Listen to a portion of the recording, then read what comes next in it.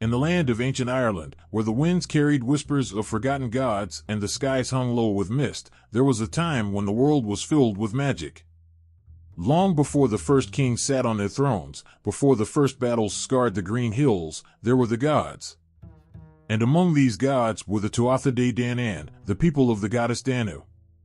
They came from beyond the veils of the otherworld, arriving in great swirling mists, stepping from the shadows as if they had always been there. No one knew exactly where they came from, but they brought with them a power that crackled in the air and made the earth tremble beneath their feet. They weren't just any gods, these were beings of great skill, unmatched in the arts of war, magic, and wisdom. They did not walk the world like mere men, they carried the weight of eternity with them. The Tuatha De Danann were led by kings and queens of immense might. Among them was Nuada, the warrior king with a silver hand that gleamed in the sunlight, replaced after a brutal battle. With him was Luf, the master of every craft, his bright eyes ever watching. There was also the Dagda, a giant of a man whose laughter could shake the very stones, yet whose wisdom ran deeper than any river. And then, there was the Morrigan. The Morrigan, her name sent a chill through the bravest hearts. She was the goddess of war, a figure that flickered between beauty and terror, often seen as a crow flying over battlefields, watching, waiting. She was not just one being but many, a goddess of many faces, sometimes a single queen, sometimes 3 women, sometimes a raven that circled over the heads of doomed men. Her power was both feared and revered, for she could bring victory, or she could summon death. In her eyes, the future of battle was written. The Tuatha De Danann didn't come to Ireland as conquerors. They came as protectors of the land, blessed by the goddess Danu herself, and they were ready to defend it with everything they had. But when they arrived, they weren't met with an empty land. Ireland was already home to the Fir-Bald, an ancient race that had claimed the island for themselves. The Tuatha knew that to rule this land, they would have to fight. And so, the first great battle for Ireland began. It was a day when the skies grew dark and the winds howled like angry spirits. The Fir-Bald were fierce warriors, hardened by years of survival, but the Tuatha De Danann were more than mortal. As the two forces clashed, the very ground beneath them seemed to shake, as though the earth itself was uncertain of who should prevail. Spears were thrown, shields clashed, and blood soaked into the earth, feeding the land with the sacrifices of both sides. Nuada, the king of the Tuatha, fought bravely, but even he could not escape the carnage unscathed. His hand was severed in the heat of battle, and though his people triumphed, it was at a terrible cost. A king with a missing hand could no longer rule. And so, the Tuatha faced a new challenge. They needed a leader who could hold them together. But the Morrigan, she thrived in this chaos. While others feared the bloodshed, she reveled in it, her presence a dark shadow that hovered just above the battlefield. To some, she appeared as a raven, cawing out her cries of doom. To others, she walked among the dying, her dark hair swirling like storm clouds, whispering their fates into their ears. She was not cruel, but she was inevitable. Death was her gift, and her curse. The Morrigan's power wasn't only in battle. She was a goddess who moved between the worlds of the living and the dead, between fate and free will. She knew what was coming long before it happened, and she had no mercy for those who ignored her warnings. She was there to remind them that no matter how skilled or strong they were, death was always just a breath away. In the aftermath of the battle, as the Tuatha De Danann stood victorious, they had to face the reality of their losses. The Fir-Bald had been defeated, but the Tuatha were now divided. With Nuada unable to lead, they turned to a new king. Bres, a figure of both Tuatha and Fomorian blood, was chosen to rule, though his reign would be marked by cruelty and hardship. But that story, too, is tied to the Morrigan. She watched as the Tuatha's golden age began to crumble, as they faced new enemies and greater trials. For she was not just the goddess of one battle, she was the goddess of all battles. Wherever blood was spilled, she was there. She was the crow on the battlefield, the whisper of fear in a warrior's heart, the scream of victory in the final moments before death. The Morrigan's connection to the Tuatha De Danann wasn't just in battle, though. She was a part of them, as much a force of nature as the wind and the rain. She was their strength in war, their wisdom in defeat, and their guide in the ever-shifting balance between life and death. For as long as the Tuatha De Danann ruled, the Morrigan's shadow would stretch across Ireland, her presence felt in every conflict, her voice heard in every war cry. The gods of the Tuatha De Danann were not like the gods we know today. They were not distant figures, watching from some far-off heaven. They walked the land, lived and fought alongside their people. And of all the gods, none were as feared, as powerful, or as eternal as the Morrigan. The Tuatha De Danann knew this, and they honored her with a reverence that bordered on terror. For the Morrigan was more than just a goddess of war.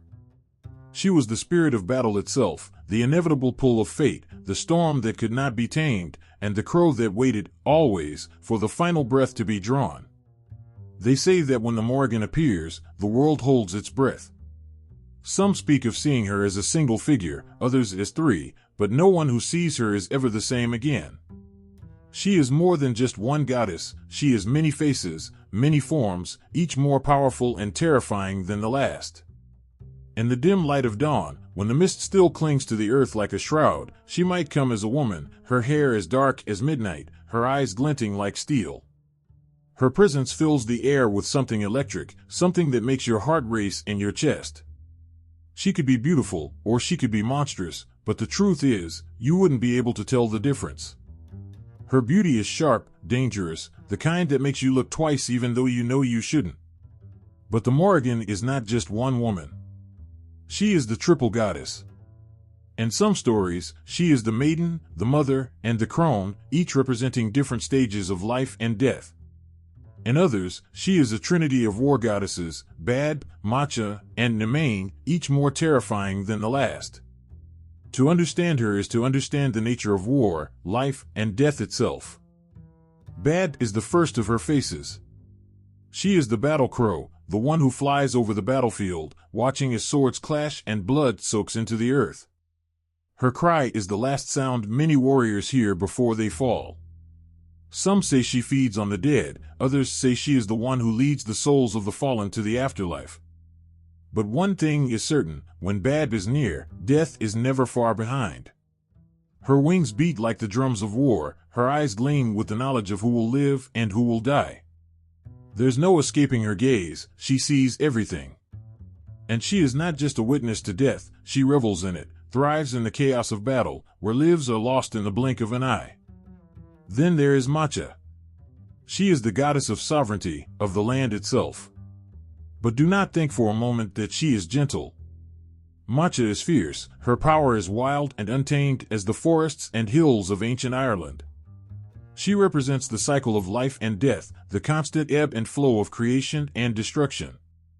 In some tales, she races horses faster than any mortal could imagine, and her victory ensures that the land remains fertile, that life can go on. But her wrath is terrifying. When she is betrayed, her vengeance is swift and brutal, leaving nothing but devastation in her wake. Macha is the embodiment of the land's fury, and when she strikes, even kings tremble. And then, there is Nemain. If Bad is the deathbringer and Macha the protector of the land, Nemain is the chaos. She is the scream that pierces through the night, the madness that drives men to fight until they are nothing more than animals. Her presence on the battlefield is felt in the way warriors lose themselves, their reason swallowed by a frenzy they cannot control.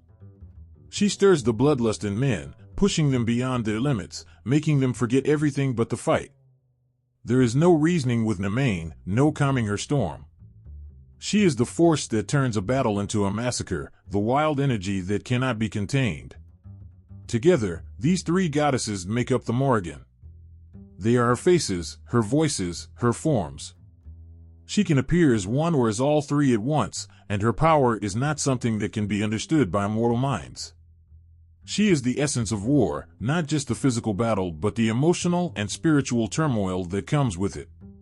Her influence spreads beyond the battlefield, into the hearts of those who live through the conflict, leaving them changed forever. But the Morrigan is not just a goddess of war. She is a goddess of fate. She doesn't just watch battles, she controls them. When she appears to a warrior, it is often to tell them their fate, to show them a glimpse of the future that is already written in blood. Sometimes she offers a choice, but more often than not, there is no escaping what she has seen. The Morrigan is a reminder that fate is inescapable, that death is inevitable, and that life is fragile. In one of the most famous stories, the Morrigan appears to Cuchulain, the great hero of Irish legend. She comes to him in various forms, first as a beautiful woman offering him love and protection, then as an old hag foretelling his doom. Cuchulain, proud and headstrong, rejects her at every turn. But the Morrigan is not one to be spurned. She curses him, and as she predicted, he meets his death on the battlefield. Even the mightiest of warriors cannot escape her grasp. What makes the Morrigan so terrifying is not just her connection to war and death, but the fact that she is always watching, always waiting. She knows when your time is up, and there is no pleading, no bargaining with her. She does not care for wealth or status. To her, a king's life is worth no more than a peasant's.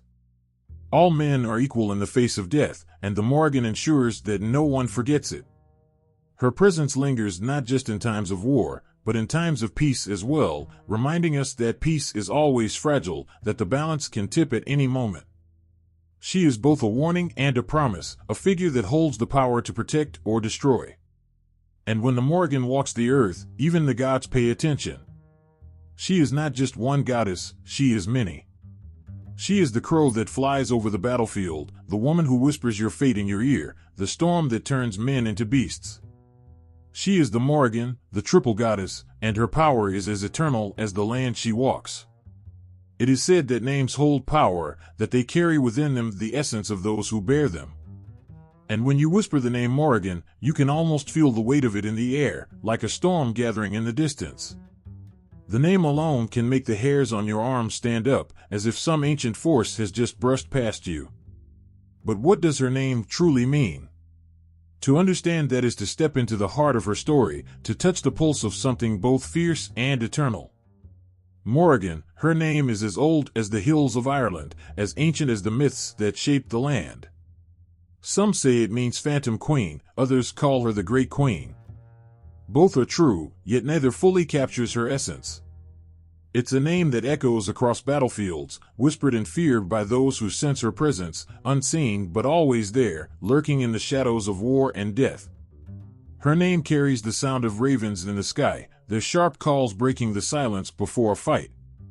It carries the weight of dark clouds rolling in, the kind that blot out the sun and make you feel as though the world itself is holding its breath. To speak her name is to summon the chill of the unknown, the creeping certainty that death is closer than you think. The first part of her name, Mor, is often linked to death, darkness, and terror. It's not the kind of fear that makes you jump in surprise, but the deep, bone-chilling dread that sinks in when you realize something far more powerful than you has taken notice.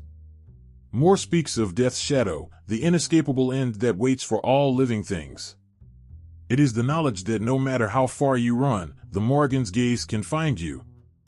But Mor also hints at greatness. It's not just about death, it's about the vastness of life, the grand scale of existence, and the power that moves through everything. The Morrigan doesn't just control death, she rules over it. She is the queen of the fallen, the one who decides when the time has come for a warrior to take his last breath. Her reach is long, her influence endless, and her power stretches far beyond the battlefield. Then comes the second part of her name, Rigan, meaning queen. But she is no gentle queen sitting upon a throne of gold. No, the Morrigan's throne is carved from bones, and her crown is made of the fear she inspires. She is a queen of warriors, of kings, of those who meet death with open eyes. Her reign is not one of peace but of chaos, and yet it is absolute. In her name, you hear both life and death, the endless cycle of creation and destruction. She is not just the queen of war but the queen of fate, the one who weaves the threads of destiny into a tapestry that no mortal hand can undo. She doesn't simply witness the end, she brings it, wrapping her wings around those whose time has come, guiding them into the next world. But the Morrigan's name is not just about death, it's about what comes after. In the old tales, when the Morrigan calls, it is not always to bring destruction. Sometimes, she brings renewal, a chance for something new to rise from the ashes of what was lost. Her name carries the weight of transformation, of the old being stripped away to make room for the new. It is both terrifying and beautiful, like the moment when the last leaf falls from a tree before winter sets in, knowing that spring will eventually return. Her name echoes through history, through the legends of warriors and kings who felt her presence in their final moments. It was the Morrigan they saw, sometimes in the form of a beautiful woman, other times as a crow watching from the branches of a nearby tree. Her name is not spoken lightly, for to call upon her is to invite her power, to summon the force of life and death itself. Even the bravest of warriors understood the weight of her name. It was said that when she appeared on the battlefield, victory was not always guaranteed, but death was. Those who heard her call knew that their fate had already been sealed. The Morrigan didn't choose sides. She was beyond such things. She stood for the balance of all things, the delicate thread between life and death that could snap at any moment. Her name, Morrigan, was not just a title but a force. It was a reminder that death could not be cheated, that fate could not be altered. No matter how strong, how brave, or how skilled a warrior might be, the Morrigan's call was final. And yet, in that finality, there was also a strange kind of peace. For when she appeared, there was no longer any uncertainty. The end had come, and all that was left was to meet it with honor. To speak her name was to acknowledge that you, too, would one day face her. You could not outrun her, you could not hide from her gaze. She was the queen of the dead, the keeper of the fallen, and her name carried with it the promise that death was not something to be feared, but something to be accepted. For in her name, there was no malice, no cruelty, only the cold, hard truth of what it meant to live. The Morrigan's name is one that carries across time, through the mists of ancient Ireland and into the hearts of those who still remember her today. It is a name that commands respect, for it holds within it the power of life and death, the beginning and the end. And when her name is spoken, the air seems to change, the world feels just a little darker, as if the Morrigan herself is listening, waiting, watching. Her name is not just a word, it is a force of nature, a reminder that everything must come to an end, but in that ending, there is always a new beginning.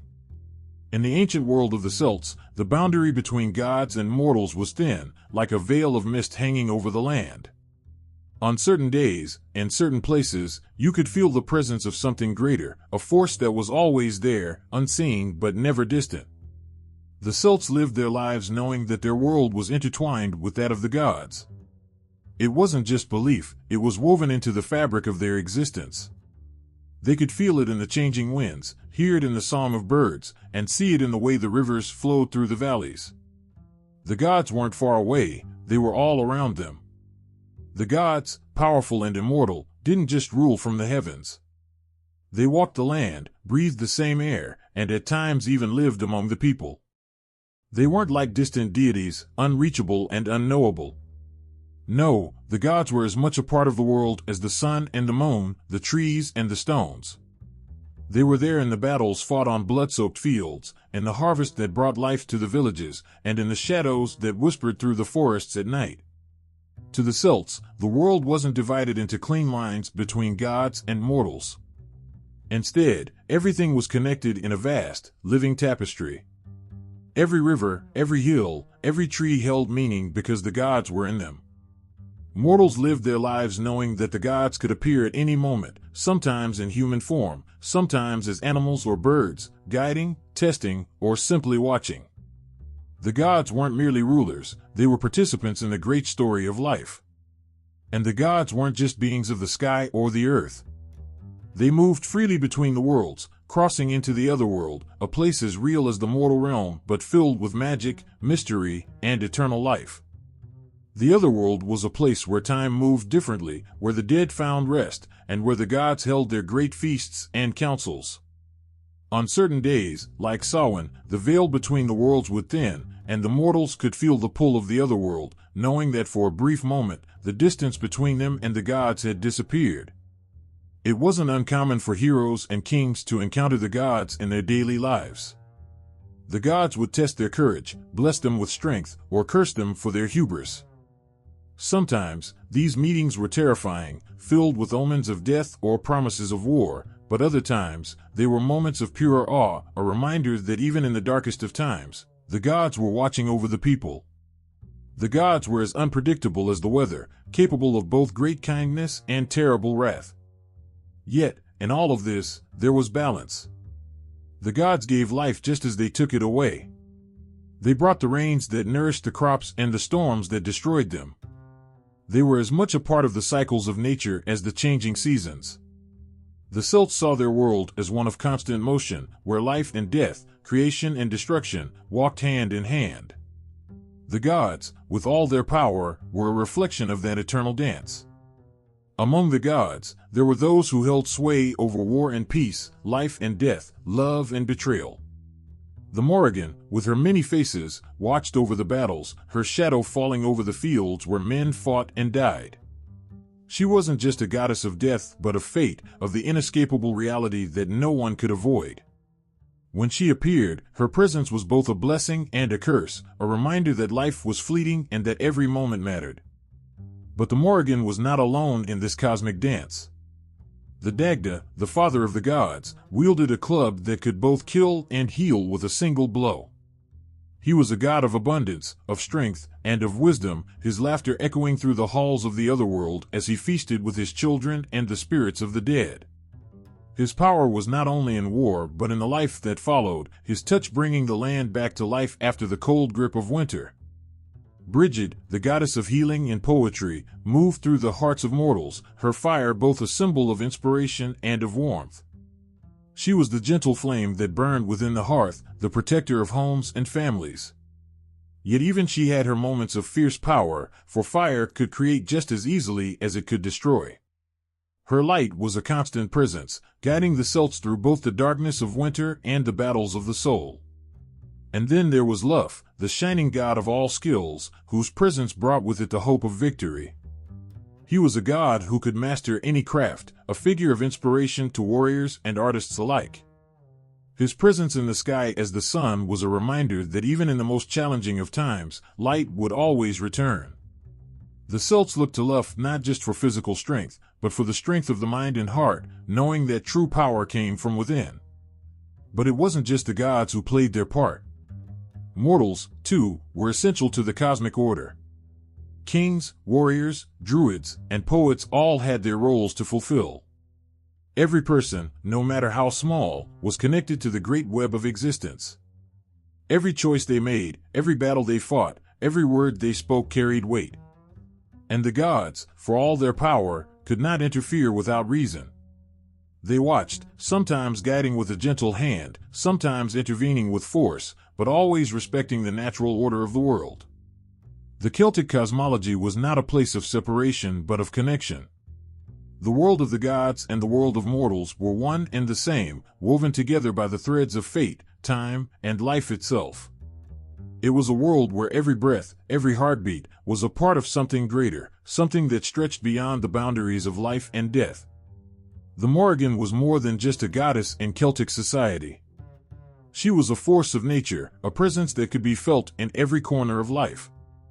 People spoke her name with a mixture of fear and reverence, knowing that she was watching over them, guiding the tides of war, and weaving the threads of fate.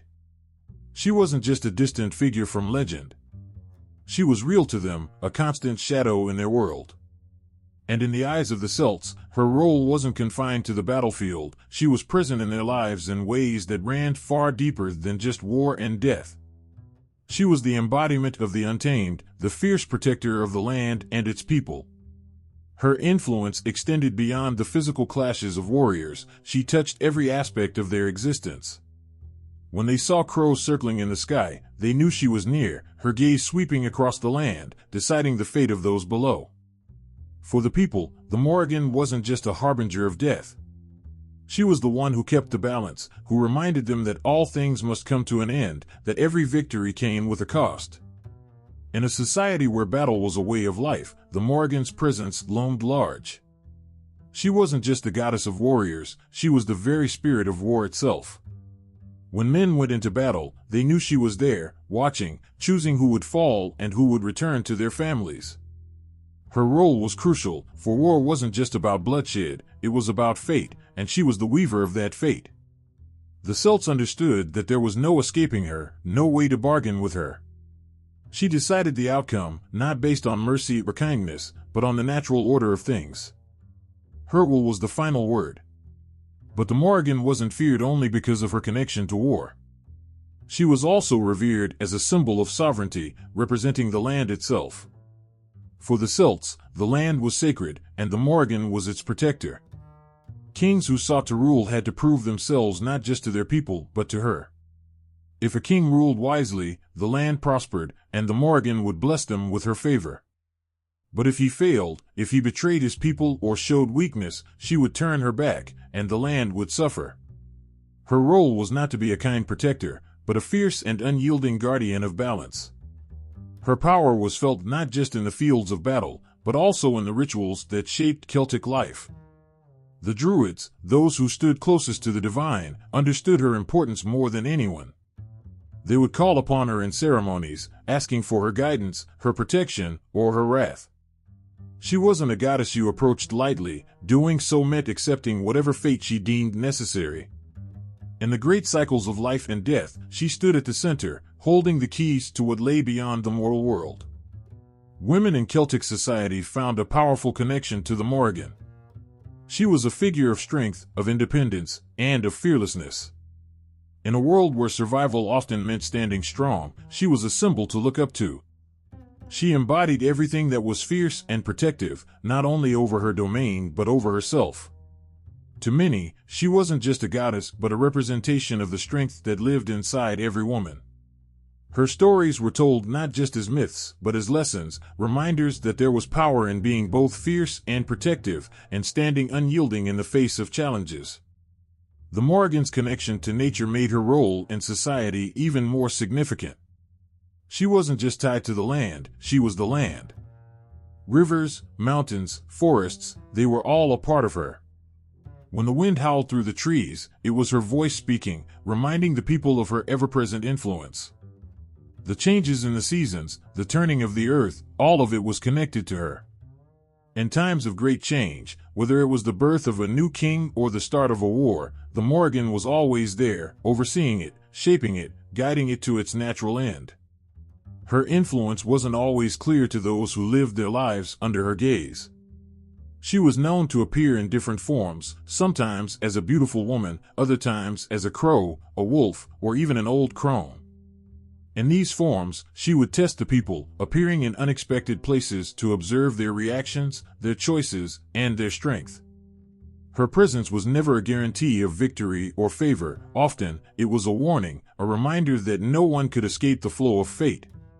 Those who ignored her signs did so at their peril.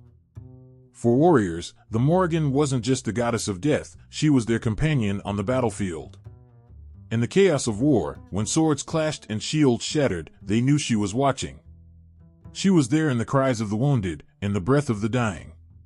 Some even claimed to see her on the edges of battle, a figure standing among the dead, waiting to take them into her arms.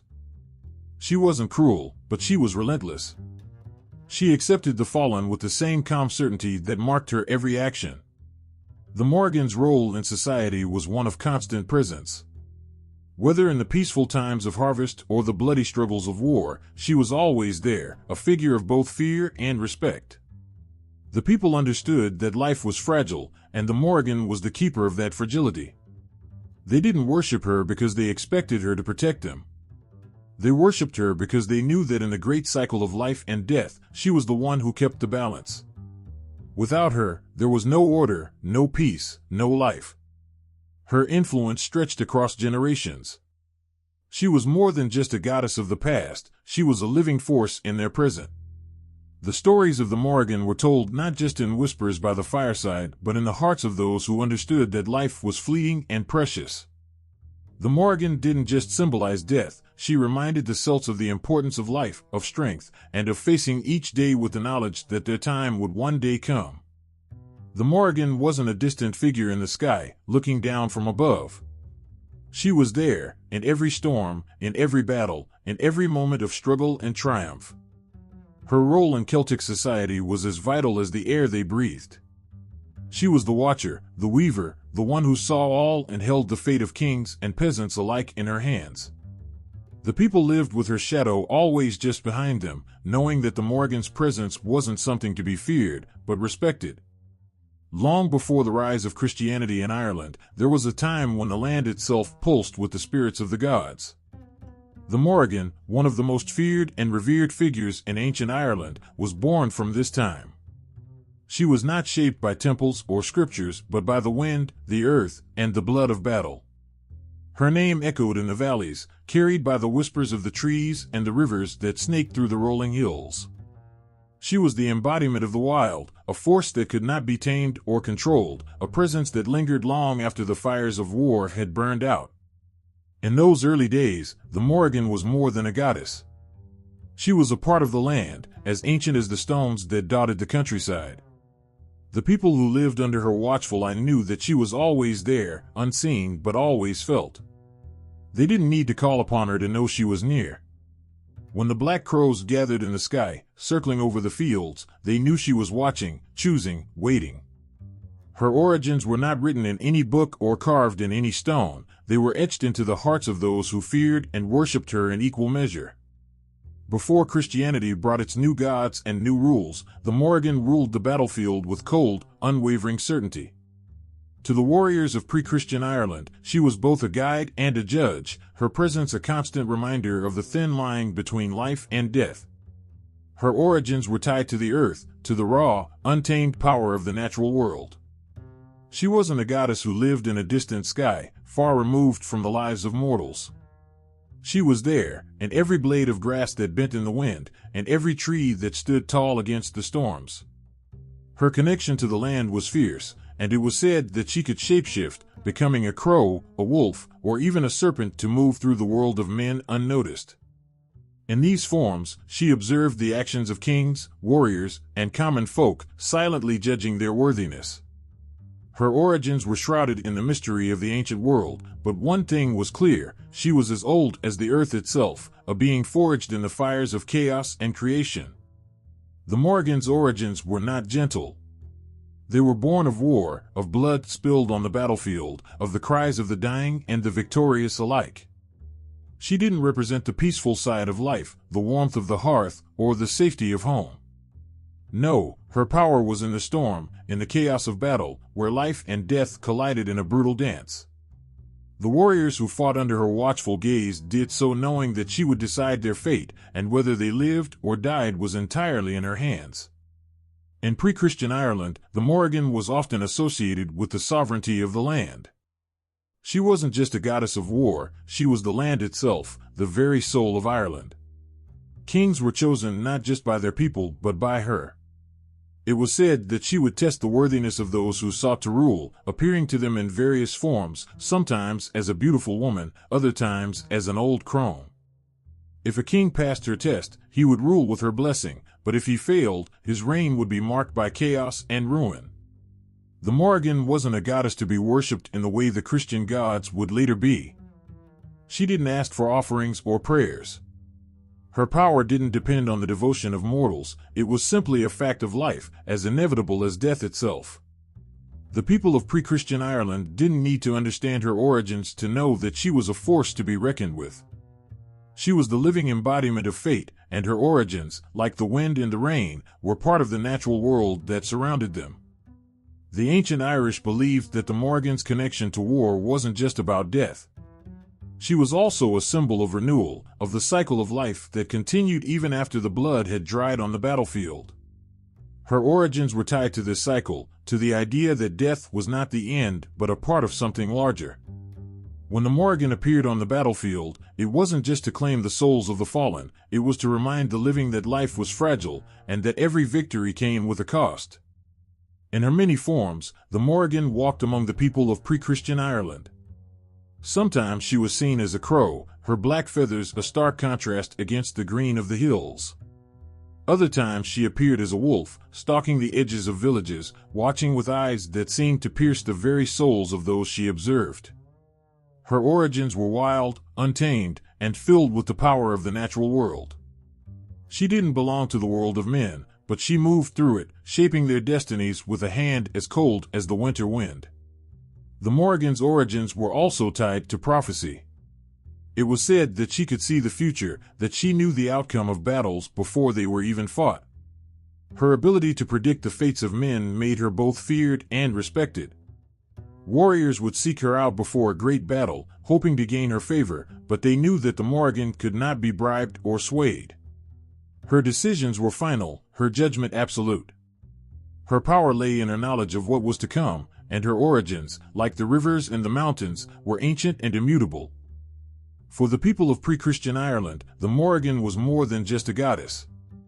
She was a part of the world they lived in, a constant presence that could not be ignored. Her origins were as old as the earth itself, and her power was felt in every storm, in every battle, in every death. She was the dark shadow that loomed over their lives, reminding them that nothing was permanent, that everything could be taken away in the blink of an eye. As they stood on the edge of battle, swords in hand, the warriors of ancient Ireland knew that the Morrigan was there, watching, waiting. Her origins may have been lost in the mists of time, but her presence was undeniable. She was the force that drove them forward, the voice that whispered in their ears, urging them to fight, to survive, to face their fate head-on. In the end, they knew, it was she who would decide their fate, just as she had done for countless generations before them. The Morrigan spirit was woven into every corner of Ireland, in the mountains that stood tall against the sky and in the rivers that carved their way through the earth. She wasn't just a goddess of war and fate, she was the land itself, its protector and ruler. Ireland, with its wild beauty and untamed landscapes, was her domain. Every gust of wind, every whisper of leaves in the forest, carried her presence. The people who lived on this land understood that they were not alone. Their lives unfolded beneath her watchful eyes, as if the hills and valleys pulsed with her breath, an ancient force that connected the earth to the heavens. In the early mornings, as the mist curled over the grass, you could feel her. The Morrigan didn't just belong to the places where battles were fought, she was everywhere. She was in the stillness of the bogs, the silence of the forests, the crash of waves against the cliffs. To walk across Ireland was to walk through her world, where every step was guided by her unseen hand. The crows that gathered in the sky, their dark forms cutting through the pale light, were her messengers, watching over the land and its people. She wasn't a distant deity, sitting in some unreachable place. The Morrigan was as much a part of the earth as the stones beneath your feet. Every river that flowed through Ireland carried her power, winding its way through villages and forests, bringing life and death in equal measure. The rivers were sacred, their waters a reflection of her will. They whispered of her stories, of the battles she had witnessed, of the lives she had touched and the souls she had claimed. Standing at the banks of a river, you could almost feel her presence, as if she were there, watching, waiting. The mountains were her strongholds, ancient and unyielding. They stood as silent witnesses to the history of Ireland, their peaks shrouded in mist, their slopes covered in dark forests. It was said that the Morrigan dwelled in these places, hidden from mortal eyes, but always there, a shadow that moved with the wind. When storms swept across the mountains, their fury was a reminder of her power. The lightning that split the sky and the thunder that shook the ground were her voice, roaring through the heavens, reminding the people of her strength. In the fields where battles were fought, the Morrigan was ever present. The blood-soaked earth beneath the warriors' feet was her domain. She moved silently among them, unseen but felt, her gaze sweeping over the chaos of war, choosing who would fall and who would rise. The warriors who fought there knew that she was watching, their fate sealed by her hand. The land itself seemed to tremble beneath the weight of her presence, as if it, too, understood the gravity of her power. Every battle that stained the ground with blood was a reminder that Ireland belonged to her. The forests, dark and ancient, were her sacred places. The trees, their branches twisting together to form a canopy that blocked out the light, held her secrets.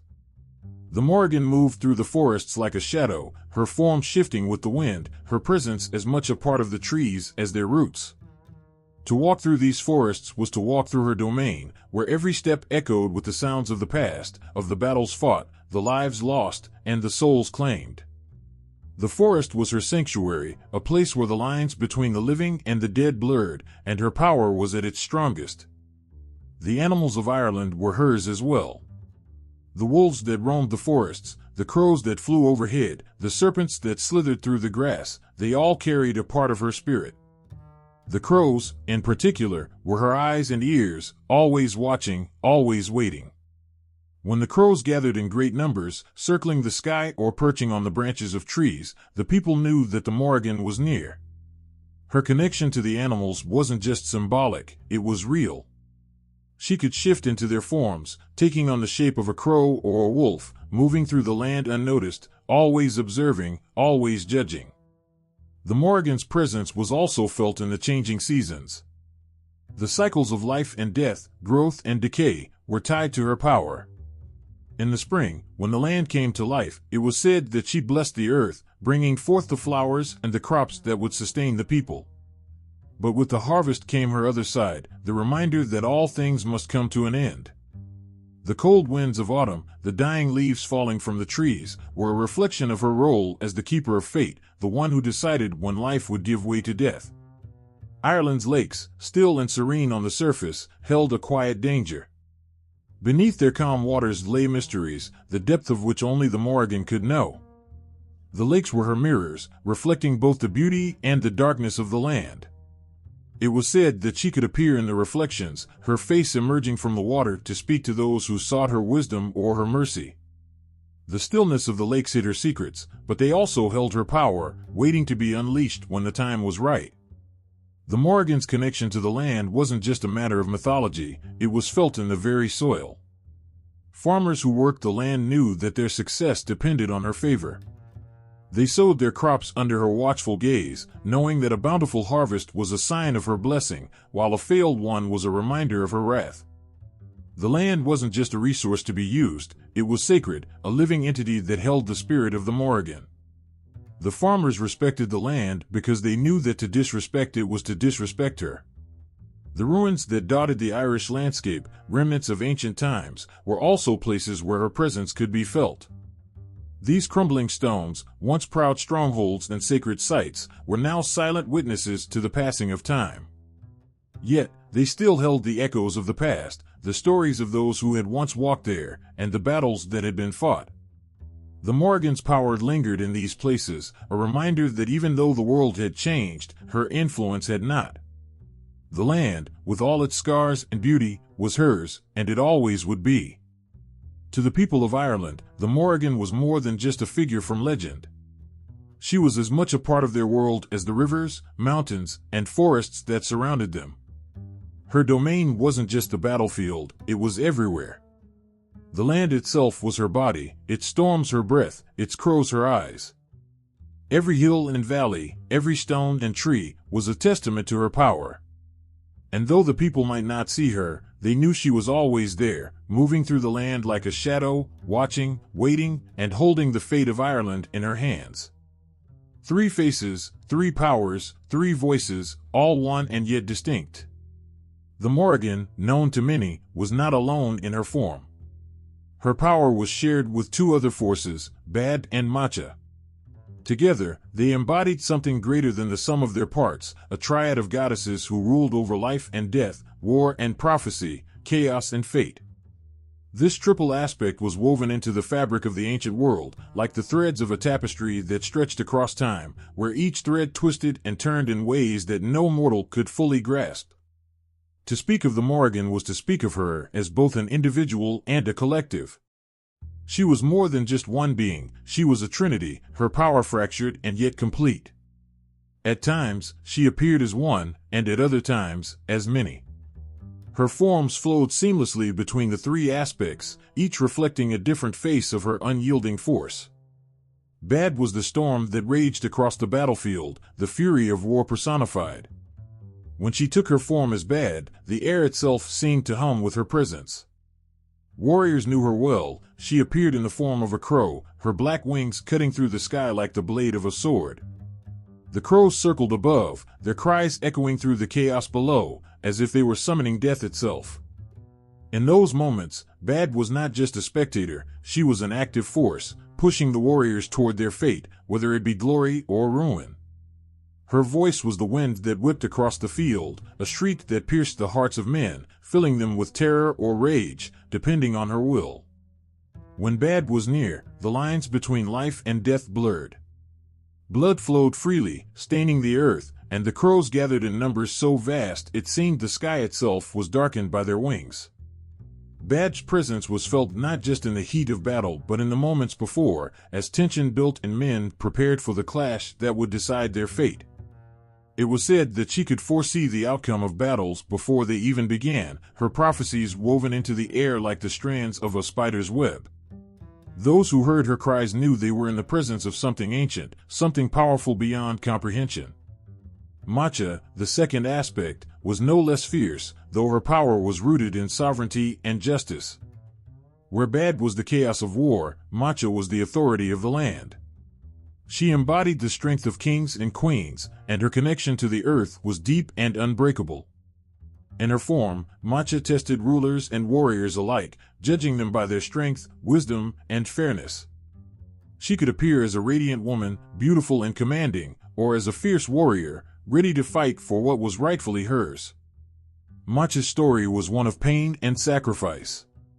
Legend spoke of how she once lived among mortals, taking on the form of a woman to wed a king. But when her husband boasted of her speed, Macha was forced to race against the king's horses, despite being heavy with child. Her victory was certain, but it came at a great cost. She gave birth on the racetrack, and with her dying breath, she cursed the men of Ulster, condemning them to the same pain she had endured in childbirth. Macha's legacy was not just one of war, but of the suffering that often followed it. Her curse lingered, a reminder that even the strongest could be brought low by the whims of fate. The Morrigan herself was the third aspect, the weaver of fate and the chooser of the slain. She could walk the earth as a woman, beautiful and terrifying in equal measure, her hair dark as the night, her eyes filled with the knowledge of all that was, is, and ever would be. But her most familiar form was that of a crow, watching from the shadows, silent until the moment came for her to speak. Her voice could bring either fear or comfort, depending on the listener, for she was not just a goddess of death, but of life as well. She oversaw the cycle of birth, growth, decay, and rebirth, her presence felt in every turning of the seasons, every rise and fall of empires. In her form as the Morrigan, she stood at the edge of battles, choosing which warriors would live to see another dawn and which would fall, their blood seeping into the earth, nourishing the cycle of life that she governed. Her choices were not made lightly, but neither were they merciful. She had no favorites, her gaze was impartial, her decisions final. The warriors who fought beneath her watchful eyes knew that they were playing a game with death itself, and that she, the Morrigan, was the one who held all the cards. Together, these three, Bad, Macha, and the Morrigan, were an unstoppable force. They represented the different faces of war and sovereignty, life and death, prophecy and fate. To invoke one was to invoke them all, for they could not be separated, no matter how hard one might try. The warriors of Ireland knew this well. They prayed to the Morrigan for favor, for victory, for survival, but they knew that in doing so, they were also invoking Bad's chaos and Macha's justice. The triad was one, and to face them was to face the full weight of their combined power. The people of Ireland understood that the Morrigan, Bad, and Macha were not just goddesses, they were part of the land itself. They lived in the rivers, the mountains, the forests, and the sky.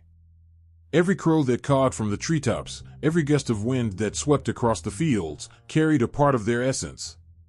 To live on this land was to live under their watchful eyes, knowing that at any moment they could choose to intervene, to twist fate in ways that no one could predict. And so, the Morrigan, Bad, and Macha continued to walk the land, their presence felt in every shadow, their power woven into the very fabric of existence. The warriors who fought under their gaze did so with the knowledge that they were part of something much larger than themselves, something ancient and unyielding.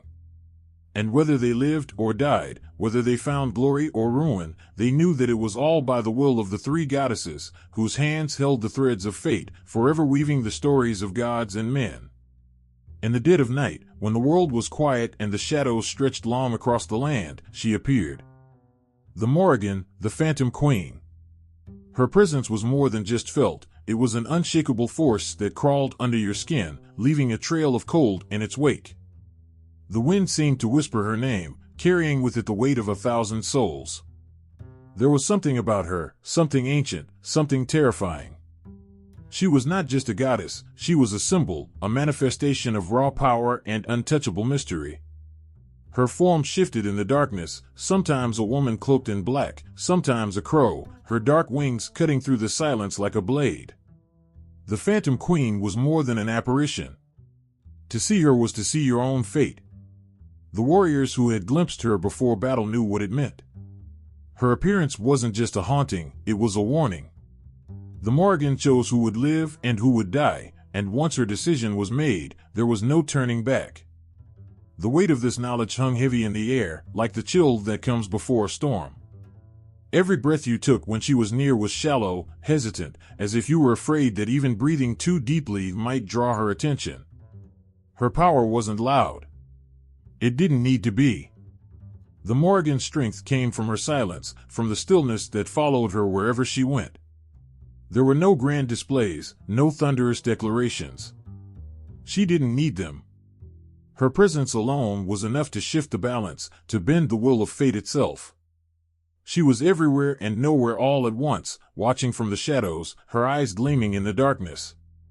And yet, for all her quiet, she was relentless. The moment she set her sights on something, there was no escape. Her power was inescapable, like the inevitable passing of time, like death itself. The crows that flew with her were not mere birds.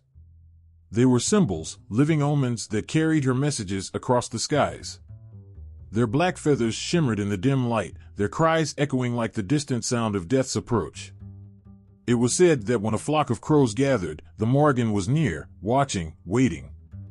The warriors who heard their calls would pause, gripping their weapons tighter, their hearts pounding in their chests. For they knew that her crows were more than just messengers, they were her eyes, her ears, her very essence, spread across the land like a veil of shadows. But the Morrigan was not only a goddess of death and war. Her power reached beyond the battlefield, into the very fabric of existence. She was a weaver of fates, a guide through the transitions of life and death. She embodied the moments between, the breaths taken before the final blow, the silence before a soul crossed from one world to the next. Her role as the Phantom Queen made her both terrifying and necessary. She was the force that ensured balance, the one who reminded mortals of their fragility, of the delicate line they walked between life and the unknown. The Morrigan's symbolism was tied to the land itself. As much as she was a goddess of war, she was also a goddess of sovereignty. Her power wasn't just about destruction, it was about control, about claiming what was rightfully hers. The land, the people, the very souls of those who walked the earth, all were under her domain. She watched over the kings and queens, the rulers who sought to claim their thrones. But they, too, were subject to her will. For even the greatest of rulers could not escape the Morrigan's gaze. Her blessing could bring them glory, but her wrath could just as easily bring them to ruin. There was a certain beauty in her terror. The Morrigan's form, though often cloaked in darkness, was captivating. Her eyes, cold and sharp, seemed to see everything, to pierce through the veil of time itself.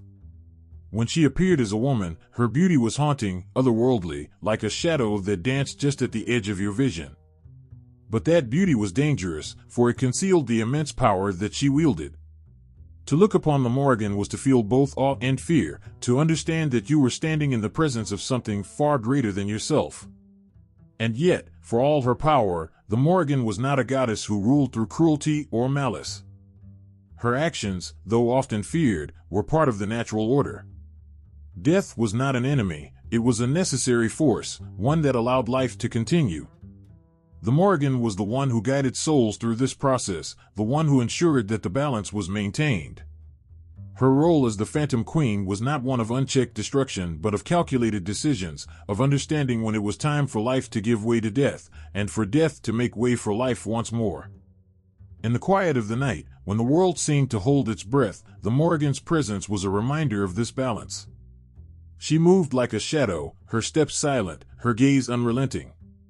The power she held was ancient, older than the stars themselves, and it flowed through her like a river of darkness and light.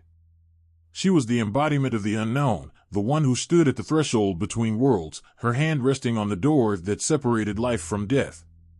And when that door opened, it was the Morrigan who decided who would pass through and who would remain. There was a strange comfort in her certainty. To face the Morrigan was to face the inevitable, to understand that there was no escaping the cycle of life and death. And yet, even in this understanding, there was fear. For the Morrigan was not a goddess who could be predicted or controlled. Her will was her own, and it was as untouchable as the wind, as unstoppable as time itself. She chose when to appear, when to speak, when to act. And when she did, the world listened. The Morrigan's power wasn't just in her ability to bring death, it was in her control over fate itself. She was the one who decided how the threads of life would be woven, how they would unravel. Her choices shaped the world, and those who crossed her path were forever changed. To encounter the Morrigan was to stand at the crossroads of destiny, to feel the weight of the future pressing down upon you, knowing that whatever came next was beyond your control. And so, the Morrigan remained, a figure of both fear and respect, a symbol of power that transcended the mortal world. Her crows still circled in the sky, their cries echoing through the air like a distant warning. Her presence could be felt in the shadows, in the spaces between life and death, where her hand guided the fates of all who walked the earth. She was the Phantom Queen, the weaver of fates, and her power was absolute. The battlefield was drenched in blood, the cries of the fallen hanging heavy in the air, and amidst the chaos, there she was, Bad, the battle crow. Her presence was unmistakable, terrifying. She circled overhead, her black wings cutting through the smoke and the screams, her eyes fixed on the carnage below. Bad wasn't just another figure of war, she was war itself, living and breathing, an embodiment of violence and fury. When she appeared, even the bravest of warriors knew what it meant. She wasn't a mere spectator to the slaughter, she thrived in it, feeding on the fear, the despair, the final breaths of the dying. Her scream, they said, could chill the very bones. It wasn't just a sound, it was a message, a harbinger of the inevitable. When the battle crow shrieked, there was no doubt that death was near. Warriors would look to the sky, hearts pounding, knowing that they might soon be the ones to fall beneath her gaze. Her voice echoed across the field, cutting through the clash of swords and the desperate cries of men fighting for their lives. But no matter how hard they fought, no matter how strong their will, Bad's presence signaled one thing: war was unstoppable, and death would claim its due. She wasn't just watching. Bad moved among the warriors, invisible to most, but her energy was everywhere. The atmosphere thickened when she appeared, heavy with the weight of violence yet to come. Her touch could drive men to madness, sending them into frenzied battle, where they fought not just to win, but to destroy. Bloodlust coursed through their veins, and they swung their swords with a savagery they hadn't known before. Bad was there, and every strike, every scream, fueling the chaos, making sure that war was as brutal as it could be. Her crow form wasn't just a disguise, it was her true essence. The crow, a scavenger of the dead, symbolized Bad's connection to the battlefield. She thrived in the aftermath of war, feeding on the souls of those who had fallen. Her black feathers gleamed in the dying light, a stark contrast to the blood-soaked earth below. She perched on the bodies of the slain, watching as the last breaths left their bodies, her sharp beak ready to pick at the remnants of their lives. To see Bad in her crow form was to witness death itself. Yet, Bad wasn't just a figure of destruction. She was a force of transformation. War, in all its horror, was also a means of change, a way for the old to fall and the new to rise. Bad stood at the center of this, guiding the chaos, ensuring that the balance was kept. She didn't revel in death for death's sake, she understood its necessity. The old kings had to fall for new rulers to emerge, and through the bloodshed, the world was reshaped. In this way, Bad was both feared and respected. Her presence might bring terror, but it was also a sign that something new was being born from the ashes. Her influence wasn't limited to the battlefield. Bad's energy seeped into the minds of men, twisting their thoughts, filling them with visions of war and doom. She appeared to them in dreams, her voice calling them to battle, her form looming in the shadows of their nightmares. They awoke drenched in sweat, hearts racing, knowing that war was coming, and that Bad would be there, watching, waiting. Her influence was so strong that even the mightiest of kings feared her. To anger Bad was to invite destruction upon yourself, to lose everything you had built in a blaze of violence and death. But Bad was not just destruction. She also had a strange, twisted sense of protection for her chosen. She guided the warriors she favored through the chaos of battle, ensuring that they lived to see another day. To have Bad on your side was to fight with the fury of the gods, to move with a strength and speed that defied human limits. She whispered to them, filling their minds with strategies, with insights, helping them outmaneuver their enemies. But her favor was not easily won, nor was it permanent. She could just as easily turn on those she once protected, driving them to madness or death if they no longer served her purpose. The battlefield was her domain, and she ruled it without question. Bad didn't need a throne or a crown. Her power was in the violence, and the chaos that followed her wherever she went. She was the pulse of the battle, the heartbeat that kept the fight going long after most had fallen. Her energy surged through the field, touching every warrior, every weapon, every drop of blood. There was no escaping her reach. Even in the moments of stillness, when the battle seemed to pause for breath, Bad's presence lingered, a reminder that war was far from over. The warriors who fought under her gaze did so with a mixture of fear and admiration.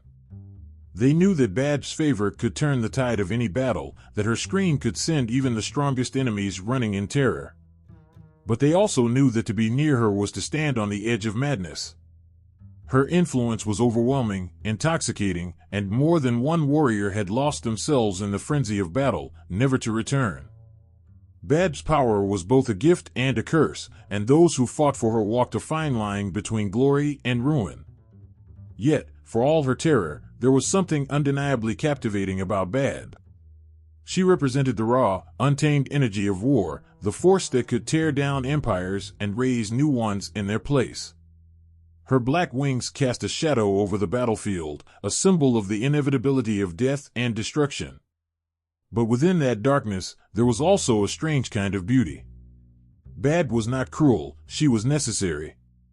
She reminded the world that nothing was permanent, that everything could be changed, destroyed, reborn. In her chaos, there was an order, a purpose. As the battle crow, Bad was the voice of war, the scream that echoed across the ages, reminding all who heard it that war was eternal, that violence and death were part of the cycle of life. Her power was inescapable, her influence undeniable. To face Bad was to face war itself, to stand in the shadow of death and know that you were powerless to stop it. And yet, even in that powerlessness, there was something awe-inspiring, something that made warriors fight harder, knowing that they were part of something much larger than themselves. Bad didn't just bring death, she brought transformation. In the bloodshed, and the chaos, she forged new paths, new rulers, new fates. Her wings carried the weight of history, of wars long past and battles yet to come. And as she flew over the battlefield, her sharp eyes watching every move, every death, there was no doubt that Bad, the battle crow, was not just a goddess of war, she was war incarnate. The earth beneath her feet was alive. Macha felt it in every step she took, the pulse of the land thrumming beneath her, ancient and powerful. She was more than just a goddess, she was the land itself, woven into its very soil, tied to every harvest and every blade of grass that bent under the wind. The people looked to her not only for protection but for sustenance. When the crops flourished and the livestock thrived, it was Macha's presence they felt. She was the heartbeat of the land, the one who ensured life continued in all its abundance. But Macha was not only about fertility. Her power went beyond the crops and the cattle. She was the very essence of sovereignty. The land was hers, and through her, kings ruled. Without Macha's blessing, no ruler could claim to be legitimate. She chose who could stand on the hilltops and gaze over the valleys, who could place the crown on their head and command the people. A king without Macha was no king at all, just a man pretending to rule. Her bond with the earth meant that every leader needed her favor to ensure the land's prosperity. There was a story that echoed through the hills and valleys of Ireland, a tale of Macha's fury and her unyielding connection to the land. Macha had been wronged once, humiliated by a man who had boasted of her strength in front of the king. Forced to race against the king's horses while heavily pregnant, Macha, though victorious, was broken by the betrayal. As she collapsed, she cursed the men of Ulster, declaring that they would feel her pain for generations to come. And so, in times of great need, the strongest warriors of Ulster would be crippled by the same agony Macha had endured. Her curse lingered, a reminder that the land's sovereignty could not be mocked, nor could her power be taken lightly. The pain she had felt wasn't just physical, it was the pain of the land, the hurt of betrayal that cut deeper than any sword. Macha's power was not only in the growth of crops and the fertility of the fields, it was in the delicate balance of justice. She was the protector of the earth's integrity, and when that balance was upset, she responded with wrath as fierce as any storm. Her curse was not born of cruelty, but of necessity. Just as the earth could be bountiful and kind, it could also be unforgiving, a force of nature that could not be tamed or controlled. Macha's power was rooted in her connection to the cycle of life and death. She was the force that made the seasons turn, from the lush greens of spring to the golden harvest of autumn. Every time the crops were sown, it was an act of trust in Macha, a belief that she would nurture the seeds and bring forth life. And when the fields were harvested, it was an acknowledgement of her power, a reminder that all life flowed from her and returned to her. Macha was the endless cycle, the turning of the wheel, and without her, the land would wither and die. It wasn't just the plants and animals that Macha touched, it was the people too. Women prayed to her in the hopes of healthy children, strong sons, and daughters who would carry on their family's legacy. In childbirth, Macha's presence was felt, her power ensuring that life continued, that the lineages of the people remained unbroken. She watched over mothers as they brought new life into the world, her hands guiding them through the pain and into the joy of creation. Every child born was a testament to Macha's strength, a living symbol of the land's fertility. But Macha's relationship with the land was also a reminder that sovereignty wasn't a right, it was a privilege. Rulers came and went, but Macha remained, constant and unyielding. The land belonged to her, and anyone who sought to claim it without her blessing was doomed to fail. Many kings had tried to rule without Macha, only to find themselves overthrown, their kingdoms crumbling as the land turned against them. The soil dried up, the rivers ran thin, and the crops withered in the fields. It was Macha's way of reminding them that they could not rule without her, that their power was fleeting compared to the eternal might of the earth. The bond between Macha and the land was not just a mystical connection, it was a sacred agreement. The people took from the land, but they also gave back. They honored Macha with offerings, with rituals that acknowledged her role in their lives. In return, she gave them abundance, filling their fields and pastures with life. But when that balance was broken, when greed overtook gratitude, Macha withdrew, and the land became barren. The people knew this, and they respected her, for they understood that without Macha, there could be no life. Her power was quiet but absolute. Macha didn't need to wield a sword or call forth storms to show her strength. Her influence was in the very air, in the soil beneath their feet, in the rain that fell and nourished the earth. She was the gentle breeze that made the crops sway, the warmth of the sun that ripened the fruit, the soft touch of life itself. But when angered, Macha could take it all away. Her wrath was slow and silent, but it was devastating, for she could strip the land of its bounty and leave nothing but dust in its place. Macha's legacy was eternal. Long after kings and warriors had passed into legend, her name remained, whispered in the wind, carried across the fields and mountains. She was the land, the life that flowed through every tree, every blade of grass. And though her wrath could be terrifying, it was her love for the earth and her protection of it that defined her. Macha was both the bringer of life and the keeper of justice, her power felt in every corner of the land, her presence eternal. As long as the earth thrived, so did Macha. She was the pulse of the land, the force that ensured its survival, the goddess who watched over its people. Her name was spoken with reverence, for everyone knew that without Macha, there could be no life. She was the mother of the land, the protector of its sovereignty, and in her, the people found hope, strength, and the promise of tomorrow. Through every season, through every harvest, Macha stood watch, eternal and unbreakable, a force as old as the land itself. The air thickened with tension, a sudden, almost invisible shift before chaos struck. In the midst of battle, when warriors' hearts pounded and fear curled around their minds, it was Nemain who stirred the frenzy. Her presence wasn't seen, but felt. She wasn't just a goddess, she was the pulse of terror that surged through the veins of men, the uncontrollable fire that ignited panic. The sharpness of every scream, the blinding rush of fear that clouded judgment, this was Nemain's doing. She thrived in the bloodlust, her power rippling through the battlefield like lightning about to strike. No one knew when she arrived, but once there, it was impossible to deny her. She was everywhere, like a storm cloud descending, filling the hearts of even the bravest with uncontrollable dread. Her chaos wasn't the wild, raging kind, it was something much more insidious. It was the type of fear that made warriors turn on one another, unable to tell friend from foe.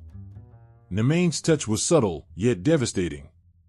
She didn't simply break bones, she broke minds, unraveling the very fabric of reason until the battlefield was consumed by madness. The sounds of clashing swords became drowned in the shouts of confusion, as those who had once fought side by side suddenly found themselves at each other's throats. The battle turned into a frantic mess, where no strategy could survive, no leader could command. This was Nemain's domain, where chaos reigned supreme, and where the weak had no hope. Her power turned the tide of wars, not by brute force, but by dissolving the very order that held armies together.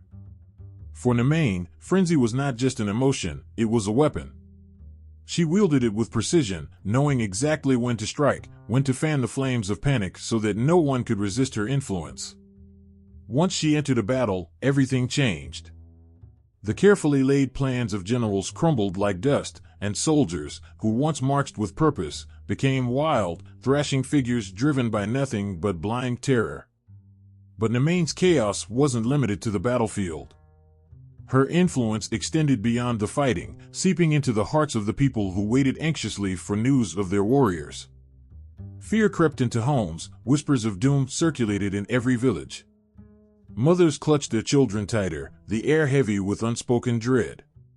Nemain's presence lingered in every shadow, in every quiet moment where hope began to falter. She wasn't just the goddess of frenzy, she was the embodiment of fear itself. And yet, there was something strangely captivating about her chaos.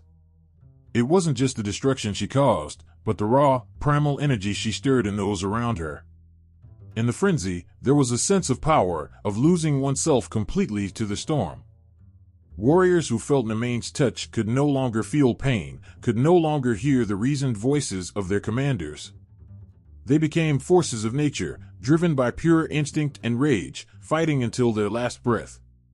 To some, this loss of control was terrifying, but to others, it was intoxicating. In Nemain's chaos, there was a kind of freedom, a freedom from fear, from doubt, from anything that might hold them back. In the midst of battle, where death lurked in every corner, Nemain's gift of frenzy became a shield.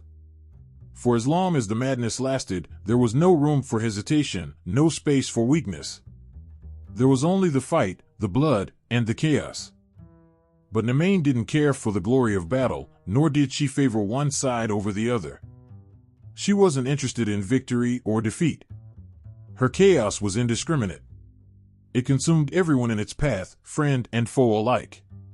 She was the embodiment of war's most terrifying truth, that in the end, nothing is certain, and even the strongest can be brought low by the simple, terrifying force of panic.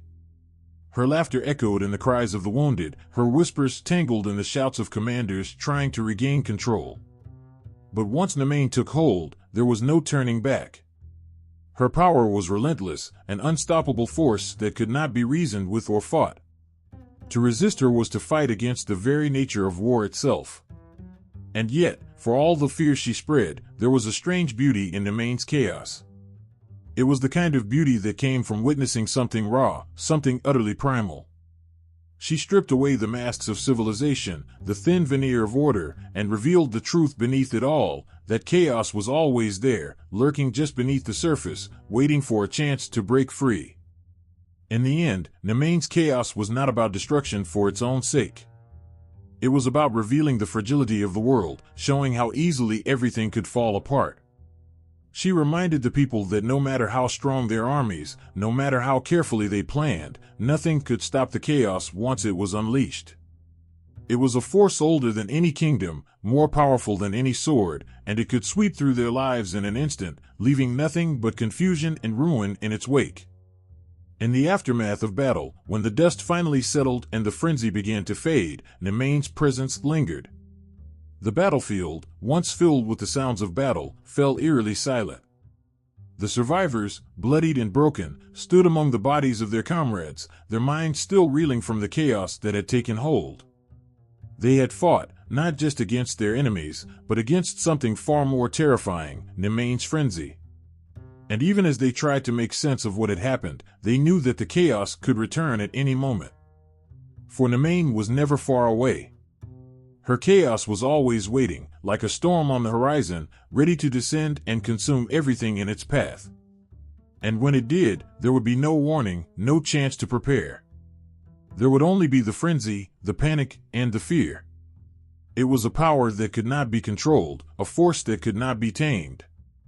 Nemain was the embodiment of that power, a goddess whose name sent shivers down the spines of all who knew her story. The sky darkened, a heavy shadow looming over the land. Crows circled above, their cries piercing the silence. The air itself felt charged, like something ancient was stirring just beyond the edge of sight. And then, in a blink, she was there, the Morrigan. But who was she? A woman, a crow, or something far more terrifying? To witness her shifting form was to witness the raw power of transformation, a force that blurred the lines between what was real and what was illusion. One moment, she would stand tall, a striking woman with raven black hair, eyes as sharp as blades, and a gaze that could see straight through to your soul. But just when you thought you knew who she was, the air around her would shimmer, her body twisting and bending until she no longer walked the earth as a human but soared above it as a crow, her wings blacker than the deepest night. It wasn't just magic, it was a terrifying reminder that the world was not as stable as it seemed. The Morrigan could be anyone, anything, at any time. The power to change her form wasn't a trick or a disguise. It was the essence of who she was, unbound by the limitations of flesh, free to walk between worlds. She was not confined to a single identity, and that made her both terrifying and awe-inspiring. She could slip into the skin of a wolf, a serpent, or even the land itself. Her transformations were not just about physical shape, but about the very nature of her being.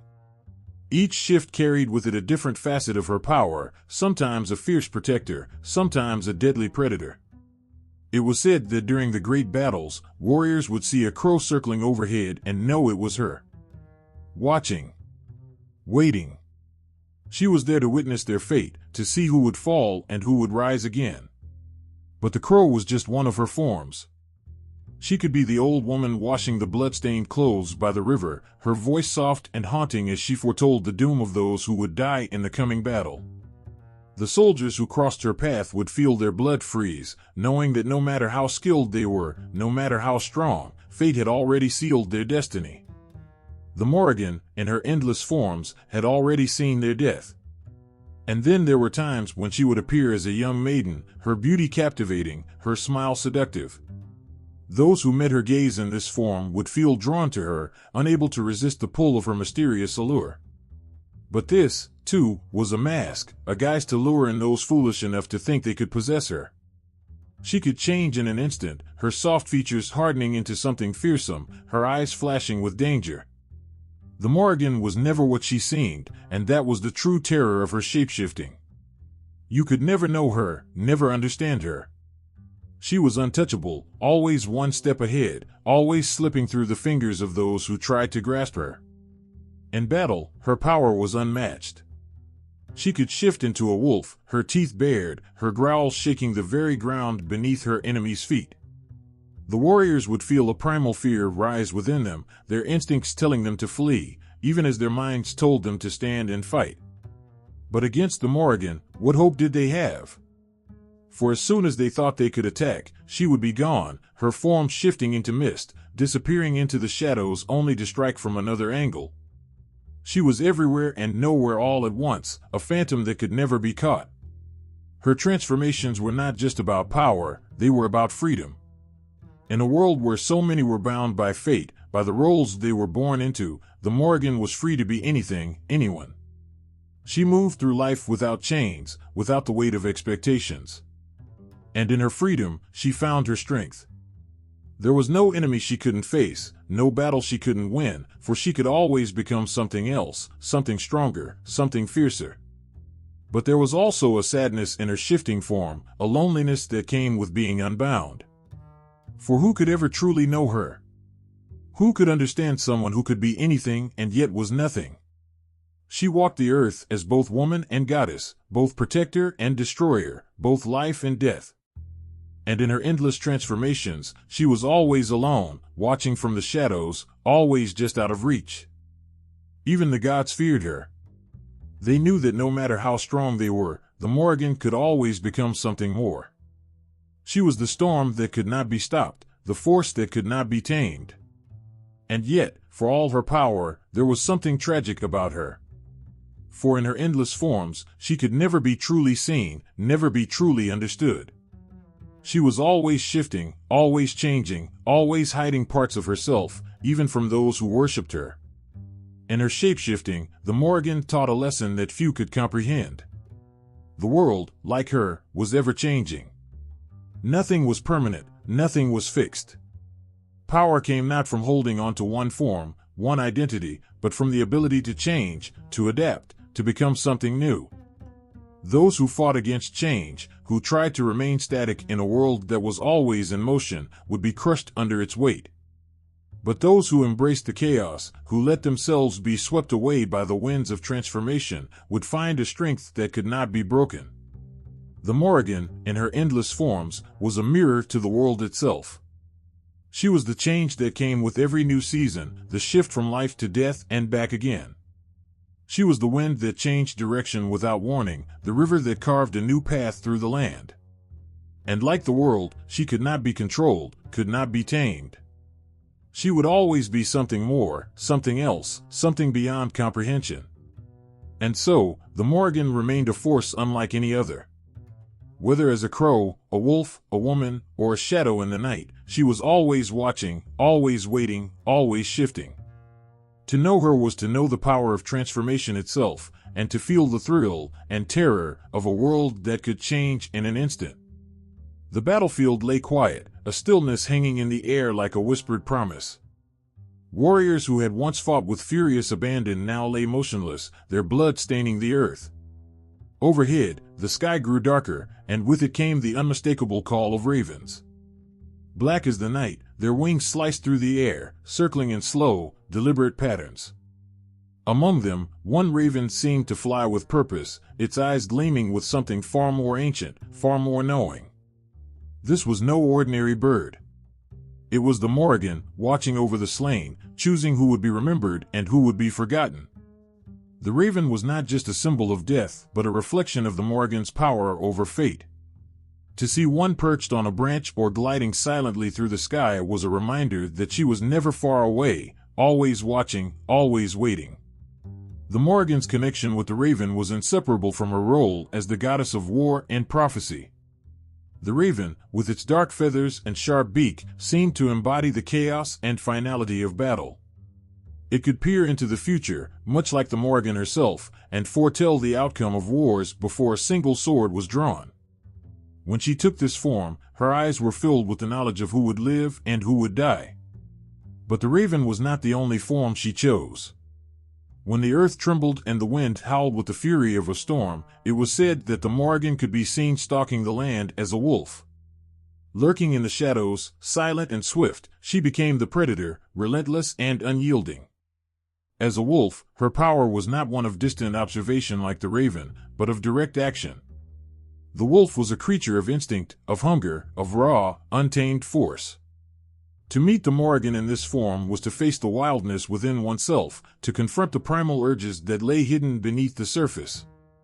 Her teeth bared, her eyes gleaming in the dark, she was both the hunter and the protector, always on the edge of violence.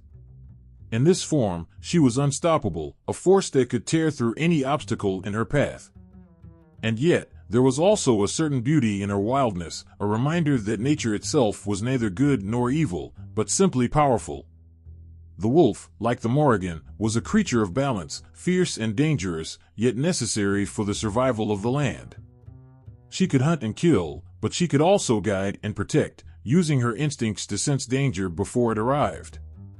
When the Morrigan roamed as a wolf, her howl was a warning, a sound that sent shivers down the spines of those who heard it, a reminder that she was near, that she was watching. But perhaps the most surprising of her forms was the cow. At first glance, it seemed almost impossible that the fierce and fearsome Morrigan could ever take the shape of such a gentle creature. And yet, the cow was as much a part of her as the raven and the wolf. For in Celtic tradition, the cow was more than just a symbol of fertility and abundance, it was a symbol of the land itself, of sovereignty and power. To see the Morrigan as a cow was to see her as the life-giver, the protector of the earth and its people. In this form, she embodied the nurturing aspects of nature, the quiet strength that comes not from force but from patience and resilience. The cow was a reminder that the Morrigan was not only the goddess of death and destruction but also of life and renewal. She was the one who ensured that the land remained fertile, that crops would grow, and that the people would survive. In this form, she was calm, steady, and unyielding, a constant presence that sustained life even in the face of hardship. But just as the cow could be a source of nourishment, it could also be a reminder of the delicate balance between life and death. For even the cow, gentle as it seemed, could become a symbol of sacrifice, its life given up for the survival of others. And so, in her animal forms, the Morrigan revealed the many facets of her power, the watcher, the predator, the nurturer. Each transformation was a reflection of the forces that shaped the world, forces that could not be controlled or tamed, only respected. The raven, with its dark wings, was the embodiment of fate, watching from above as life and death unfolded beneath it. The wolf, with its sharp teeth and unrelenting hunger, was the force of nature itself, wild and untamed, always seeking balance through chaos. And the cow, with its quiet strength, was the lifeblood of the earth, the force that sustained and nurtured, even in the face of destruction. Together, these animals painted a picture of the Morrigan that was both complex and powerful. She was not just a goddess of war or prophecy, but a goddess of the natural world, a force that could shift and change with the seasons, always adapting, always in motion. Her animal forms were not just symbols but extensions of her very being, each one representing a different aspect of her power, her wisdom, and her connection to the earth. To see her as a raven was to feel the weight of fate pressing down, to know that the future was already written. To meet her as a wolf was to confront the wildness within, to face the primal instincts that drove all living creatures. And to glimpse her as a cow was to understand the fragile balance between life and death, to see the world not just as a place of violence and destruction, but also as a place of growth, renewal, and rebirth.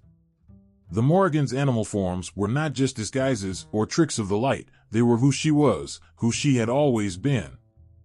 Through them, she moved between worlds, shifting from life to death, from chaos to order, from war to peace. And in every form, she was powerful, untouchable, and eternal. The dawn broke over the hills of Ireland, casting a golden light on the landscape, but there was something ancient in the air that day, something powerful. It was Samhain, the time when the veil between the world of the living and the dead was thinnest, a night when gods and mortals were closest. Near the river Unshin, a figure waited.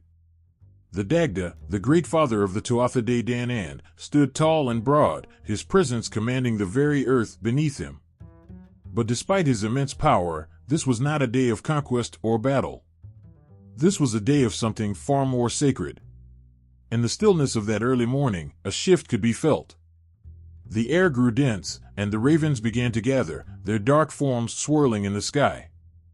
From the shadows emerged the Morrigan, her eyes gleaming with knowledge only the gods possessed.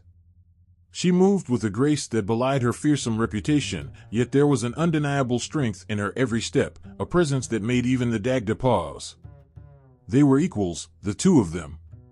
In this moment, the balance of the world rested in their hands. The Morrigan, known for her fierce independence, was not one to be tamed or controlled. She was the Phantom Queen, the goddess of war, fate, and prophecy, her dominion over life and death unrivaled. And yet, as she approached the Dagda, there was something more between them than mere power. There was a connection that ran deeper than the battles they fought or the prophecies they uttered. It was the bond of creation itself, of the forces that shaped the world. As they stood face to face by the river, the earth seemed to hold its breath. The Morrigan's raven-black hair flowed in the wind, her eyes piercing and full of intent. The Dagda, with his great strength, looked at her not with the eyes of a conqueror, but with reverence. He understood that to be in the presence of the Morrigan was to stand before the embodiment of the unknown, the chaotic, the wild. And he did not seek to control it, he sought to honor it. Their union was not one of simple passion or love as mortals knew it. It was far more sacred. This was the union of two primordial forces, the fertility of the land and the blood of battle, life and death intertwining in a dance as old as the world itself. The Morrigan was the land, the very soul of Ireland, and the Dagda was its protector, its lifeblood. Together, they embodied the eternal cycle of destruction and renewal. The waters of the river ran dark and cold, yet the land around them seemed to pulse with energy. The Morrigan's gaze never wavered as she reached out her hand. The Dagda took it, and in that moment, something shifted. It was as if the boundaries of the world had dissolved, and all that remained were the raw, elemental forces that held the universe together. Time itself seemed to stretch and fold as they came together, their union not just physical but cosmic. In that sacred act, the Morrigan's power flowed into the Dagda, and his strength flowed into her. It was a merging of their divine essence, a binding of their fates and the fates of the land they ruled. The hills, the rivers, the very skies above them bore witness to this ancient ritual, this moment of pure creation. And in that moment, the future of Ireland was sealed. The Morrigan, in her wisdom, knew what this union meant. It was not simply about the present or the past, it was about the future. The battles yet to come, the lives yet to be lived, the deaths that would fall like rain on the battlefield. Her role as the goddess of war and fate had always been clear, but with the Dagda, there was something more. Together, they were not just shaping the destiny of the Tuatha De Danann, but of all those who would come after. The land would thrive, even in the face of chaos, because of the balance they created. But the Morrigan was also unpredictable. As much as this union was about creation and life, she never allowed herself to be fully known or understood. She was the embodiment of chaos and change, and though she stood with the Dagda on this day, there was always the sense that she could slip away at any moment, vanish into the mists, and leave only whispers behind. That was her nature, and it was that very nature that made her so powerful. The Dagda, for his part, did not try to hold on to her. He knew that the Morrigan could never belong to anyone. She was the land, the sky, the storm that rolled in without warning. To try and possess her would be to try and cage the wind. Instead, he honored her, recognizing that in their union, they had created something greater than themselves. The land would remember this day, even if the people did not. The very stones of Ireland would carry the memory of their sacred union, a bond that transcended time and space. As the first light of day broke through the darkness, the Morrigan began to pull away. The ravens, who had been watching from above, swooped down in a flurry of wings, their caws filling the air. The Dagda watched her leave, knowing that this was not an end, but a beginning. The world had shifted, and the balance between life and death, creation and destruction, had been restored, for now. The Morrigan, with her wild, untamable spirit, had given the Dagda something more than just power. She had given him a glimpse of the eternal, of the forces that shaped not only their world, but every world that had ever existed. And as she disappeared into the mists, her presence lingered, like the echo of a raven's call on the wind. The land would thrive, but it would never forget that moment, that union of the Phantom Queen and the Great Father, when the fate of Ireland was sealed in the sacred bond of life, death, and the eternal cycle of renewal. The battlefield was still, the air thick with the promise of violence yet to come. It was the time before the clash, before the war cries would fill the air and the earth would drink its fill of blood.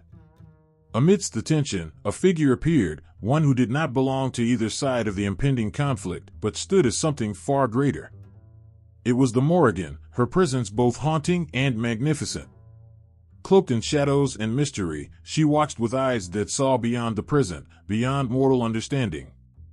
In her gaze was the knowledge of fate, the power of prophecy, and the weight of every battle that had ever been fought. This was the Tain Bwakweonj, the great cattle raid of Cuchulain, a war that would be remembered for its ferocity, its heroes, and its tragic ends. But before the first sword was swung, before the first warrior fell, the Morrigan had already made her move. She was not one to stand idly by as fate unfolded. She was the hand that shaped it, the voice that whispered destiny into the ears of those who dared to listen. And in this tale, she had her eyes on one man, Cuchulain, the Hound of Ulster, a warrior like no other. His strength was unmatched, his courage unwavering, but even he was not beyond the reach of the Morrigan's power. She appeared to him first not as the terrible goddess of war, but as a woman, beautiful and otherworldly. In the midst of the coming chaos, she offered him something unexpected, her love, her companionship, a chance to share in her power. But Cuchulain, driven by his sense of duty and honor, refused her. It was a decision that would change the course of everything. Rejection was not something the Morrigan took lightly. She was a goddess, feared and revered, and to deny her was to invite consequences beyond moral reckoning.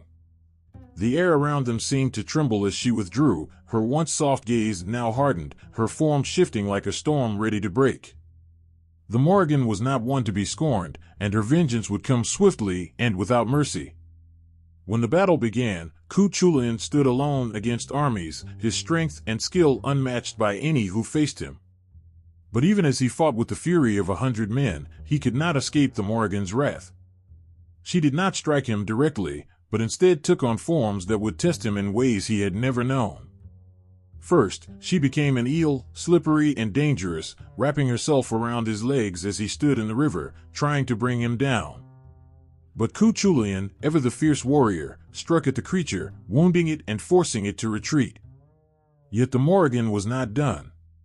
She transformed again, this time into a wolf, wild and ferocious, driving cattle toward him in a stampede of chaos. The ground shook as the animals charged, their hoofs pounding like war drums, but Cuchulain did not falter. With his great spear, he struck the wolf, injuring her once more, though the cost of his defiance was beginning to show. Even then, the Morrigan refused to relent. She shifted once more, becoming a heifer, a creature of the land, as untamed and powerful as the earth itself. She moved against him with the force of nature, her massive form an embodiment of the goddess's might.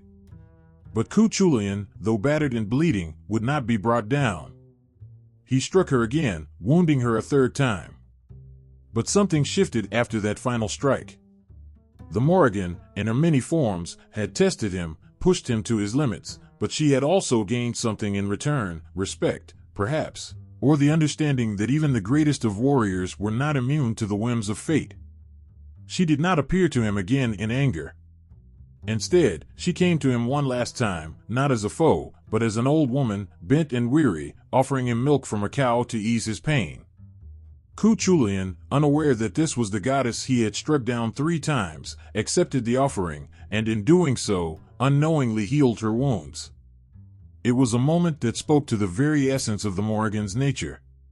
She was not simply a bringer of death and destruction, she was fate itself, weaving the threads of life and death, war and peace, love and vengeance. Her actions in the Tain Bwakweonj were not just acts of retribution, they were a reminder that no one, not even a hero as mighty as Cuchulain, could escape the pull of destiny. She had tested him, brought him to the brink, but in the end, it was her role to guide him toward his fate, not to destroy him outright. As the battle raged on, the Morrigan watched from the shadows, her eyes ever on the Hound of Ulster. Cuchulain would continue to fight, to stand against impossible odds, but the weight of his decisions, of his defiance, would linger with him always. The Morrigan had shown him that even the greatest of warriors were but pawns in the greater scheme of things, their fates written long before they ever picked up a sword. And so, in the blood and fury of the cattle raid of Cuchulain, the Morrigan's presence loomed large. She was the raven that circled above, the wolf that howled in the distance, the shadow that whispered of death yet to come. To some, she was a goddess to be feared, her vengeance swift and terrible.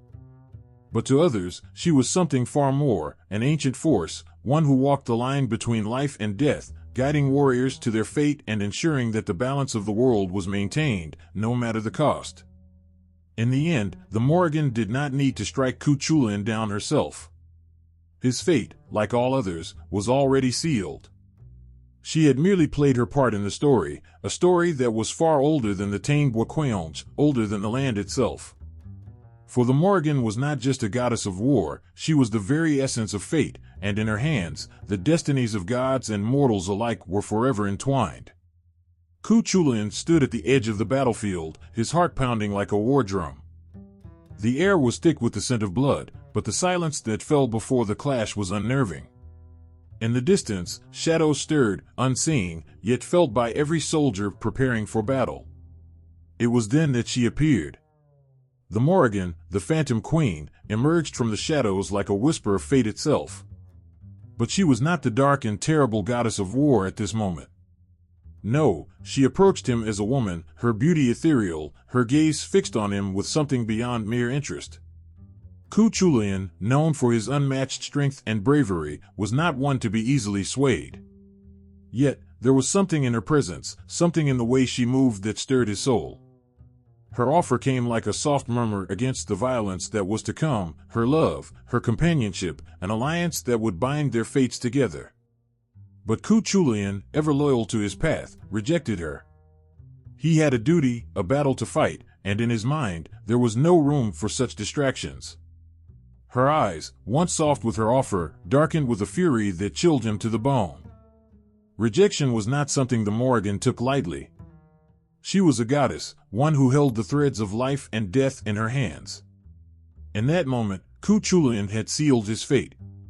The air between them thickened with an unspoken warning, and just as quickly as she had appeared, the Morrigan was gone, her anger lingering in the air like the storm before the strike. The battle began soon after, and Cuchulain fought with the unmatched ferocity for which he was known. But even as he cut through his enemies, something felt wrong. The shadows seemed to move against him, the ground felt unsteady beneath his feet. And then, it happened, the Morrigan returned, but not in her human form. She was vengeance incarnate, and she came for him in ways he could never have expected. First, she appeared as an eel in the river where Cuchulain stood, the water swirling dark and cold around him. The eel wrapped itself around his legs, pulling him down, trying to make him stumble. It was an attack as sneaky as it was vicious, and Cuchulain, caught off guard, barely managed to strike at the creature. His spear pierced her side, and she slipped away into the water, wounded but not defeated. But the Morrigan was relentless.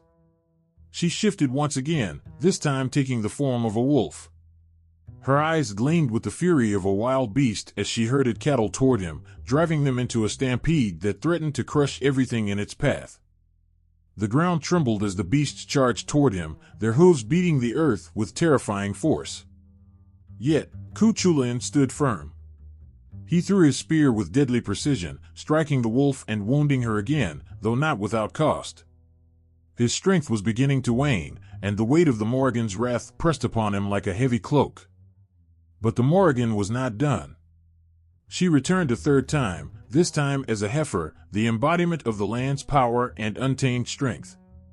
Her massive form thundered toward him, eyes burning with the vengeance of a goddess scorned.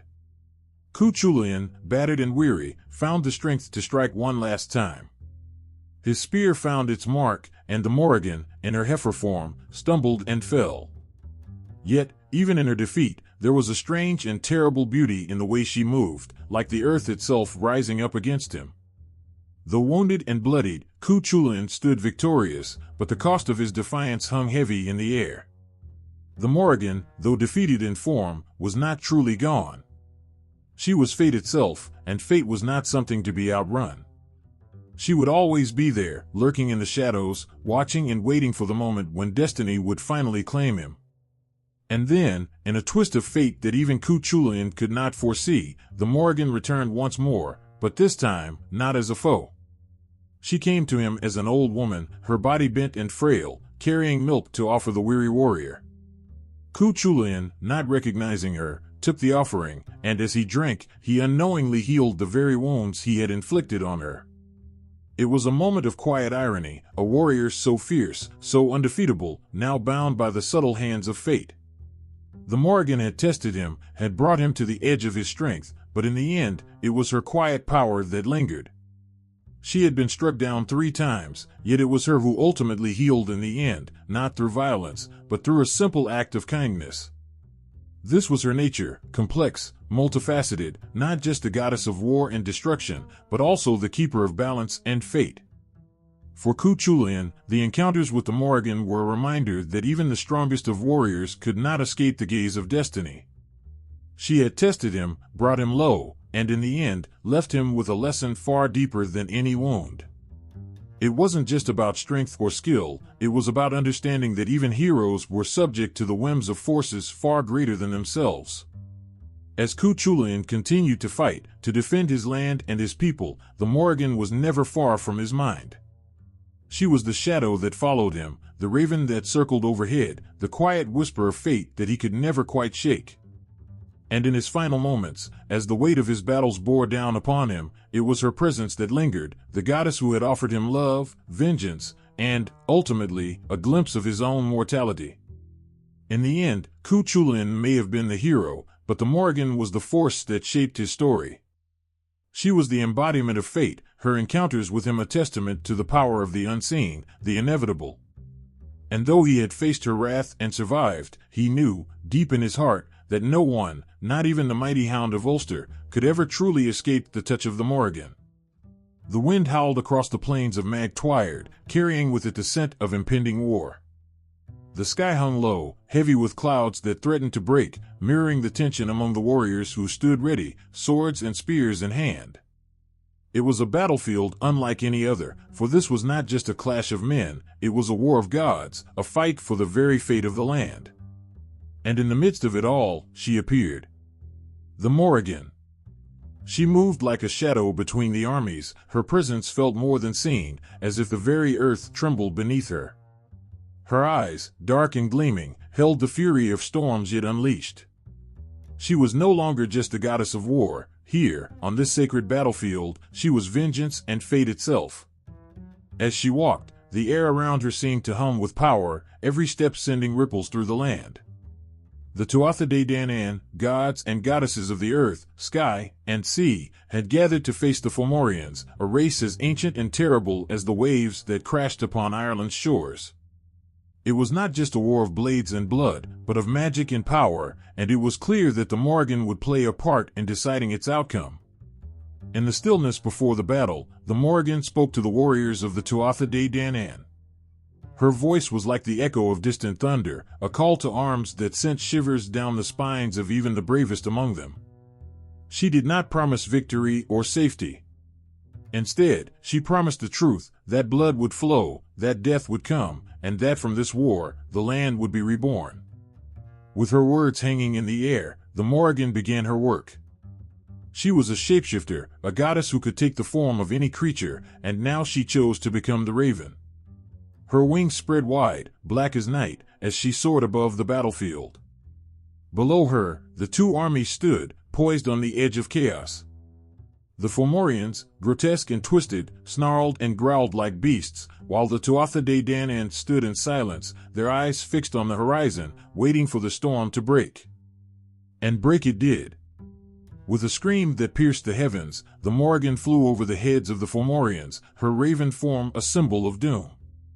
Her cries sent waves of fear through the enemy ranks, their hands trembling as they gripped their weapons. It was more than just fear, it was the deep, primal terror of knowing that death was near. The Morrigan's power was not in strength alone, but in the way she wielded fear, bending it to her will like a blade. As the battle erupted, blood and steel clashing in a cacophony of violence, the Morrigan was everywhere. She appeared at the side of Nuada, the king of the tuatha, her voice a whisper in his ear as he led his warriors into the fray. She stood among the soldiers, her eyes gleaming as they fought and died, their souls slipping through her fingers like sand. But it was not enough to watch. The Morrigan had come for more than that. With a scream that echoed across the battlefield, she shifted again, her form becoming that of a wolf, her teeth bared and gleaming. She tore through the enemy ranks, a whirlwind of fur and fangs, her presence turning the tide of the battle. Wherever the Morrigan went, death followed. The Fomorians, once so confident, began to falter, their ranks breaking as they saw the Black Wolf tear through their comrades with a fury they could not match. Yet, even as the Tuatha De Danann began to gain the upper hand, the Morrigan did not relent. She moved like a storm, her eyes blazing with a power that seemed to come from the earth itself. The blood of both gods and monsters stained the ground, but the Morrigan remained untouched, her ravenous hunger for battle unsated. She was the goddess of war, and this was her domain. In the final moments of the battle, when the air was thick with the stench of death and the screams of the dying, the Morrigan rose once more into the sky, her raven form cutting through the darkness. She called out in a voice that shook the heavens, a voice that carried with it the promise of victory. Below her, the Fomorians fell to their knees, their will broken, their power shattered. It was then that she appeared before the Dagda, the mighty leader of the Tuatha De Danann, her form shifting once more into that of a woman. But there was no softness in her now. She was not the Morrigan of love or tenderness, but the Morrigan of war, her eyes blazing with the fire of victory. She stood before him, her face streaked with blood, and spoke of the victory that was to come. Her words were not a prophecy, they were a declaration. The battle was won, but the Morrigan's work was not finished. As the last of the Fomorians fell, their bodies littering the field, she moved among them like a specter, her eyes scanning the dead. She whispered to them, her voice low and soft, as if she were gathering their souls, leading them into the afterlife with a cruel tenderness. It was said that those who died in battle would be carried away by her, their souls taken to the other world where they would find their final rest. But rest was not what the Morrigan promised, it was rebirth, the promise of a new beginning forged in blood. As the sun began to set on the battlefield, casting long shadows across the land, the Morrigan stood alone. The bodies of the fallen lay at her feet, and the victory she had promised was complete. But there was no joy in her eyes, no satisfaction. For the Morrigan, war was not about glory, it was about the cycle of life and death, the eternal dance that bound gods and men alike. She had played her part, and now, as the last light faded from the sky, she disappeared into the shadows, leaving behind only the memory of her terrible power. And so it was that the Morrigan, goddess of war, stood at the heart of the second battle of Mag Tuired, her hands stained with the blood of both friend and foe. She was the force that turned the tide, the shadow that haunted the battlefield, the raven that flew above it all, watching and waiting for the moment when death would claim its due. The wind seemed to change whenever she spoke. Her voice, low and haunting, carried a weight that felt like the turning of time itself. The Morrigan didn't just predict the future, she shaped it with her words, her prophecies pulling at the very threads of fate. To hear her speak was to stand on the edge of the unknown, to feel the cold breath of death on your skin. Her presence alone was an omen, and when she uttered her prophecies, no one dared to ignore them. The battlefield stretched before her, soaked in blood, but her gaze was elsewhere, fixed on something beyond the carnage. To the warriors who fought with all their strength, this battle was everything, the only moment that mattered. But to the Morrigan, it was just one thread in the endless tapestry of time. Her eyes saw what others could not, what was coming, what was already set in motion. She would appear at the most pivotal moments, when the fate of a people or a leader hung in the balance. Her prophecies often arrived uninvited, like a storm that no one could prepare for. She did not offer comfort, only the hard truth of what would come to pass. And yet, there was a strange comfort in knowing, even if that knowledge brought terror. The Morrigan's prophecies were not always spoken aloud. Sometimes, they came in the form of visions, terrible and vivid. A raven circling overhead, casting its shadow on the ground, this was no ordinary bird. It was her, watching from above, a dark sign that death was near. To see the raven was to know that something was about to change, often in a way that no one was prepared for. The warriors of old would look to the sky, searching for the black wings of the raven, praying that it did not choose to linger over them. But it was not only death that she foretold. The Morrigan's prophecies encompassed the rise and fall of kings, the outcome of great battles, and the future of the land itself. She had a way of knowing when the earth would shift, when the seasons would change, and when the people would suffer or thrive. Her knowledge of what lay ahead was terrifying, for it reminded those who heard her that their lives were not their own, that they were part of something far greater, something they could not control. One of the most famous of her prophecies came just before the great battle of Tuired. The air was thick with tension, and the warriors stood in silence, waiting for the storm to break. Then, from the shadows, she appeared. Her voice, sharp and clear, cut through the stillness as she spoke of the blood that would be spilled, the lives that would be lost. There was no question of whether her prophecy would come true. The only question was how much would be lost. Her words echoed in the hearts of those who heard them, planting a seed of dread. It was not the battle itself that frightened them, but the knowledge that they had no power over the fate she foretold. The Morrigan's prophecy was a reminder of the fragility of life, of the thin line between victory and death. And yet, despite the fear, there was something almost beautiful in her certainty. She was not cruel, just relentless in her truth. There were moments when her prophecies were personal, aimed at a single individual. Cuchulain, the legendary hero of Ulster, knew this all too well. When the Morrigan appeared to him, it was not with words of praise or encouragement. She came to him in his final days, her voice filled with the sorrow of a future already decided. She warned him of his death, of the battles he would not survive. He, like so many others, ignored her warnings, believing himself invincible. But in the end, her prophecy came to pass. It always did. Her omens were woven into the very fabric of the land. A sudden storm, a murder of crows gathered at the edge of the woods, the howling of wolves at dusk, these were her signs, subtle yet unmistakable. The people learned to recognize them, to read the world around them for the marks she left. Sometimes, they tried to fight what the omens foretold, but more often than not, they knew it was futile. The Morrigan's power was inescapable. Yet, her prophecies were not always filled with doom. She also spoke of renewal, of new life rising from the ashes of the old. For every battle lost, there was a chance for rebirth. The land itself would heal, even if those who fought for it did not. The Morrigan saw the cycles of destruction and creation as one, understanding that death was not an end, but a part of something larger. This was the heart of her prophecies, the truth that nothing was permanent and everything was connected. The people of Ireland feared her, but they also respected her. They knew that her words were not meant to punish, but to prepare. Her prophecies gave them a glimpse into the future, a chance to face what was coming with open eyes. And even when the omens were terrifying, there was a strange strength in knowing. The Morrigan did not shield them from the harshness of fate, but she did not leave them blind to it either.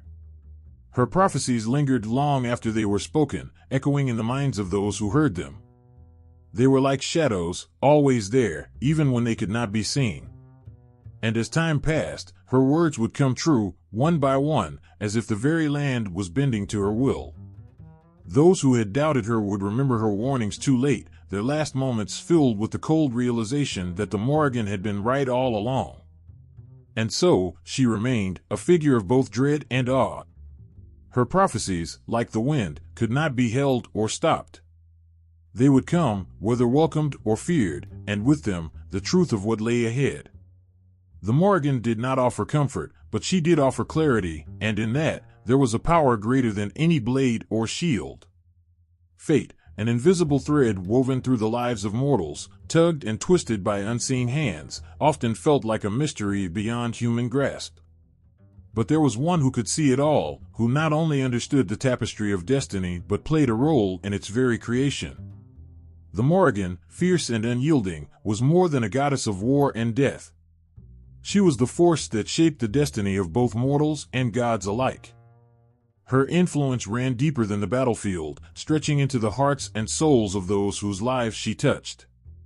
The Morrigan's presence could be felt long before her physical form appeared.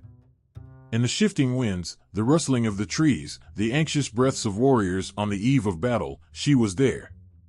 It wasn't just the immediate future she saw, but the long arc of destiny that reached beyond the present moment. She knew which paths would lead to triumph and which would end in ruin. And when she chose to intervene, it was not with mercy but with purpose. Her hand, cold and resolute, directed the flow of fate itself. The battlefield was her domain, but fate did not limit itself to war. The Morrigan was known to appear in many forms, and with each transformation came a new layer of influence. When she appeared as a raven, her sharp, beady eyes could see what others couldn't. From high above, she would watch the movements of kings, the choices of warriors, the betrayals and alliances that shaped history. And when she flew down to whisper into the ear of a leader, it was as if time itself held its breath, waiting to see what would happen next. It was in these quiet moments, more than on the field of battle, that the true power of the Morrigan was revealed. She was not just a goddess of war, but of fate itself. When she spoke, it was not a suggestion. Her words became the future, etched into the fabric of time. Whether she chose to bless a warrior with victory or curse them with defeat, the outcome was inevitable. Her power was not just to foresee destiny but to create it. One could never know when the Morrigan would appear. She did not seek permission or wait for an invitation. When she came, it was with the weight of fate behind her. A simple glance from her could seal a person's future. Those who crossed her path were forever changed, whether they knew it or not. It was as if she plucked their destinies from the great web of life, threading them through her fingers and setting them on a course that could not be undone. Her role in shaping destiny was not always a harsh one. While the Morrigan was often associated with death and destruction, she also understood the cycles of life, the need for renewal. For every death, there was a birth; for every battle lost, a new beginning. It was this balance that made her influence so profound. She was not a bringer of chaos without reason. Her actions, though terrifying at times, were always part of a larger plan. She could see what others could not, the necessity of each moment, the significance of every loss and every gain. In the stories of old, it is said that the Morrigan would sometimes offer her favor to a warrior, choosing them as her instrument of fate. To be chosen by her was both a blessing and a curse. She would guide their hand in battle, ensuring their success, but it came at a price. For once the Morrigan set her sights on someone, their destiny was no longer their own. They were bound to her will, their lives shaped by forces far beyond their control. It was a heavy burden to bear, knowing that every step they took was leading them toward an end that had already been decided. The Morrigan did not choose sides based on morality or affection. Her loyalty was not to individuals, but to the flow of time itself. She acted when she saw fit, regardless of human desires or fears. To her, the grand narrative of life mattered more than the personal ambitions of mortals. She saw the rise and fall of kingdoms, the shifting alliances, and the blood spilled on the earth as necessary parts of a story much larger than any one life. And in that story, she was both the writer and the one who held the quill. There were those who tried to resist her influence, who believed they could change their fate. They would stand tall, defiant in the face of what seemed inevitable, refusing to bow to the Morrigan's will. But in the end, they too would fall. For no one, not even the greatest of heroes, could escape the destiny she wove for them. The Morrigan's role in shaping fate was absolute, unyielding. Those who thought they could outsmart her only delayed the inevitable. Yet, even in her merciless control over fate, there was something awe-inspiring about the Morrigan. She was not driven by cruelty, nor did she delight in the suffering of those whose fate she shaped. She simply understood the larger picture, the need for balance in all things. Life and death, victory and defeat, love and loss, these were the threads she wove into the fabric of destiny, each one necessary to create the whole. Without her, the world would fall into chaos, with no order to guide it. For the people of ancient Ireland, the Morrigan was more than a goddess. She was a force of nature, a reminder that no matter how powerful or brave they were, they could not escape their fate. Her role in shaping destiny was a comfort to some, terrifying to others, but undeniable to all. She stood at the crossroads of life and death, her hand always on the wheel of fate, guiding it in directions only she could foresee. Her influence stretched far beyond the lives she touched directly. The stories of her interventions, her prophecies, and her role in shaping the future were passed down through generations, each telling carrying with it the weight of her power. Even now, her name is spoken with reverence, her image a symbol of the inevitability of fate. The Morrigan's power was not just in what she did, but in the understanding that she shaped the destiny of all who walked beneath her shadow. In the heart of ancient Ireland, where the mist kissed the earth and legends flowed like the rivers, the Morrigan emerged as a powerful figure woven into the very fabric of kingship and sovereignty. Her name was whispered in the halls of the mighty and feared in the shadows of the battlefields. She was not merely a goddess, she was a living embodiment of the land itself, a fierce protector of its rightful rulers. Every king knew that to wear the crown was to walk a delicate path, fraught with challenges and responsibilities. The Morrigan stood as the guardian of this path, her presence a reminder that true sovereignty came with honor and respect for the land and its people. She was both a nurturing mother and a relentless warrior, a duality that shaped the very essence of kingship. When a king ascended to the throne, it was not just a ceremonial act, it was a sacred union between him and the Morrigan. Her eyes, dark and piercing, seemed to see into the depths of a ruler's soul. They could detect any flicker of greed or ambition that strayed from the righteous path. When a king was chosen by the Morrigan, he felt the weight of her gaze. He was reminded that his power was not his own, but a gift bestowed upon him by the land, and in turn, it was his duty to protect it. This bond between the Morrigan and the king was as old as time, rooted in the belief that true leadership meant embracing the struggles of the land and its people. In one of the many stories whispered by the fireside, a young king named Connacht sought the favor of the Morrigan. He was ambitious and brave, but also headstrong and inexperienced. He wanted to rule with an iron fist, believing that strength alone would secure his legacy. As he rode through the ancient forests, seeking wisdom, he stumbled upon a shimmering pool. There, the Morrigan appeared, her presence both terrifying and mesmerizing. The air crackled with power as she looked upon him, her raven feathers glinting in the soft light. To rule is to listen, she spoke, her voice a haunting melody that danced in the wind. You seek strength, but strength without wisdom is a curse. You must protect your people, not dominate them. Connacht felt a shiver run through him. The weight of her words settled in his heart. He realized that true sovereignty lay not in force, but in the understanding of his people's needs, fears, and dreams. He knelt before her, the realization dawning upon him that he was chosen not just to lead, but to serve. The Morrigan smiled, and the forest seemed to come alive with energy, a promise that he would be guided by her spirit if he embraced this new path. As time passed, King Connacht grew wiser.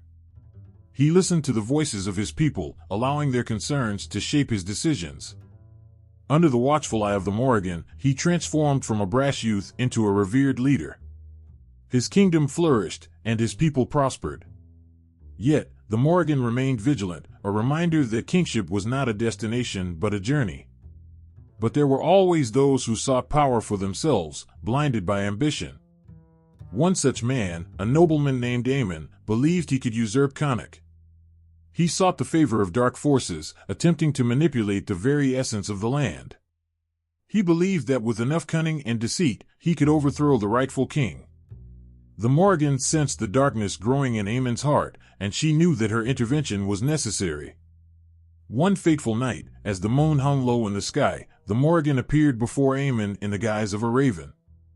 Her eyes glowed with an otherworldly light as she spoke, "Power without honor will lead to your ruin. You may think you can deceive the land, but it knows the truth." Nemain, filled with arrogance, scoffed at her warning. He believed himself invincible and dismissed her as a mere bird. But as the days passed, he felt a heaviness in his heart, a gnawing fear that his actions would not go unpunished. The Morrigan's words echoed in his mind, planting seeds of doubt and despair. When he finally struck, seeking to dethrone Connacht, the land itself revolted against him. Crops withered, and the skies darkened. The very earth cried out, siding with the rightful ruler. On the eve of battle, Connacht, now a king forged in wisdom and humility, felt the Morrigan's presence surround him. He understood that this fight was not just for his crown, but for the soul of the land. He called upon his people, and they rallied around him, driven by a shared vision of unity and strength. The Morrigan soared above, a silent guardian, watching as the clash of swords rang out in the valley. When Nemain fell, it was not merely through the might of Connacht's sword, but through the power of the Morrigan spirit, which had shaped the very outcome. The earth trembled beneath them, and the cries of the fallen echoed through the ages, a reminder that true sovereignty came with sacrifice and honor. As Connacht stood victorious, he raised his sword to the sky, honoring the Morrigan for her guidance. He understood now that his kingship was a sacred duty, entwined with the fate of his people and the land. The Morrigan, watching from the shadows, smiled softly. She had guided him, as she had countless others, ensuring that the cycle of wisdom and leadership continued. The Morrigan's role in kingship was more than just the protector of the throne, she was the heart of the land. Her spirit whispered through the trees, sang in the rivers, and danced on the winds. In every ruler's choice, and every struggle, she lingered, reminding them that true power lay in the balance of strength and compassion. To serve the land was to serve its people, and in doing so, one could become part of the eternal legacy of the Morrigan. Her presence was a promise that as long as the values of honor and respect thrived, the spirit of kingship would endure, echoing through the ages, binding the past with the present and ensuring that the tales of courage and wisdom lived on in every heart that dared to lead. In the shadows of the battlefield, where the air is thick with tension and the scent of iron lingers like a ghost, a figure emerges, cloaked in darkness and mystery. The battle crow, a symbol of death and war, flies above the chaos, its wings cutting through the heavy atmosphere like a blade. To see this creature is to feel a shiver run down one's spine. It is both a harbinger of doom and a fierce protector of those who fight for a noble cause. Every warrior knows the story of the battle crow, that dark omen soaring across the skies. It is said that when this bird appears, death is close behind. The flutter of its wings stirs the very essence of fear, a reminder that in battle, life hangs by a thread. Yet, for some, this crow represents more than just an end. It embodies the fierce spirit of resilience, the unwavering strength found in the heart of every soldier. In ancient times, warriors would often gaze skyward, searching for a glimpse of this ominous bird. They believed it was the Morrigan herself, the goddess of battle, watching over them in their time of need. The sight of the crow overhead could ignite courage in the hearts of the fearful, whispering promises of victory to those on the brink of despair. But it could just as easily signify that their fate had already been sealed. One such warrior was a young man named Owen. He was brave, yes, but he was also frightened. As he stood at the edge of the battlefield, heart racing and sword trembling in his hand, he glanced up. There it was, the battle crow, dark and majestic against the pale sky. Owen felt a chill grip his heart. The tales of the crow's power flooded his mind, stories told by his father and whispered by the fireside. Death rides with the crow, his father had said, but remember, it can also guide you. Those words echoed through Owen's thoughts as he prepared to fight. Would he be the one to fall today, or would he rise to honor his family and land? With each heartbeat, the war drums pounded like thunder, shaking the ground beneath his feet. As the battle commenced, the world around him erupted into chaos. The sounds of clashing swords and the cries of men echoed in the air. Fear threatened to consume him, but he remembered the crow, its presence a flicker of hope amidst the storm. Through the haze of war, Owen fought with everything he had. He swung his sword with determination, fueled by the belief that the battle crow was guiding him. In moments of doubt, he would glance up, seeking reassurance in the dark feathers circling above. The crow seemed to watch him, a silent guardian, urging him to persevere. Each time he felt weary, it gave him strength, a reminder that he was part of something greater. But the battle raged on, fierce and unforgiving. Owen witnessed his comrades fall around him, their cries of despair mixing with the howling wind. The weight of loss pressed heavily upon his heart. Each fallen warrior was a reminder of the fragile nature of life. Just as the crow feasted on the spoils of battle, so too did death lay claim to those who dared to fight. In the midst of the chaos, Owen felt a surge of fear. Would he become another victim, another name etched in the annals of history? With a fierce resolve, he raised his sword high, drawing strength from the crow soaring above him. The battle crow had not just come to signify death, it had become a beacon of bravery, a call to embrace his fate, whatever that may be. As the battle reached its peak, Owen found himself face to face with an opponent, a fierce warrior whose eyes burned with a primal rage. Their swords clashed, ringing out like bells in the turmoil. In that moment, the world around them faded into a blur, leaving only the two men locked in a struggle for survival. Each swing of their swords was a dance of life and death, and the air crackled with electricity. Owen could feel the weight of the crow's gaze upon him, urging him forward. With every fiber of his being, he fought not just for himself, but for his fallen brothers, for the land they loved. He was fighting to honor their sacrifices, to ensure that their stories lived on. He remembered the courage that the battle crow had inspired in him, and he poured that strength into his final strike. With one powerful blow, Owen defeated his foe. As the man fell, Owen's heart raced, a mix of triumph and sorrow flooding through him.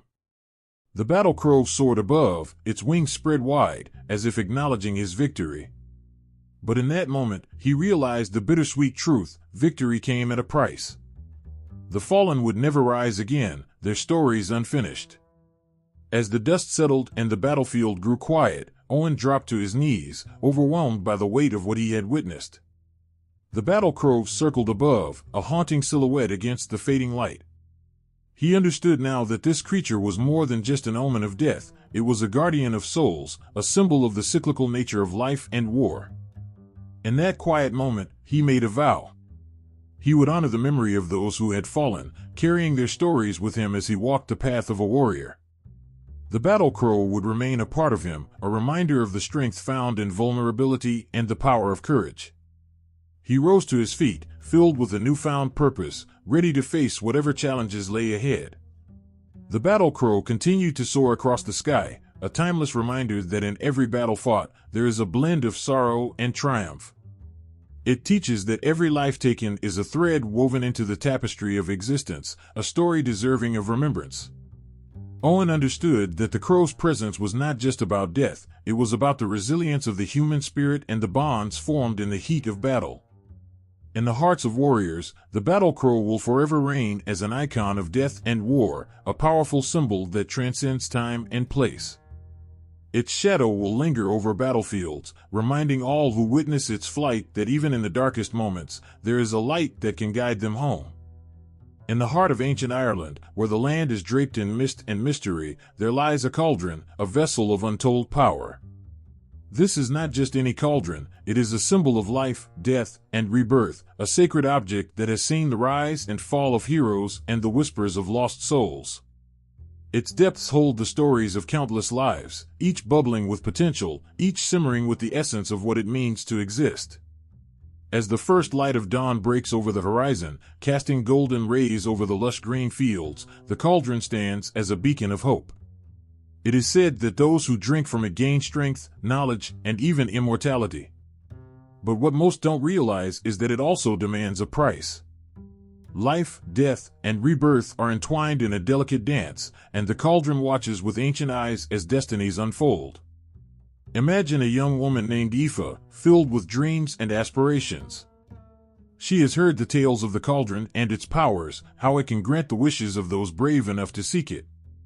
Each night, she gazes up at the stars, wondering if her life could be different, if she could escape the chains of her ordinary existence. The cauldron calls to her, a siren song that promises adventure and transformation.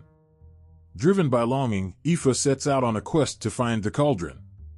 Her journey is fraught with challenges, but her heart is fueled by a fierce determination. She climbs steep mountains, crosses raging rivers, and navigates dark forests filled with shadows and whispers. The thought of the cauldron keeps her going, each step a reminder of what lies ahead. She can almost feel its warmth, its promise wrapping around her like a comforting embrace. After days of searching, she finally finds it, a magnificent cauldron nestled in a grove of ancient oaks, sunlight streaming through the leaves, casting a sacred glow.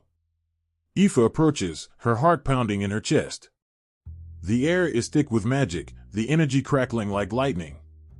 As she stands before the cauldron, she feels a sense of awe wash over her.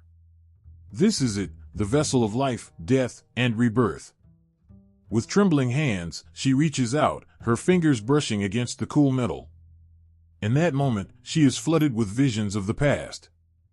She sees warriors drinking from the cauldron, their faces lit with the fire of battle. She sees mothers cradling their newborns, their joy reflected in the shimmering surface. And then, the visions shift. She witnesses the final moments of those who have passed, their souls rising like smoke, returning to the earth from which they came. Aoife realizes that the cauldron is a keeper of secrets, a witness to the cycles of existence. Each life it touches is woven into a larger tapestry, a story that transcends time. It gives and takes, nurturing and claiming, reminding all who encounter it that every beginning must meet an end. In that instant, Aoife understands the true nature of the cauldron. It is not merely a source of power, it is a symbol of the balance of life. It holds the weight of every choice made, every path taken. To drink from it is to accept the fullness of existence, the joys and sorrows that come hand in hand. Her heart aches with the realization that she cannot simply wish for a different life without acknowledging the journey that brought her here. As she contemplates her next move, a figure emerges from the shadows. It is the Morrigan, the goddess of battle and fate. Her presence is both daunting and comforting, a reminder of the intertwining nature of life and death. The Morrigan gazes at Aoife with eyes that seem to hold the wisdom of ages. You seek power, yet you must understand its cost, the goddess says, her voice a melodic echo. The cauldron will grant you what you desire, but it will not come without sacrifice. Life and death are two sides of the same coin. What are you willing to give? Aoife feels a wave of emotion wash over her. Her dreams seem to shimmer just beyond her grasp, but the weight of the goddess's words pulls her back to reality. She thinks of her family, her friends, the love that has surrounded her all her life. Would she be willing to trade their happiness for her own desires? The thought brings tears to her eyes. I want to live a life of purpose, she whispers, her voice trembling. But I don't want to hurt those I love. Is there a way to gain strength without sacrificing the bonds I hold dear? The Morrigan's gaze softens, and Aoife feels a flicker of hope.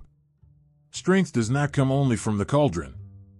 It is found in the choices you make, in the love you share, and in the courage to embrace both joy and sorrow. Life, death, and rebirth are all part of your story. Embrace them, and you will find your purpose. With that, the goddess steps back, leaving Aoife alone with the cauldron. She stands in silence, contemplating the weight of the choice before her. The cauldron glimmers, its surface rippling with energy. Aoife knows she can drink from it, gain the power she craves, but she also understands that true strength lies within her. Taking a deep breath, she steps back from the cauldron. The desire for power begins to fade, replaced by a deeper understanding of herself. She realizes that her journey is not just about seeking strength, it is about discovering who she truly is and what she stands for. As Aoife turns to leave, the cauldron's surface shimmers one last time, and in that moment, she feels a warmth spread through her. She understands that she carries the cauldron's essence within her, a reminder that life is a beautiful, chaotic dance of beginnings and endings. With every step she takes, she embraces the lessons of the past, the strength of her heart, and the bonds of love that will guide her forward. In the end, the cauldron is more than a vessel of power, it is a symbol of transformation. It represents the intricate web of life, where every moment is precious, and every choice shapes destiny. Aoife walks away with a newfound purpose, ready to face whatever challenges lie ahead, knowing that she is not alone in her journey. The cauldron's magic will live on within her, a constant reminder of the beauty of existence and the power of love. The wind howls through the valleys, bending trees to its will, and the sky darkens with heavy clouds. In these moments, the presence of the Morrigan is felt in the wildness of the storm. She is not just the goddess of battle and fate, she is intertwined with the forces of nature itself. The Morrigan moves through the winds, the rain, and the thunder, her power woven into the fabric of the world. When the first raindrop falls, it is as if the land itself trembles under her gaze. The rivers rise, swollen with her anger, and the skies crack open with a fury that shakes the earth. She commands the storms, not with words, but with a force of will that bends the elements to her.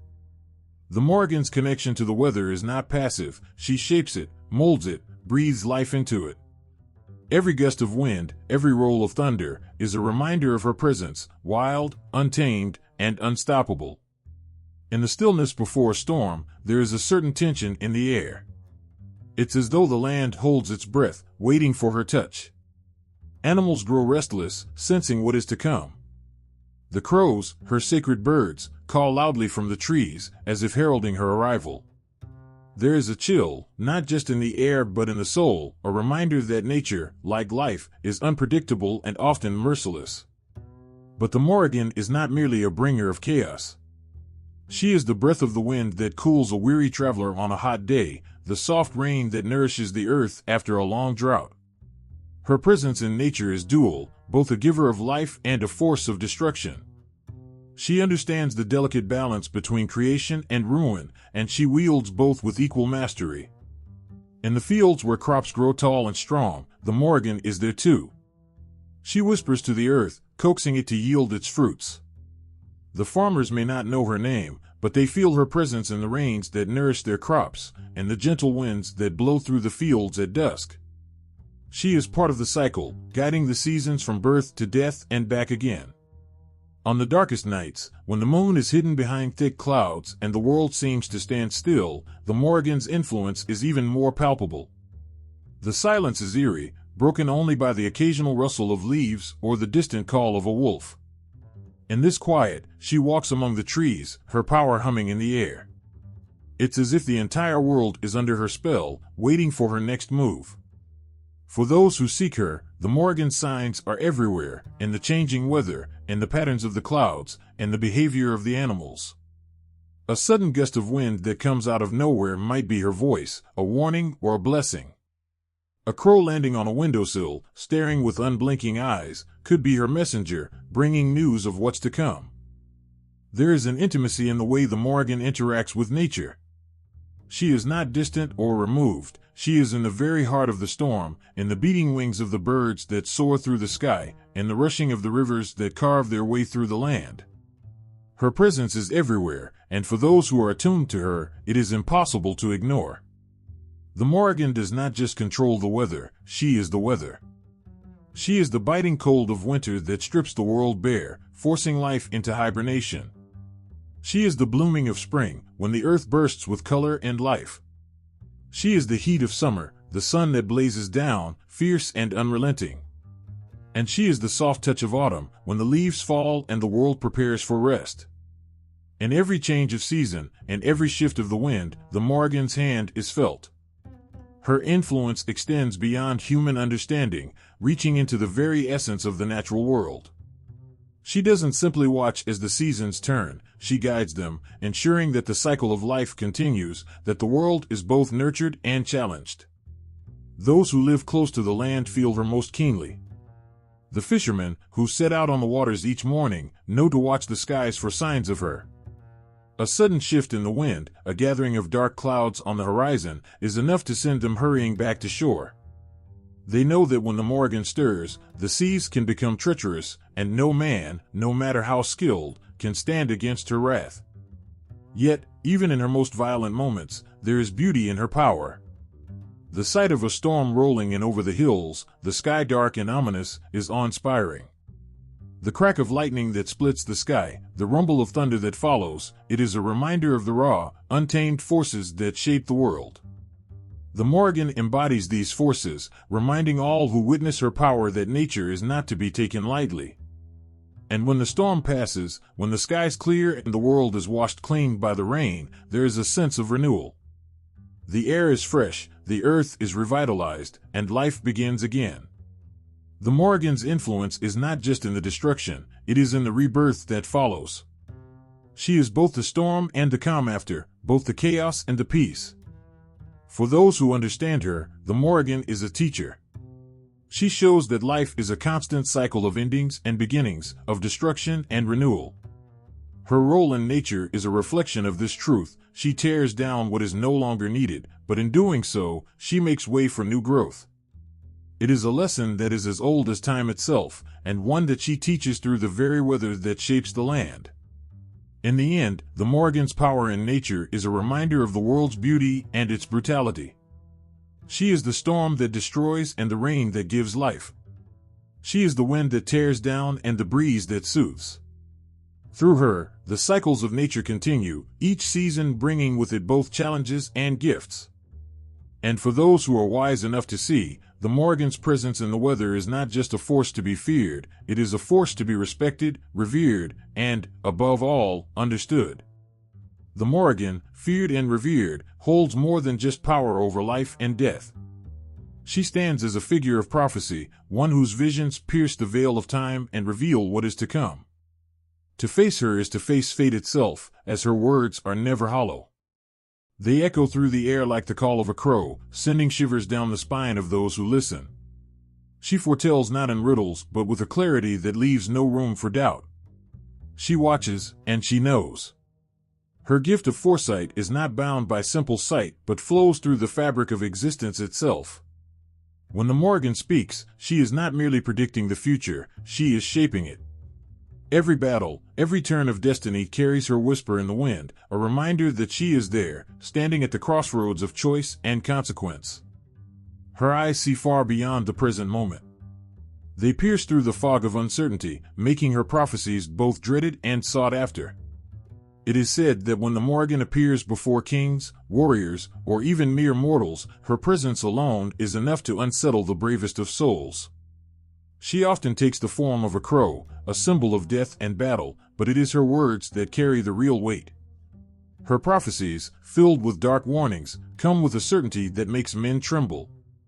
Her voice holds no fear, no compassion. It is cold, like the winter winds that bite through the thickest armor. For those who hear her voice, they cannot ignore it. The Morrigan does not offer guidance or comfort. She does not suggest alternative paths. Instead, she speaks of what will be, and the listener has no choice but to brace for it. Her prophecies are like the finality of death itself, unavoidable, inevitable. They fall upon the ears of the listener with the weight of 1,000 lifetimes, pressing down until they can scarcely breathe. In the shadow of her predictions, the world grows quiet. There is a moment of stillness, as if the very air is holding its breath. It is said that the skies darken when she speaks, and a sense of dread washes over the land. Her voice, like thunder before a storm, rumbles in the hearts of men and women alike. Whether they stand ready to embrace what she has seen or flee in terror, they are never the same after hearing her words. To be chosen by the Morrigan to receive her prophecy is a sign of great importance. It marks the individual as someone who plays a crucial role in the grand tapestry of fate. But with this honor comes a heavy burden, for her prophecies are rarely kind. They speak of bloodshed, of loss, and of endings. Yet, within these dark visions lies the truth, a truth that only the Morrigan can see, one that is woven into the very fabric of life itself. Even as she watches from afar, the Morrigan's connection to the mortal world remains unbreakable. She sees everything, every battle, every choice, every moment of hesitation. And when the time comes, she reveals what she has seen. Her prophecies are not just visions, they are the drumbeat of fate itself, marching ever closer with each passing second. There is no escape from it, no hiding from the truth she brings. Some say that to hear her prophecy is to hear your own death sentence. Others believe that her words can be twisted, that fate is not as fixed as it seems. But the Morrigan knows better. She understands that destiny is a force far greater than any mortal can comprehend. It is like the river, flowing endlessly toward the sea, unstoppable and inevitable. Those who try to fight it only find themselves swept away in its current. In times of war, the Morrigan's presence is felt more keenly than ever. She walks among the fallen, her eyes scanning the battlefield, her voice whispering to those whose time has come. Her prophecies swirl through the chaos, like crows circling above the blood-soaked ground. The warriors who hear her know that they are on the precipice of something greater than themselves.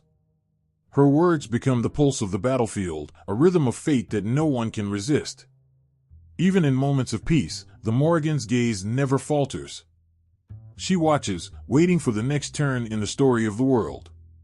She knows that peace is only a brief respite, a calm before the inevitable storm. And when the time comes, her prophecies will once again ring out like a bell, calling all to witness the unfolding of destiny. For those who seek her counsel, there is both fear and reverence. To hear the Morrigan's prophecy is to face the truth in its rawest form. It is to stand on the edge of existence and peer into the abyss, knowing that whatever lies beyond is already written. And yet, there is power in this knowledge. To know what is to come is to prepare, to steel oneself against the winds of fate. The Morrigan does not pity those who come to her. She offers no comfort, no solace.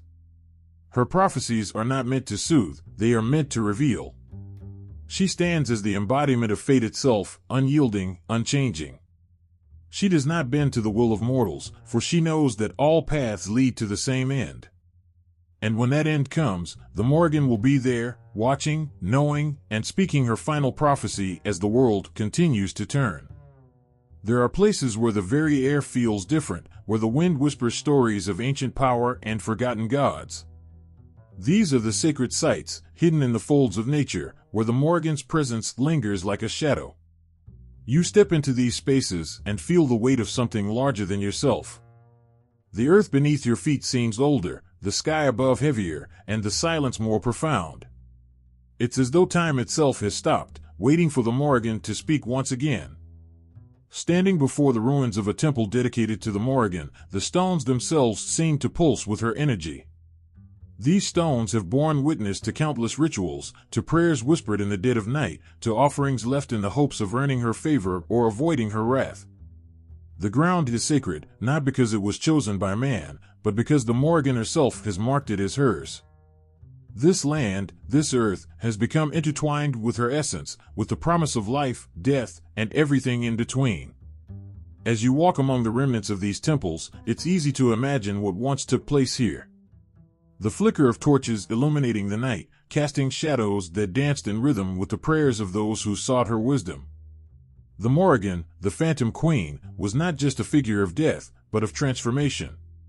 The people who came here knew that to call upon her was to invite change, sometimes violent, sometimes necessary, always inevitable. In some of these places, it is said that crows still gather, their dark wings cutting through the sky in ominous circles. The Morrigan's crows, messengers of her will, watching and waiting. Even now, they remain, guardians of her sacred spaces. Their cries pierce the silence, as if they are carrying messages between this world and the next. The air is thick with their presence, a reminder that the Morrigan is never far from those who remember her.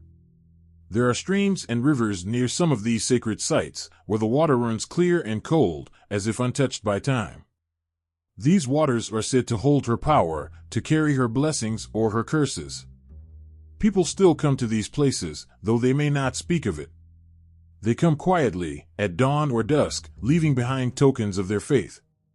A feather, a stone, a small piece of themselves offered up to the Morrigan in hopes that she will hear them. They know the risk in calling her name, but they also know the strength that comes from her touch. In the hills of Ireland, there are places where the land itself feels alive, where the grass grows a little thicker, the wind blows a little harder, and the shadows seem to move of their own accord. These are places where the Morrigan's influence is still strong, where the ancient ones built altars in her name.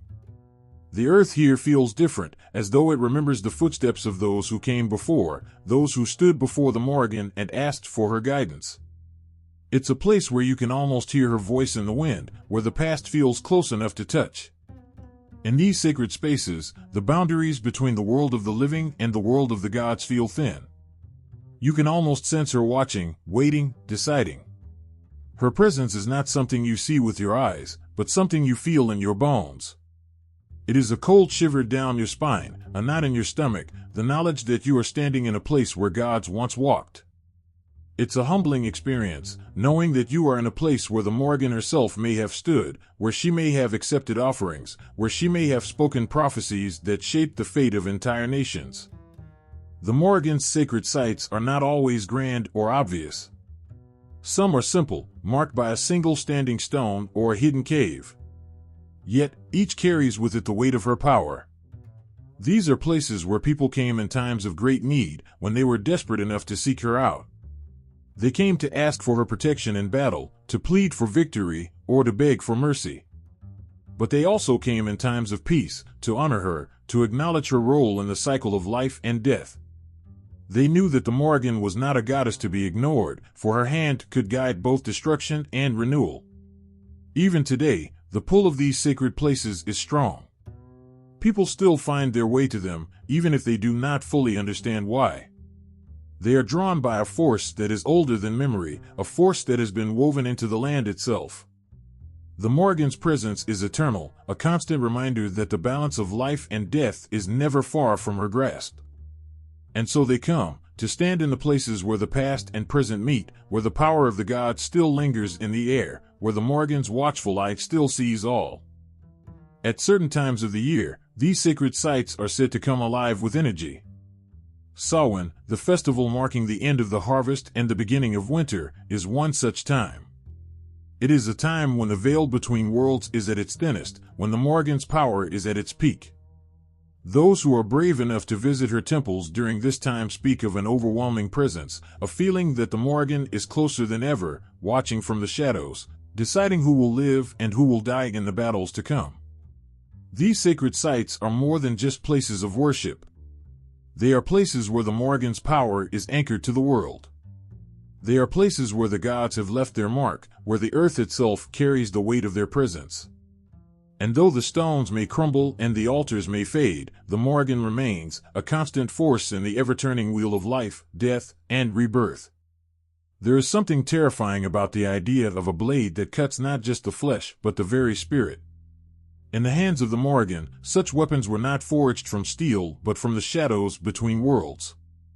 These were no ordinary tools of war. They carried the weight of the otherworld, where life and death intertwined, where battles raged on even after the last breath had left a warrior's body. When the Morrigan wielded her weapons, they did not shine with the brilliance of mortal swords. Instead, they seemed to absorb the light, drinking in the life around them like a cold breath of wind before a storm. Her blades were feared not just because they could kill, but because they brought something darker, something final. There was no glory in falling to the Morrigan's sword, only the silent acceptance that your soul would be forever changed, claimed by her grasp. Warriors who faced the Morrigan spoke of a coldness that crept into their bones, a chill that no fire could drive away. It was as if the very air around her weapons was laden with the weight of countless souls. Those who saw her on the battlefield knew that her blade was not meant for any ordinary fight. It was a weapon of judgment, and once it was drawn, there was no turning back. The Morrigan did not merely slay her enemies, she claimed them, body and spirit, binding them to a fate far beyond the grave. Her blades were said to move with a grace that defied understanding. They cut through the air with an unnatural silence, as though they passed not through the world of the living but through the unseen veil that separates life from death. Those who witnessed her in battle often found themselves frozen in awe, unable to comprehend the strange beauty in the way she fought. She did not fight like a mortal warrior, with bloodlust and fury. Her movements were calculated, her strikes precise, as if each blow was already written in the stars, long before the battle had begun. There are stories of those who survived encounters with the Morrigan's blades, though they were forever changed. They spoke of visions, of seeing their own death reflected in her eyes before her weapon even struck. These visions were not just glimpses of the future, but of something far more terrifying, an eternal truth that lay beyond the reach of mortal understanding. Her weapons did not just kill, they revealed the harsh reality that all things, even the strongest of warriors, must eventually fall. The Morrigan's blades carried with them a sense of inevitability. When they appeared on the battlefield, there was no escape. They did not flash with the heat of battle, they hummed with a quiet, deadly purpose. Her enemies knew that to face her was to face more than death, it was to face the end of everything they had ever known. It was said that her blades could sever the ties that bound a soul to this world, sending it spiraling into the unknown without mercy or hesitation. Even those who did not fear death found themselves trembling in the presence of the Morrigan's weapons. For it was not the fear of dying that haunted them, but the fear of what came after. Her blades were the keys to a door that few dared to open, a door that led to the spirit world, where the rules of the living no longer applied. To be touched by the Morrigan's weapon was to be marked, not just in body but in soul, forever changed by the encounter. In battle, the Morrigan's presence was unmistakable. She did not need an army to inspire terror, her weapons alone were enough. Warriors who had never feared death found themselves faltering at the sight of her.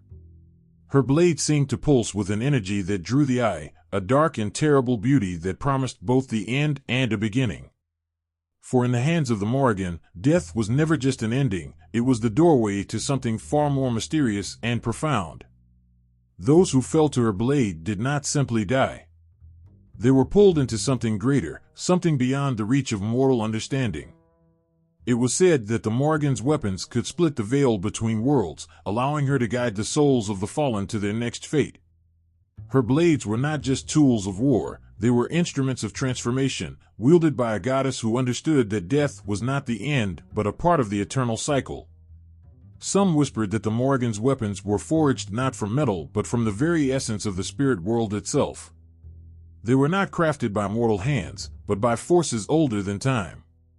They carried the weight of the otherworld in their cold, sharp edges, and when they struck, they did so with the force of destiny itself. No shield could block them, no armor could deflect them, for they were not bound by the rules of the living. Her blades cut through more than flesh, they cut through the very fabric of existence. To see the Morrigan in battle, her blade raised high, was to witness the embodiment of fate. Her strikes were not wild or chaotic, but deliberate, as if each one was a part of a greater plan that only she could see. Her enemies were not just fighting for their lives, they were fighting against the inevitable, against a force that could not be denied. The Morrigan's blades did not just kill, they claimed the very essence of those they touched, drawing them into the great unknown. There was a silence that followed the Morrigan's weapon, a silence that lingered long after the battle had ended. It was the silence of the otherworld, the silence of souls passing from one existence to the next. Her blades left more than wounds, they left echoes, ripples in the fabric of life and death that could be felt long after the fighting had stopped. Those who survived her wrath knew that they had faced something far more powerful than any mortal weapon. They had faced the Morrigan, and her blade had spared them, for now. But even as they walked away, they knew that her weapons were not finished with them. For the Morrigan's blades were eternal, always watching, always waiting. They were the promise that one day, all would meet her again, and this time, there would be no escape. The air was thick with the scent of blood, earth, and smoke. Every breath carried the weight of something ancient, something primal. In the quiet moments before the ritual began, there was a sense of anticipation, a knowing that what was about to happen wasn't just an offering, but a binding contract between the mortal and the divine. The Morrigan did not accept hollow words or empty gestures. She demanded more. She demanded blood.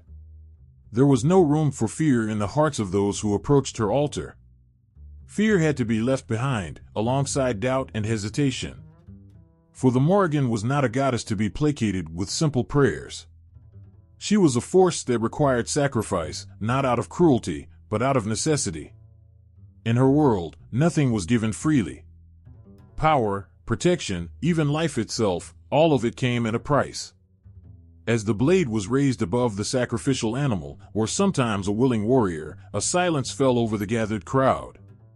Every eye was fixed on the sharp edge, gleaming in the firelight. It wasn't just a tool, it was an instrument of connection, the bridge between the mortal and the divine. The moment the blade struck, and the blood flowed, it was as if the veil between worlds grew thin. The Morrigan was present in that moment. Her presence wasn't seen, but felt, like a cold wind that ran down the spine, a flicker of shadow just out of the corner of the eye. She was there in the blood, and the very life that seeped into the earth, binding the living to her, binding them to the cycle of death and rebirth. Each drop of blood was a promise, an offering that carried with it the hopes, fears, and futures of those who gave it. For those who worshipped her, these rituals were not mere performances. They were acts of devotion, acts of survival. The Morrigan, with her terrifying beauty and untamable power, held sway over fate itself. The blood sacrifices were not just to honor her, they were to ask for her favor, to beg her to turn her gaze from death, if only for a while. As the blood spilled onto the altar, it was mixed with offerings of sacred herbs and burning incense, the smoke rising to the sky like a prayer carried on the wind. But the Morrigan did not need such sweet offerings. It was the blood that called to her, the raw, pulsing life force that linked all beings together. In the blood, there was truth. There was vulnerability. And in giving it freely, her followers knew they were giving a part of themselves to her, trusting that she would guide them through the storms of war, life, and death. But sacrifice to the Morrigan wasn't just about life, it was about death, too. And for those who faced battle, death was a constant companion. Warriors who followed the Morrigan sought her favor not just in life, but in the moments before their last breath. They wanted her blessing to die with honor, to be remembered as part of the endless, bloody tapestry of history. Blood flowed on the battlefield just as it flowed on her altar, and in those moments, the line between worship and war disappeared. In the heat of combat, warriors called to the Morrigan for strength, for the courage to face the enemy, and for the ferocity to fight without fear. They knew that the blood they spilled in battle was a continuation of the sacrifices made at her sacred sites. Their deaths were offerings, their wounds a testament to their loyalty. To die with the Morrigan's name on their lips was to ensure a place in her story, to be remembered not as a mere casualty, but as part of the divine war that stretched across time. But blood alone was not always enough. There were times when the Morrigan demanded more, when the stakes were higher, and the sacrifices needed to reflect that. In such moments, entire communities would gather, offering up not just individual lives, but the collective strength of their people. In these rituals, warriors, priests, and chieftains alike would offer themselves to the Morrigan, laying their fates at her feet in hopes of securing her favor. The Morrigan, as a goddess of war, fate, and prophecy, saw beyond the moment. She saw the threads of destiny that connected all things, and in those moments of ritual sacrifice, she wove those threads into something greater. Blood was not just a means of honoring her, it was a way to become part of her web, to have one's fate tied to hers. In these rituals, those who gave themselves to the Morrigan understood that they were not just offering their bodies and blood, they were offering their very souls, trusting that she would guide them through the unknown. The sacrifices were never easy. They were painful, terrifying, and filled with uncertainty. But that was part of their power. To give blood to the Morrigan was to confront the darkest parts of existence, the violence, the suffering, the inevitability of death. It was to stand on the edge of life and death and offer oneself freely, without hesitation. There were moments, during these rituals, when the world seemed to stop.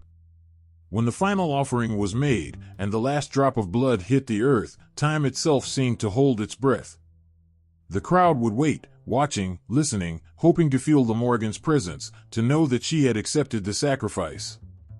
Sometimes, there were signs, a sudden gust of wind, a strange bird flying overhead, or the eerie stillness of the forest. And in those moments, her followers knew that their offering had been received, that the Morrigan was with them. But her favor was never guaranteed. The Morrigan was a goddess of both life and death, and her will was unpredictable. She could just as easily bring victory as she could destruction. For those who worshipped her, this was part of the mystery, part of the power that drew them to her. The blood sacrifices were acts of trust, of faith in a goddess who held the power to shape their fate. In the end, the blood, the sacrifice, and the ritual were all part of the Morrigan's worship because they reflected the very essence of who she was, a goddess who straddled the line between life and death, who demanded everything from those who followed her, and who, in return, offered them a place in the eternal cycle of war, fate, and rebirth. The Morrigan's power lay not just in the blood that was spilled for her, but in the hearts of those who were willing to give it, knowing that in her hands, their fate was sealed. There, on the battlefield where chaos reigned and fear could swallow a warrior whole, stood a presence both terrifying and comforting. The clash of steel and the cries of men filled the air, but amidst it all, a shadow seemed to move, fierce and unyielding. To the warriors who felt her near, she was a promise that, even in the madness of war, they would not stand alone. This was the Morrigan, the unseen shield behind every sword, the one who guided their hands and whispered courage into their hearts when they were on the brink of giving up. For the brave who fought in her name, the Morrigan was more than a goddess. She was the guardian spirit who stood between them and death, the one who made them feel invincible even when the odds were against them. As arrows rained down and swords flashed in the sun, her presence was like a dark wind sweeping through the field. She brought with her the will to fight, the drive to push forward, and the promise that, whether they lived or died, their names would be remembered. In the heat of battle, when fear could paralyze the bravest heart, it was the Morrigan who whispered in their ears, her voice a cold blade cutting through the haze of terror. She told them to hold their ground, to keep their eyes steady, and to let their rage consume their fear. Her warriors were not just men and women who wielded weapons, they were the embodiment of her fierce spirit. She gave them the strength to face enemies twice their size, to stand firm even as comrades fell around them, and to fight with a fury that seemed almost supernatural. When her warriors marched to war, they knew they were walking in the footsteps of legends. Each step was an offering to the Morrigan, each heartbeat a prayer that she would stand beside them when the fighting began. And when battle cries filled the air, when blades clashed and shields shattered, they felt her, fierce and wild, like a storm unleashed. Her power surged through them, lending speed to their strikes and power to their swings. In her presence, they felt fearless, and they were. But the Morrigan's protection wasn't just about strength in battle. It was also about understanding the heart of a warrior, the doubts that crept in during the quiet hours before a fight, the longing to protect their kin, the hope to return home, and the fear of dying nameless and forgotten. She knew these fears because she lived in them, fed on them, and transformed them into something stronger. She did not take away their fear. Instead, she gave them the strength to face it, to turn it into a weapon sharper than any blade. When the battle raged on, and the field was slick with blood, the Morrigan was there. She was seen as a dark crow circling overhead, her wings beating like the hearts of the warriors below. She was the black wolf prowling at the edges of the fray, her eyes gleaming with hunger for the fallen. And when the dust settled and the screams faded into silence, she was there too, kneeling beside the dying, her gaze unblinking as she whispered promises of glory and vengeance. To those who fell in her name, she offered not pity, but honor. She took their pain, their suffering, and made it sacred. Warriors who followed the Morrigan did not fear death. They did not tremble at the thought of the end, for they knew that if they were true, if they were strong and unyielding, the Morrigan would be there to carry them into the afterlife. She would not let their names be forgotten.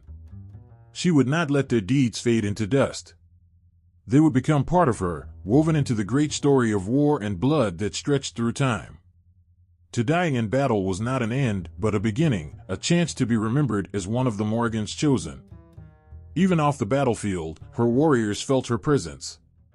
In the quiet moments before dawn, when the world was still and all that existed was the anticipation of what was to come, they would whisper her name. They would feel her in the wind that rustled the leaves, and the silence that held its breath. And when they painted their faces, readied their weapons, and tightened the straps of their armor, they knew she watched. She watched to see if they would stand strong, if they would honor the pact made in blood and pain. She was not a goddess of mercy, she did not coddle or soothe. She demanded everything, their strength, their courage, and, if need be, their lives. But in return, she gave them something greater. She gave them purpose. She gave them the power to face the horrors of war without flinching, to fight not just for land or kings, but for something eternal. Under her gaze, warriors became more than just men and women with swords. They became symbols of defiance, of resilience, of the will to fight against the darkness that sought to consume the world. They were her blade, her voice, her fury made flesh. And when the final horn sounded, when the dust of battle began to settle and the cries of the wounded filled the air, the Morrigan would be there, standing among the dead and the dying. She would look upon those who had given everything for her, and she would honor them. Their blood would stain the earth, but it would also become part of her, part of the endless cycle of life, death, and war. Through her, they would live on, in the stories told around campfires, and the songs sung by bards, and the very land itself. To be a warrior under the Morrigan's protection was to walk a path of blood and pain, of courage and sacrifice. It was to know that every battle was a test, every scar a mark of her favor. It was to fight not just for victory, but for a place in the eternal struggle that she herself embodied. Her warriors did not fight for glory or riches. They fought for her, for the fierce, untamed goddess who watched over them with eyes that saw through time itself. And when their swords finally fell, when their strength left them and their bodies crumpled to the ground, they knew she would be there, waiting. She would take them in her arms, whisper their names, and carry them into the next battle, the next war, the next life. For the Morrigan did not just protect warriors. She claimed them, body and soul, and made them part of her forever. In the silence before battle, when the air hung thick with anticipation and fear gripped every heart, the warriors could feel her. The Morrigan, the embodiment of war and fate, was not far. Her presence lingered like the shadow of death itself, neither cruel nor kind, but inevitable. The soldiers of Celtic armies didn't just march into battle with swords and shields, they carried with them her power, a force that surged through their veins like fire, urging them forward with a terrifying strength. In those moments, standing on the precipice of bloodshed, her influence was unmistakable. The warriors looked to the sky and saw the black shape of the battle crow, her chosen form, circling above. To some, it was a promise that she would lead them to victory. To others, it was a sign that death was near, that their blood would soon feed the earth. Yet even in this grim prophecy, there was no fear, only the knowledge that they fought under her gaze. In that knowledge, there was a strange kind of peace. As the battle cries erupted and the two armies clashed, the Morrigan's hand seemed to guide every blow. Warriors who fought in her name did so with a fury that was more than human. Their eyes burned with the fire of the goddess who watched over them, and their movements became a dance of life and death, precise and ruthless. She was not merely a symbol, she was with them, in every swing of the blade, every scream that pierced the battlefield. When blood began to flow, staining the earth, it was said that the Morrigan walked among the wounded and the fallen. She did not weep for them, nor did she mourn their loss. Instead, she whispered their names into the wind, promising that their sacrifice would be remembered. The warriors of the Celts believed that to die in battle, under her gaze, was the greatest honor. For in death, they became part of her endless cycle of war, life, and death. They would live on in the stories told by the survivors, carried on the wings of the crows that haunted the battlefield long after the fighting had ceased. Even before the battle began, the Morrigan's influence could be felt in the minds and hearts of the warriors. She was not a goddess who inspired fear alone, she inspired something deeper, a primal understanding of fate. To the Celts, war was not just a clash of armies, it was a dance with destiny, and the Morrigan was the one who led the steps. She decided who would live, who would die, and who would be remembered. In this way, she became the very soul of Celtic warfare, a force that shaped not just the outcome of battles, but the hearts of those who fought in them. It was said that the Morrigan could speak directly to warriors, her voice a whisper in the back of their minds. She was the cold wind that swept through their camps at night, reminding them that death was always close, but never something to be feared.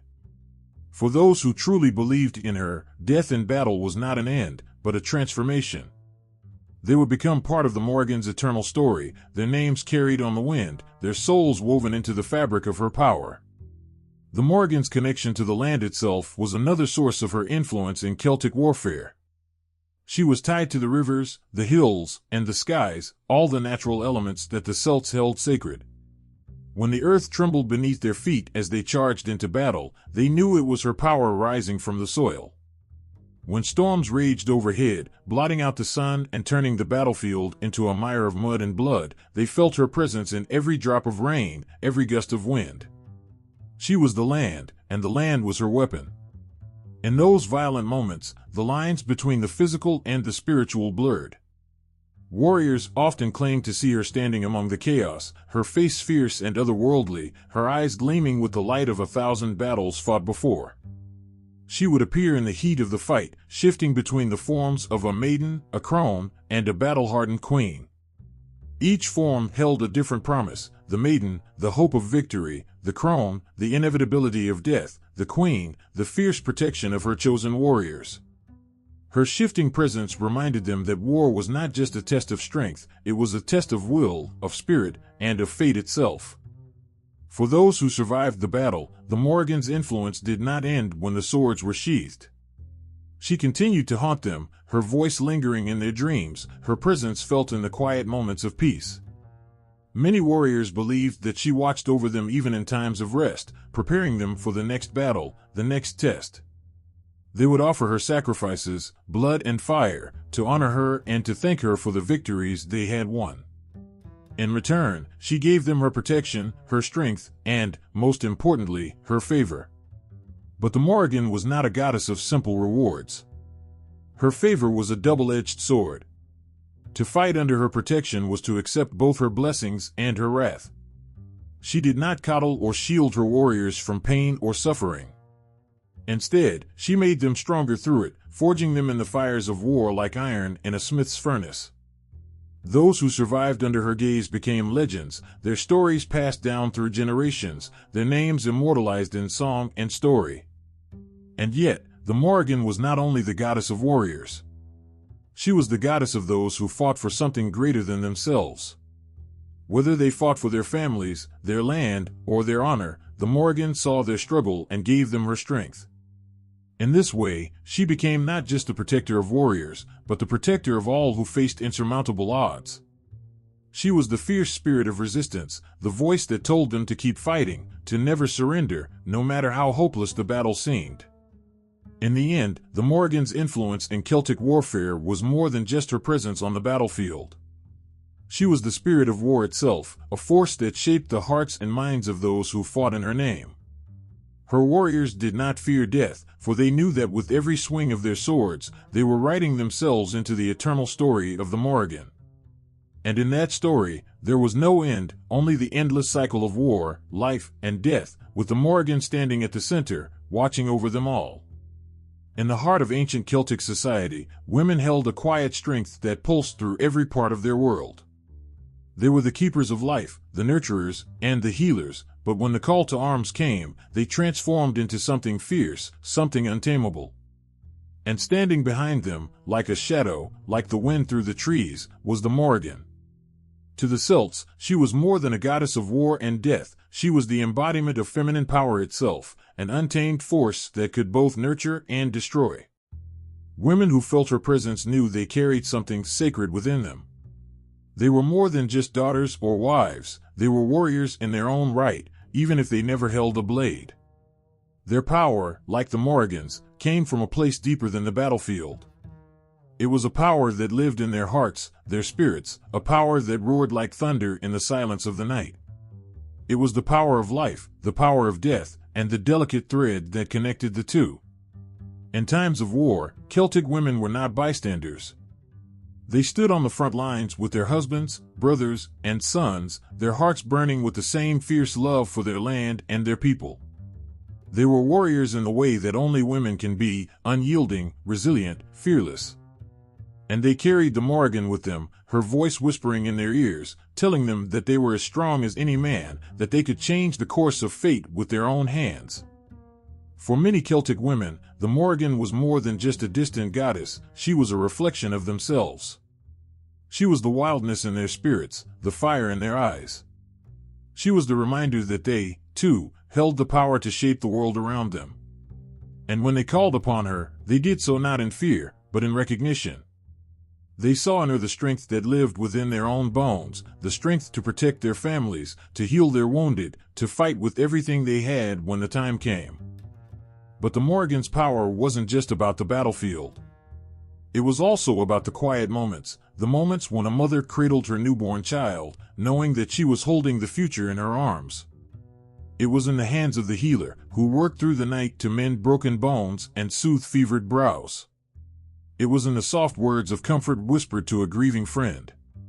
This, too, was war, though not with swords or spears, but with the strength to keep going, to hold the world together when it seemed like everything was falling apart. The Morrigan's influence on Celtic women was a reminder that feminine power was not something to be hidden or silenced. It was something to be celebrated, to be wielded with pride. Whether in the heat of battle or the calm of the hearth, women were just as capable of shaping the future as any man. They could be fierce and gentle, nurturing and destructive, all at the same time. And in this, they reflected the Morrigan herself, who was as much a goddess of life as she was of death. The Morrigan was often depicted as a shapeshifter, a being who could take on many forms. She could be a maiden, young and full of promise. She could be a mother, fierce and protective, or she could be a crone, wise and ruthless. These forms reflected the many faces of womanhood, the many roles that Celtic women played in their society. They were warriors, yes, but they were also mothers, daughters, sisters, healers, wise women. And in each of these roles, they carried the strength of the Morrigan with them. There was a sense of balance in the Morrigan's power, a balance that Celtic women understood instinctively. They knew that life and death were two sides of the same coin, that creation and destruction were both necessary parts of existence. This understanding gave them a resilience that was unmatched, a strength that came not from the sword, but from their very souls. They didn't fear the Morrigan's darker aspects, because they knew that without death, there could be no life. Without destruction, there could be no creation. The Morrigan's connection to nature also spoke to the women of the Celts. They saw in her the same wild, untamed spirit that lived in the forests, the rivers, the mountains. They, too, were connected to the land, to the cycles of the seasons, the rhythms of life and death. They knew that their power, like the Morrigans, came from something ancient, something that could not be tamed or controlled. It was a power that was as old as the earth itself, as unstoppable as the wind. In the stories told around the fire, Celtic women often heard of the Morrigan appearing before great battles, warning warriors of their fate. These tales were not just about war, they were about the choices that shaped the future, the decisions that determined life or death. And in these stories, women saw themselves. They, too, made choices that shaped the course of their families, their clans, their world. They, too, carried the weight of fate on their shoulders, just as the Morrigan did. To the women of the Celts, the Morrigan was not a distant, unreachable goddess. She was a living presence, a reminder of the power they carried within them. She was the strength that pushed them forward when the world seemed too heavy to bear. She was the fierce love that drove them to protect their families, their land, their people. She was the wildness in their hearts, the fire in their souls. And at every moment of their lives, whether in times of peace or war, they felt her with them, guiding them, shaping them, reminding them that they were as powerful as the storms that raged above, as steady as the earth beneath their feet. The Morrigan wasn't just a goddess of war, she was a goddess of women, of the feminine power that could change the world. In the quiet moments after battle, when the warriors lay wounded or dead, it was the women who carried on. They tended to the fallen, mourned the dead, and kept the fire of life burning. And in those moments, they were more than just healers or mourners, they were warriors, too, carrying the spirit of the Morrigan within them. Because they knew, just as she did, that the fight was never really over. Life would go on, and they would be there to shape it, just as they had always done. War drums echoed through the air, the sound of steel clashing, and cries of battle filling the heavens. In these moments, the Morrigan was not a distant figure, but a shadow that hovered just above the blood-soaked earth. She moved with the wind, her presence both a terror and a comfort. For she was the goddess who ruled over death and war, the one who decided which souls would find peace and which would wander, lost in the afterlife. In every clash of warriors, the Morrigan was there, watching. Her eyes saw beyond the fray, beyond the blood and the pain. She saw into the hearts of men, into their fates, weaving their destinies with every breath they took. It wasn't just the act of war that drew her, it was the moment just before the final blow, the stillness that lingered before life slipped away. In that heartbeat of time, the Morrigan held the power of the universe, deciding who would fall and who would rise again. To the warriors who fought under her gaze, death was not something to fear, it was something inevitable, something sacred. For they knew that when the time came, it was the Morrigan who would guide them. Her crows, black as night and sharp as the edge of a blade, circled the battlefield, their wings brushing the faces of the dying. And in that moment, the warriors understood that they were not alone. The Morrigan was there, taking them from the chaos of war to the afterlife, where their spirits would find either rest or endless wandering. But death was not an end in the Morrigan's world. It was a passage, a transformation. In her realm, the afterlife was a place where souls could linger, where the echoes of war still vibrated through the air. It was not a place of peace, but a continuation of the battle, because for the Morrigan, war was eternal. Those who died on the battlefield carried the scars of their battles with them, their souls forever marked by the choices they had made in life. In the Morrigan's eyes, there was no glory without sacrifice. Every warrior who fought, every life that was lost, was part of a greater cycle, a cycle of death, war, and rebirth. She understood that death was necessary for new life to begin, that war was necessary for peace to have meaning. It was a cruel truth, but one that she accepted with a fierce grace. And in her realm, the souls of the fallen understood it too. The Morrigan's crows were more than just messengers of death, they were symbols of transformation.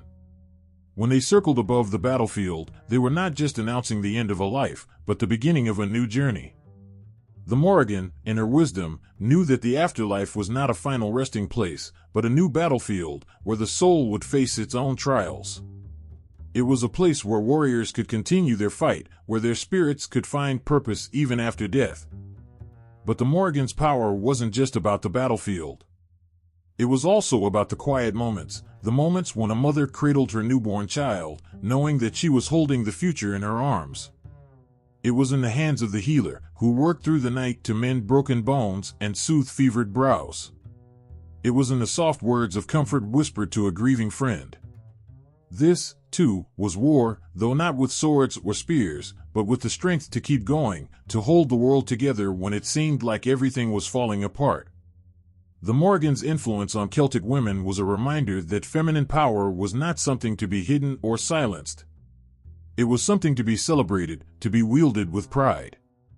Whether in the heat of battle or the calm of the hearth, women were just as capable of shaping the future as any man. They could be fierce and gentle, nurturing and destructive, all at the same time. And in this, they reflected the Morrigan herself, who was as much a goddess of life as she was of death. The Morrigan was often depicted as a shapeshifter, a being who could take on many forms. She could be a maiden, young and full of promise. She could be a mother, fierce and protective, or she could be a crone, wise and ruthless. These forms reflected the many faces of womanhood, the many roles that Celtic women played in their society. They were warriors, yes, but they were also mothers, daughters, sisters, healers, wise women. And in each of these roles, they carried the strength of the Morrigan with them. There was a sense of balance in the Morrigan's power, a balance that Celtic women understood instinctively. They knew that life and death were two sides of the same coin, that creation and destruction were both necessary parts of existence. This understanding gave them a resilience that was unmatched, a strength that came not from the sword, but from their very souls. They didn't fear the Morrigan's darker aspects, because they knew that without death, there could be no life. Without destruction, there could be no creation. The Morrigan's connection to nature also spoke to the women of the Celts.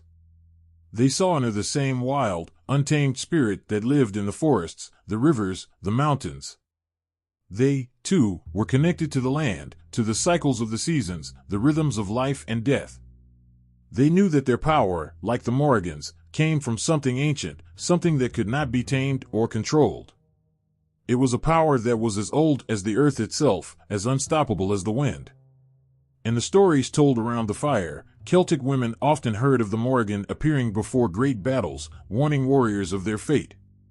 These tales were not just about war, they were about the choices that shaped the future, the decisions that determined life or death. And in these stories, women saw themselves. They, too, made choices that shaped the course of their families, their clans, their world. They, too, carried the weight of fate on their shoulders, just as the Morrigan did. To the women of the Celts, the Morrigan was not a distant, unreachable goddess. She was a living presence, a reminder of the power they carried within them. She was the strength that pushed them forward when the world seemed too heavy to bear. She was the fierce love that drove them to protect their families, their land, their people. She was the wildness in their hearts, the fire in their souls. And at every moment of their lives, whether in times of peace or war, they felt her with them, guiding them, shaping them, reminding them that they were as powerful as the storms that raged above, as steady as the earth beneath their feet. The Morrigan wasn't just a goddess of war, she was a goddess of women, of the feminine power that could change the world. In the quiet moments after battle, when the warriors lay wounded or dead, it was the women who carried on. They tended to the fallen, mourned the dead, and kept the fire of life burning. And in those moments, they were more than just healers or mourners, they were warriors, too, carrying the spirit of the Morrigan within them. Because they knew, just as she did, that the fight was never really over. Life would go on, and they would be there to shape it, just as they had always done. War drums echoed through the air, the sound of steel clashing, and cries of battle filling the heavens. In these moments, the Morrigan was not a distant figure, but a shadow that hovered just above the blood-soaked earth. She moved with the wind, her presence both a terror and a comfort. For she was the goddess who ruled over death and war, the one who decided which souls would find peace and which would wander, lost in the afterlife. In every clash of warriors, the Morrigan was there, watching.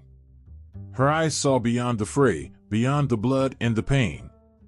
She saw into the hearts of men, into their fates, weaving their destinies with every breath they took. It wasn't just the act of war that drew her, it was the moment just before the final blow, the stillness that lingered before life slipped away. In that heartbeat of time, the Morrigan held the power of the universe, deciding who would fall and who would rise again. To the warriors who fought under her gaze, death was not something to fear, it was something inevitable, something sacred. For they knew that when the time came, it was the Morrigan who would guide them. Her crows, black as night and sharp as the edge of a blade, circled the battlefield, their wings brushing the faces of the dying. And in that moment, the warriors understood that they were not alone. The Morrigan was there, taking them from the chaos of war to the afterlife, where their spirits would find either rest or endless wandering. But death was not an end in the Morrigan's world. It was a passage, a transformation. In her realm, the afterlife was a place where souls could linger, where the echoes of war still vibrated through the air. It was not a place of peace, but a continuation of the battle, because for the Morrigan, war was eternal. Those who died on the battlefield carried the scars of their battles with them, their souls forever marked by the choices they had made in life. In the Morrigan's eyes, there was no glory without sacrifice. Every warrior who fought, every life that was lost, was part of a greater cycle, a cycle of death, war, and rebirth. She understood that death was necessary for new life to begin, that war was necessary for peace to have meaning. It was a cruel truth, but one that she accepted with a fierce grace. And in her realm, the souls of the fallen understood it too. The Morrigan's crows were more than just messengers of death, they were symbols of transformation. When they circled above the battlefield, they were not just announcing the end of a life, but the beginning of a new journey. The Morrigan, in her wisdom, knew that the afterlife was not a final resting place, but a new battlefield, where the soul would face its own trials. It was a place where warriors could continue their fight, where their spirits could find purpose even after death. But not all who entered the Morrigan's realm were warriors. Some were those who had lived quiet lives, who had never seen the flash of a blade or heard the cry of battle. Yet, even for them, the Morrigan held a place. For she understood that death was not just about war, it was about the ending of all things, the passing of time, the inevitable fading of life. And in those quiet souls, she saw the same strength, the same fire that burned in the hearts of warriors. In the afterlife, the Morrigan was not just a goddess of death, she was a guide, a protector. She watched over the souls who had passed from the world of the living, ensuring that their journey continued, that they did not lose themselves in the shadows of death. She was fierce, yes, but she was also merciful. For even in her realm of war and chaos, there was a place for peace, a place where souls could rest before they continued on their journey. The Morrigan's connection to war was not just about the physical act of battle, it was about the inner war that raged within every soul. In her realm, the warriors who had fallen were not just fighting against each other, they were fighting against themselves, against their own fears, their own regrets. And in that fight, the Morrigan was their guide, pushing them to face their demons, to emerge stronger on the other side. She was a goddess who understood the complexity of life and death, who knew that every soul, no matter how strong or weak, had its own battles to fight. And in her realm, those battles were given meaning, given purpose. The souls of the fallen warriors did not simply fade away, they continued to fight, to struggle, to grow. And in doing so, they honored the Morrigan, who had given them the strength to face their fate with courage. For those who worshipped her, the Morrigan was not a distant, unreachable goddess, she was a living presence, a force that shaped their lives and their deaths. Her crows were a constant reminder that death was always near, that the afterlife was just a breath away. And yet, they did not fear her. They revered her, for they knew that in her hands, death was not the end. It was a passage, a transformation, a new beginning. And so, the warriors fought on, knowing that the Morrigan watched over them, that she would guide them when their time came. They knew that death was not something to be feared, but something to be embraced, something to be faced with courage and honor. And in that, they found peace. For they knew that in the Morrigan's realm, they would continue to fight, continue to live, even after their bodies had fallen. The Morrigan's realm was a place of both war and peace, of both death and life. It was a place where souls could find their true strength, where they could face their fears and emerge stronger. And in that realm, the Morrigan reigned, her presence a constant reminder that even in death, there is always hope. For in her world, death was not an end, it was a beginning. A beginning of something fierce, something eternal. On the battlefield, the air was thick with tension, as the warriors stood ready, their hearts pounding in their chests. Every breath they took felt heavy, as though the weight of the world pressed down on them. But through the fear, through the uncertainty, there was something else, something far greater. A presence. They could feel her, the Morrigan, watching over them. She wasn't just a goddess to them, she was their guide, their protector, the one who stood between life and death, and the one who whispered their fates. The Morrigan did not simply watch from afar. Her spirit moved through the ranks of kings and queens, warriors and rulers, blessing them with strength, wisdom, and unshakable courage. Her influence over them was not just in their hearts, but in the very land they ruled, the battles they fought, and the crowns they wore. For those who sought her guidance, the path was never easy, but it was clear, they would become instruments of her will, warriors of unmatched power, and leaders who knew no fear.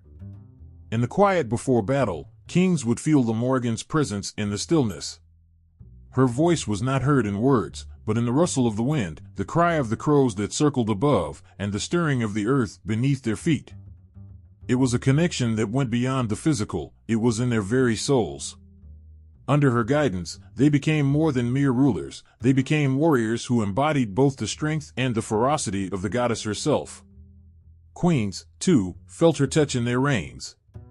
They were not just figures of power but embodiments of the Morrigan's own feminine strength. Like the goddess, they wielded authority with a sharpness that could cut through the very fabric of destiny. They commanded respect, not out of fear alone, but through a profound understanding of both life and death, war and peace. These queens, under the Morrigan's guidance, knew that their role was not just to rule but to protect, to fight for their people, and to defend the lands that thrived under their care. In the Morrigan's eyes, kings and queens were not born, they were made. Through trials of war, through battles fought and won, they were molded into leaders who could withstand the storm of fate. The Morrigan guided their hands as they raised their swords, and it was her strength that flowed through their veins when they faced their enemies. Her presence was felt in every decision they made, every sacrifice they gave, and every victory they claimed. Yet, her guidance was not always kind. The Morrigan was as ruthless as she was protective. She expected her chosen to be strong, to rise to every challenge with the same ferocity that she herself embodied. She pushed them beyond their limits, testing not only their bodies but their minds and spirits. Only those who could withstand her trials were truly worthy of her blessings. And so, the kings and queens who followed her did not simply fight for glory, they fought because it was their destiny, because to fight under the Morrigan's watchful eye was to honor the goddess and the fate she had woven for them. There were moments in battle when the presence of the Morrigan was undeniable. In the heat of war, when the swords clashed and the cries of the wounded filled the air, her power was like a pulse that moved through the warriors. Kings would feel it in their bones, the surge of strength, the clarity of purpose. queens, standing tall beside their armies, would sense her fierce protection, knowing that the Morrigan spirit was with them, guiding their every move.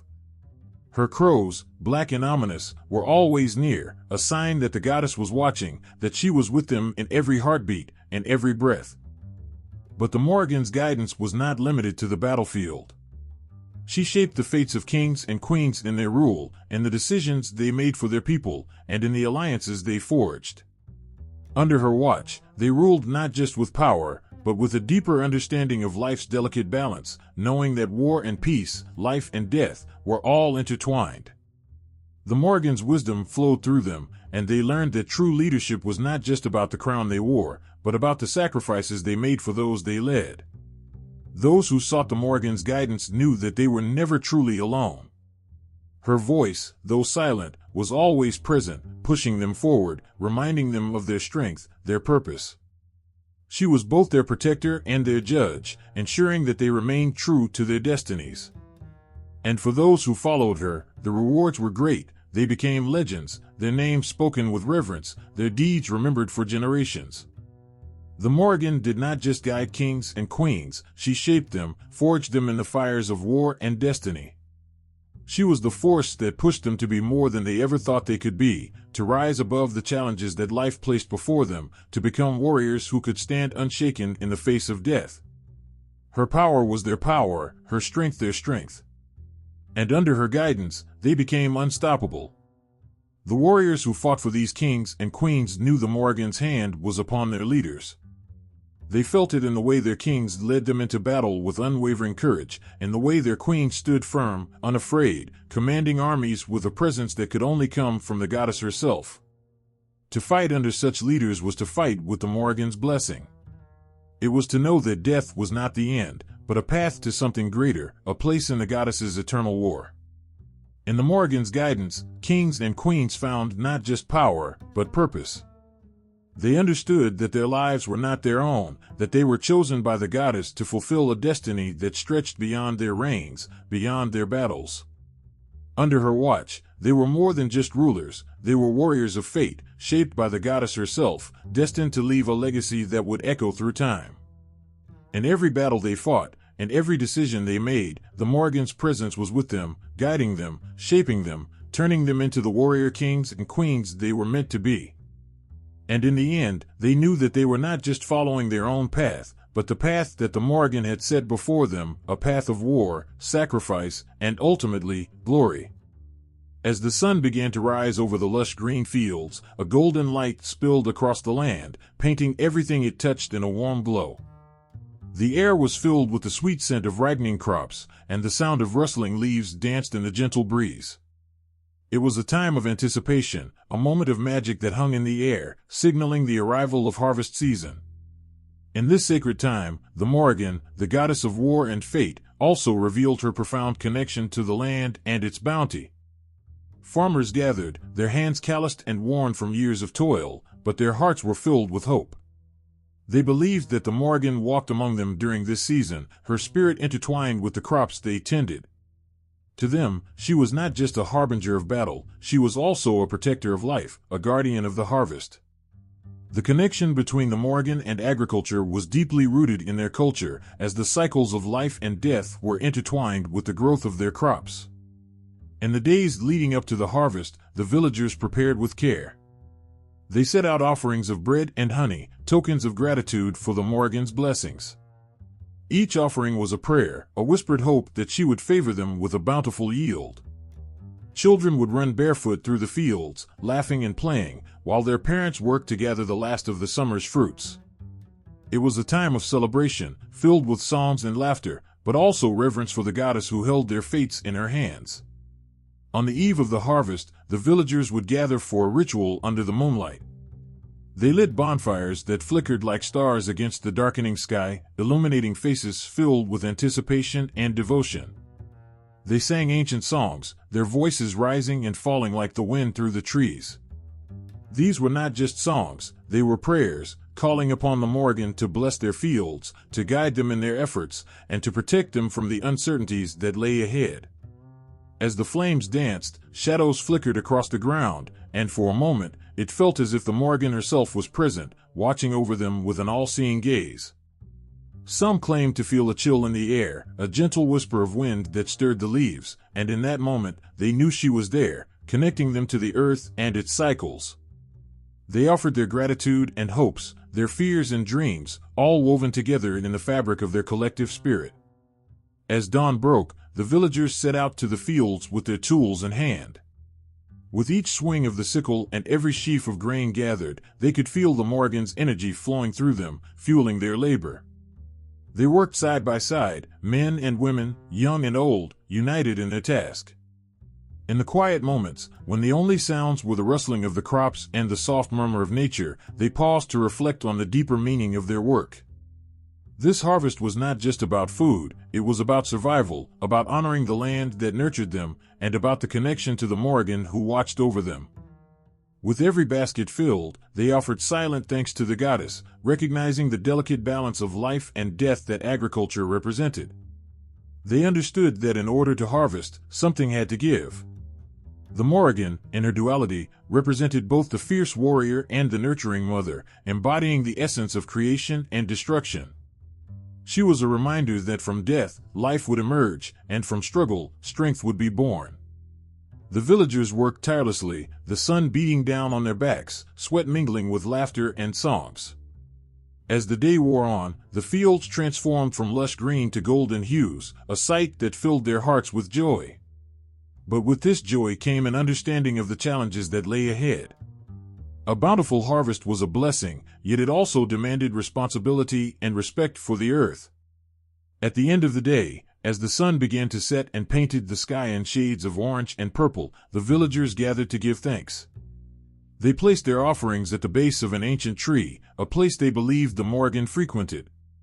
They lit candles, their flames flickering like stars against the darkening sky. This moment was sacred, a union of gratitude and hope, where they honored the goddess who had guided them.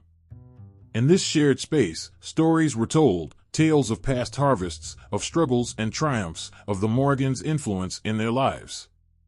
They spoke of the times when the crops had failed and how they had turned to her in desperation, only to find solace in her unwavering presence. They shared laughter, tears, and the bonds that tied them together as a community. It was in these moments that the true power of the Morrigan revealed itself, reminding them that they were never alone in their struggles. The connection between the Morrigan and agriculture was not just a matter of rituals and offerings, it was a deeply ingrained belief that the goddess cared for them, that she listened to their prayers, and that she was intimately involved in the cycles of their lives. Each harvest became a testament to her guidance and a reminder of the fragility of existence. As the seasons turned, the villagers would remember the Morrigan's presence in their lives, not just during the harvest but throughout the year. They understood that her influence stretched beyond the fields, weaving through every aspect of their existence. Whether they faced battles in the fields or struggles in their hearts, they knew that the Morrigan was with them, guiding them with her fierce spirit and nurturing essence.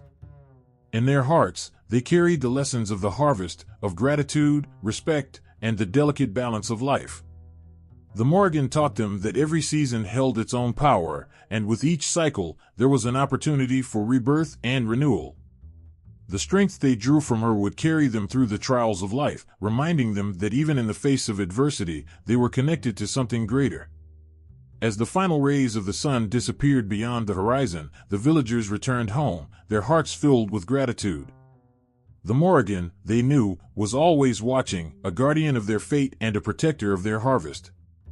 In the whispers of the wind and the rustle of the leaves, they felt her presence, a reminder that they were part of a greater story, a story of life, death, and the eternal cycle of the earth. The air was thick with the scent of damp earth and burning herbs as the Druids gathered under the ancient oak trees.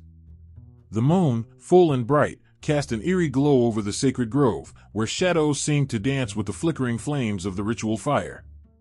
In the midst of this circle of wisdom, the presence of the Morrigan was palpable, her power woven into every breath, every whispered word. The Morrigan was not just a goddess to be feared. To the Druids, she was a guide, a force of nature whose spirit flowed through the land and into their sacred rituals. Her role was undeniable, deeply rooted in their practices and the ancient chants they murmured as they connected to the mysteries of life, death, and the otherworld. She embodied the cycles they revered, the ever-turning wheel of seasons, the eternal ebb and flow of existence. The Druids, guardians of knowledge and keepers of tradition, saw in the Morrigan both a reflection of themselves and something far greater. She was a bridge between this world and the next, a seer of futures yet to unfold, and a harbinger of the fates that awaited both kings and common folk alike. Her presence in their rituals was both a blessing and a warning, for the Morrigan did not grant favors lightly, and those who sought her guidance often faced the stark truth of their destiny. As the Druids stood in the circle, hands outstretched toward the flames, they chanted her name in a low, rhythmic hum that reverberated through the trees. Each word carried a weight of reverence, a call to the goddess who controlled the threads of fate. The fire crackled, sending sparks into the sky as if the stars themselves were listening to the Druids' prayers. For the Druids, the Morrigan was the keeper of prophecy. She whispered her visions to them in dreams, in the cries of ravens, and in the rustle of leaves. They believed she could see beyond the veil, that she held the knowledge of what was to come. The Druids would often seek her guidance before important decisions, whether it was the crowning of a king or the preparation for a battle. They would interpret her signs, looking for omens in the flight of birds, the patterns in the clouds, or the blood on the battlefield. There were times when the Morrigan's prophecies brought fear, her voice heavy with the weight of inevitable death. But the Druids knew that death was not an end, but a transformation, a necessary part of the cycle of life. To them, the Morrigan was not only a goddess of war and destruction, but also a figure of renewal. In her hands, death was a doorway to something greater, and the Druids, and their rituals, honored this profound understanding. Her connection to the otherworld made her a central figure in the Druids' work. When they performed rituals of passage, invoking the spirits of ancestors or seeking wisdom from beyond the veil, the Morrigan was often called upon.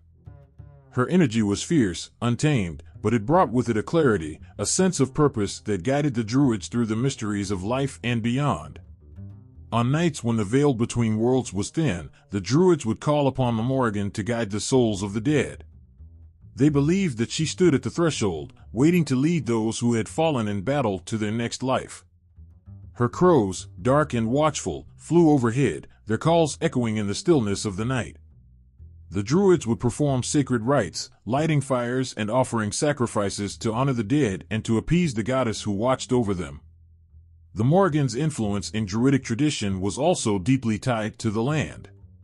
The earth, the water, the sky, these elements were her domain, and the Druids, and their rituals, would call upon her to bless the crops, to bring rain in times of drought, or to protect the people from natural disasters. They saw her in the storm clouds that gathered on the horizon, in the mist that clung to the hills at dawn, and in the wild winds that swept across the plains. The land was alive with her spirit, and the Druids honored that life in every ceremony they performed. In times of war, the Druids would seek the Morrigan's favor, knowing that her blessing could turn the tide of battle. They would offer sacrifices, sometimes even blood, to gain her protection. Her presence in the battlefield was undeniable. The sight of her crows circling overhead was a sign that she had chosen a side. To the Druids, this was both a blessing and a curse, for the Morrigan did not fight for any one side. She fought for balance, for the natural order, and her favor could shift as easily as the wind. But it wasn't just in times of war that the Druids sought her guidance. In the quieter moments of life, in the changing of the seasons or the birth of a child, the Morrigan's presence was felt. The Druids believed that she watched over the cycles of life and death, that she guided the souls of the living just as she did the dead. They performed rituals to honor her during times of transition, marking the turning points in life with offerings and prayers. As the night wore on, the Druids in the grove continued their ritual, their chants growing louder, their connection to the Morrigan deepening with every passing moment. The flames of the fire leapt higher, casting long shadows that seemed to take on a life of their own. The air grew thick with energy, as if the very spirit of the Morrigan had descended upon them. For the Druids, these rituals were more than just acts of devotion. They were a way of connecting to the very essence of existence, a way of understanding the cycles that governed their lives. Through their connection to the Morrigan, they found strength in the face of death, courage in the face of war, and wisdom in the face of uncertainty. She was their guide, their protector, and their fiercest ally. And as the fire burned low and the ritual came to an end, the Druids knew that the Morrigan was with them still, her presence lingering in the smoke that curled toward the sky. She was not a distant goddess, but one who walked beside them, who lived in the land they tended and the skies they watched. Her power was everywhere, and in their rituals, the Druids honored that power, knowing that the Morrigan's influence would guide them through whatever lay ahead. In the quiet stillness of early Christian Ireland, the land seemed to hum with the weight of both old and new beliefs. The ancient gods and goddesses, once so present in every breath of the wind, and every blade of grass, and in the rippling of the rivers, still lingered in the hearts of the people. But now, the cross rose high in the villages, casting long shadows over the sacred groves where the Druids once chanted.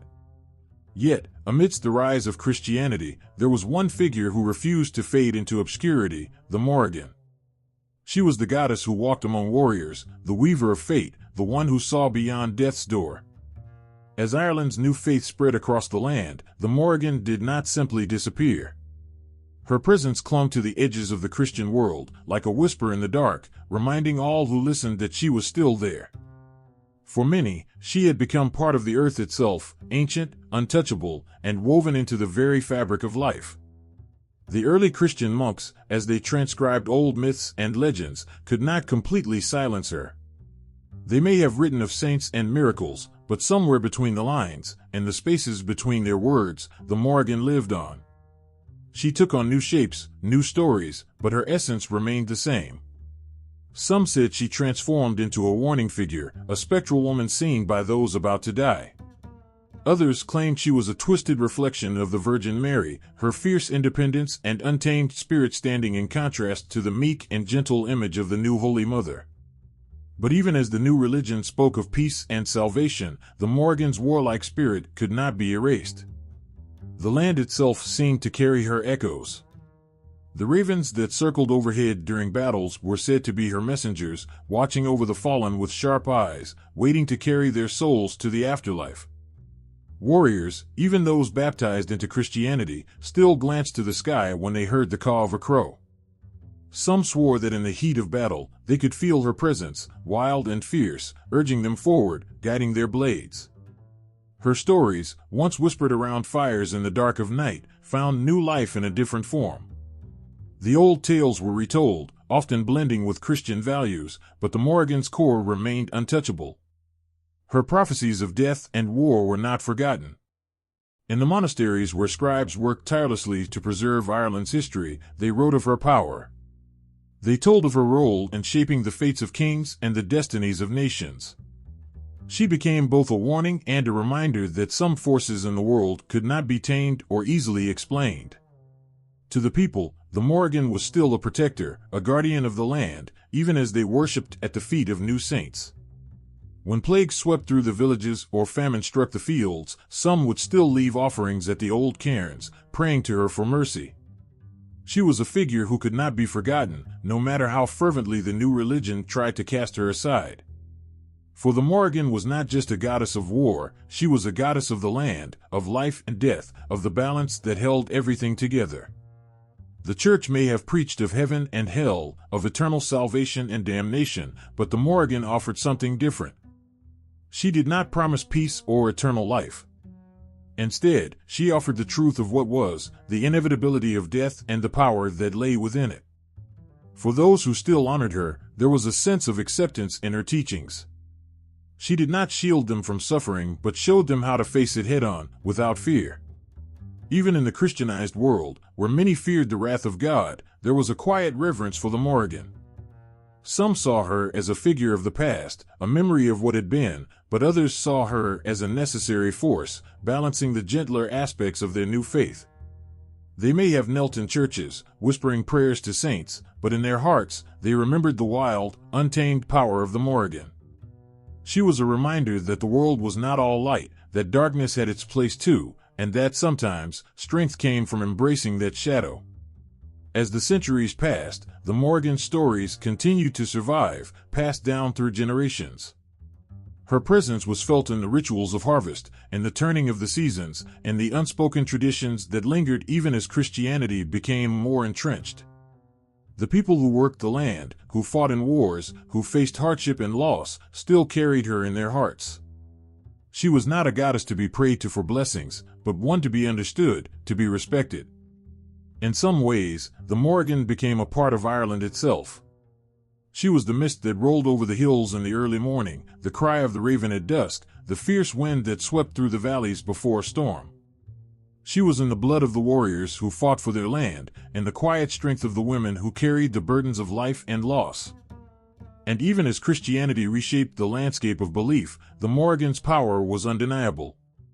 To this day, her presence lingers. In the stories told by grandparents to wide-eyed children, in the ancient ruins where the wind whistles through crumbling stones, the Morrigan remains.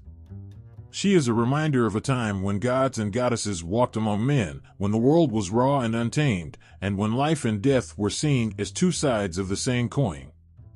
In early Christian Ireland, where two worlds collided, one of peace and salvation, the other of war and fate, the Morrigan stood at the crossroads. She was neither fully erased nor entirely embraced, but she remained, watching, waiting, and guiding those who still remembered her name. In the quiet whispers of time, as the old gods began to fade and Christianity cast its long shadow across the land, something lingered, something that could not be forgotten. The Morrigan, the phantom queen, refused to be erased. She was the goddess of war, death, and fate, the one who walked among the battlefields, her crows circling over fallen warriors, her voice carrying the prophecies of doom. And even as the world changed, as new prayers were spoken and crosses raised high, her presence remained.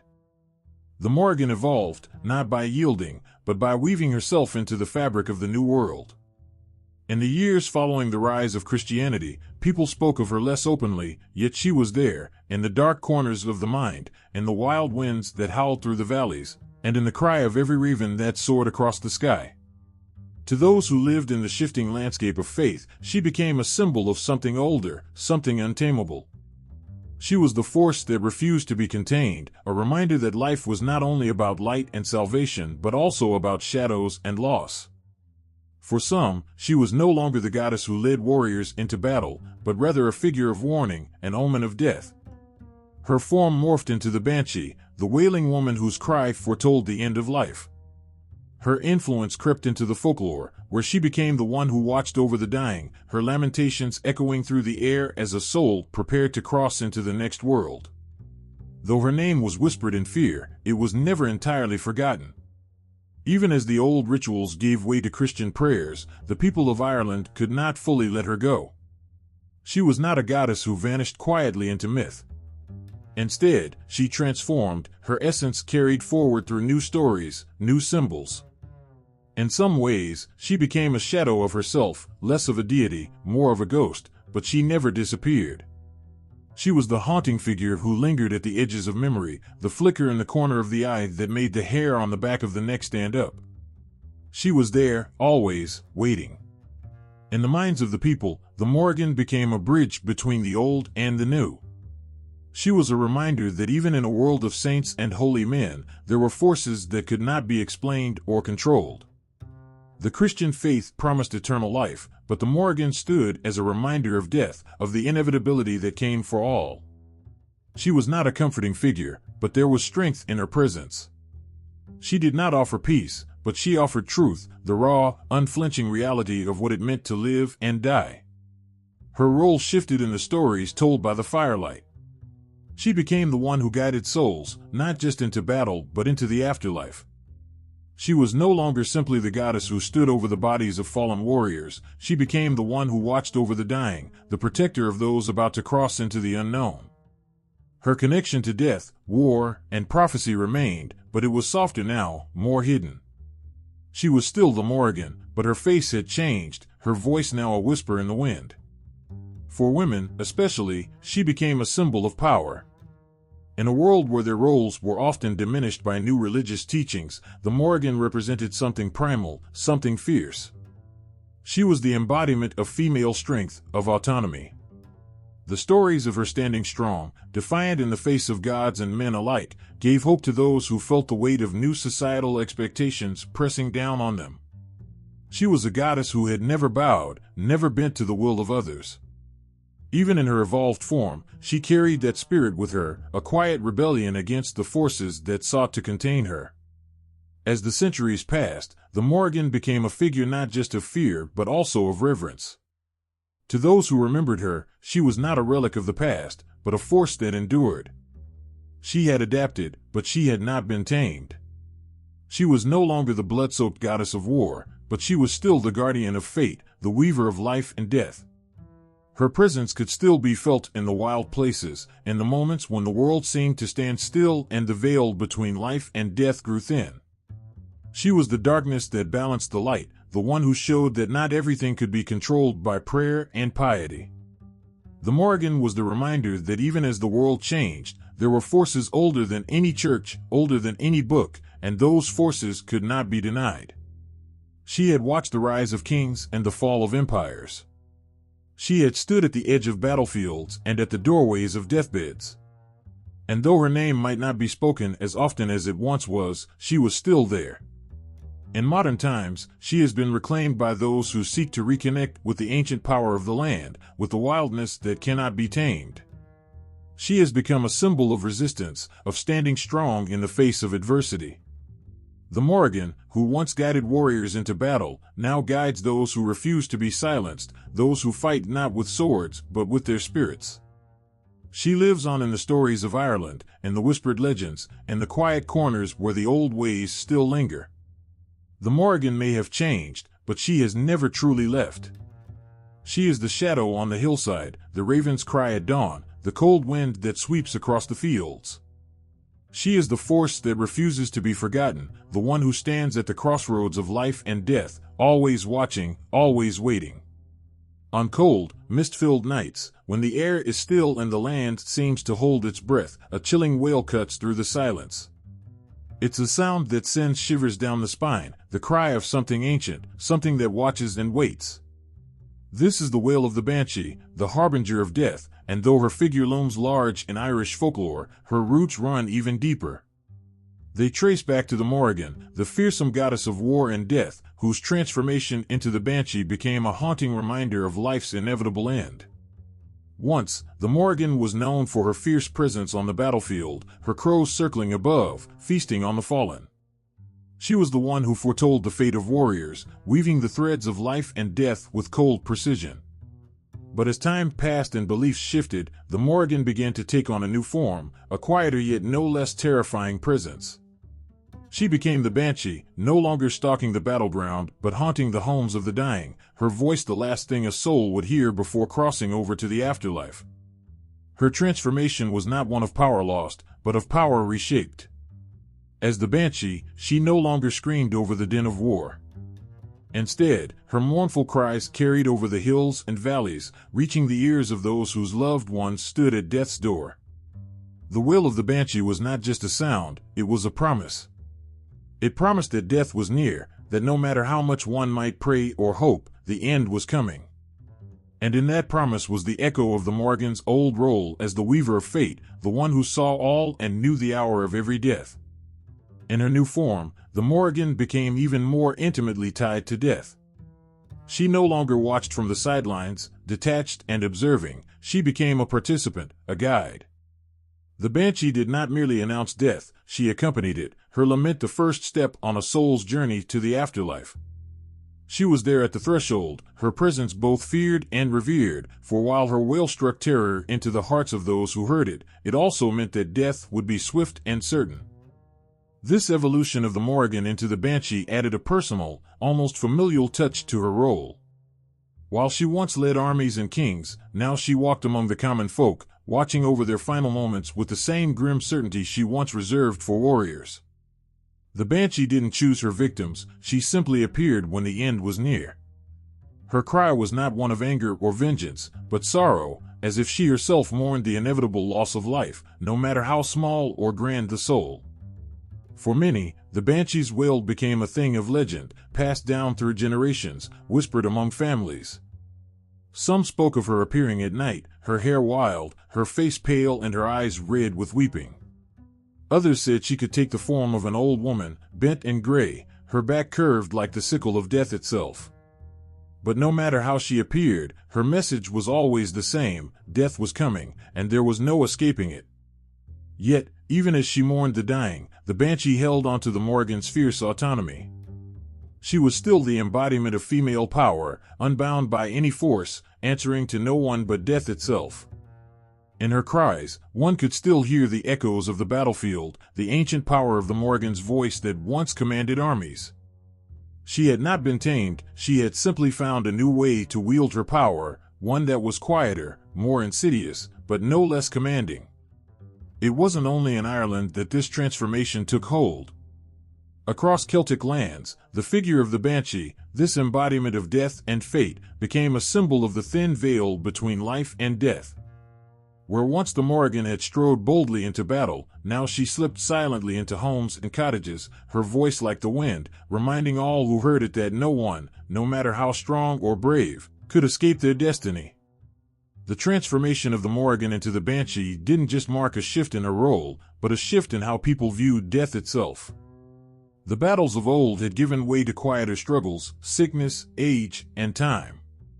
And in these moments, the Morrigan, now as the banshee, was still there, watching, waiting, her presence a constant reminder of the fragility of life. In her wail, there was sorrow, but also a strange kind of mercy. For while the banshee heralded death, she also gave people time, a moment to prepare, to say goodbye, to make peace with the inevitable. She became not just a figure of fear, but of acceptance, offering a final warning before the darkness closed in. The banshee's connection to the Morrigan meant that she was not just any figure of death, but a reflection of an ancient force that had shaped life and death since time immemorial. She was a reminder that even as gods and beliefs changed, the old powers still lingered, reshaping themselves but never truly disappearing. The Morrigan had been there at the dawn of time, and as the banshee, she remained, her influence stretching into the new world, her cry echoing in the hearts of those who feared the unknown. To hear the banshee's wail was to feel the weight of centuries pressing down, to understand in an instant that life was fleeting and death inevitable. It was a sound that both terrified and comforted, for in her voice was the echo of every soul who had ever lived and died.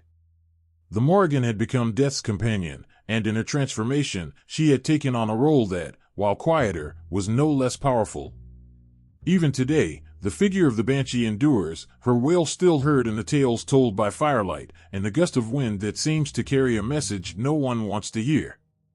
She is the Morrigan reborn, the goddess who refuses to fade, her power as fierce and unyielding as it was in the days of old. She is the banshee, the voice of death, and she will be heard. There's a strange kind of pull, a force that draws certain people into the mysteries of the old ways, as if something ancient calls out from beyond time.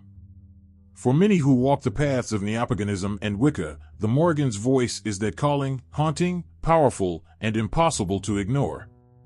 She is not a forgotten relic of history, but a living presence, and those who seek her find themselves standing at the crossroads of life and death, power and prophecy. The Morrigan's energy is fierce, untamed. She doesn't coddle or nurture in the way some goddesses are believed to. Instead, she confronts those who seek her with raw truths, demanding strength in the face of fear and courage when standing on the brink of the unknown. For modern witches and pagans, she is not simply a deity to be worshipped from afar. She becomes a guide, a force of nature that helps them embrace their own power and face the shadows within themselves. Imagine being drawn to her, like so many are today. There's something magnetic about the Morrigan. Her allure lies in her duality, both creator and destroyer, protector and harbinger of death. She is the force that propels you forward when you are at your weakest, but she also stands as the challenge you must overcome. And that is exactly why, in the world of modern Neopaganism, her presence is so revered. The Morrigan doesn't offer easy answers, nor does she promise peace. What she offers is strength, forged in the fires of hardship, sharpened by the edges of fear. When a follower steps into ritual space, calling upon the Morrigan, it's not with timid hope or meek reverence. It's with the knowledge that they are invoking a power that demands respect. A power that may tear down illusions, that may rip away the comfort of denial and force them to see the truth. In these moments, there is fear, but there's also exhilaration. To stand in the Morrigan's presence is to stand on the edge of a storm, feeling its fury, yet knowing that within that chaos lies clarity and purpose. The Morrigan's energy is often called upon in times of transformation. Modern practitioners who feel lost or aimless turn to her when they seek rebirth. Like a phoenix rising from the ashes, the Morrigan doesn't simply ask for change, she demands it. In moments of deep personal crisis, where everything feels as though it's falling apart, her power comes like a raging storm, tearing down what no longer serves. She leaves behind only what is true and necessary. To follow her is to be willing to face these moments of destruction, knowing that through them, something new will emerge. In Wicca, especially, where the cycles of life, death, and rebirth are honored, the Morrigan fits naturally. Her ties to the cycles of the earth, to the rise and fall of seasons, echo the constant process of transformation that pagans celebrate. But where others may honor life's gentle flow, the Morrigan reminds her followers that there is always an undercurrent of danger, of battle. Life is not without struggle, and she calls to those who have the strength to fight, not necessarily with weapons, but with will and determination. For witches, particularly those who walk the path of the warrior, the Morrigan's presence is felt strongly. She is the embodiment of feminine power that refuses to submit. In a world where so many are taught to be quiet, to be passive, the Morrigan teaches the opposite. She encourages boldness, self-reliance, and the courage to take up space in a world that would rather silence you. Those who walk with her feel her strength in their bones. They understand that, in order to find true empowerment, they must face their fears head-on.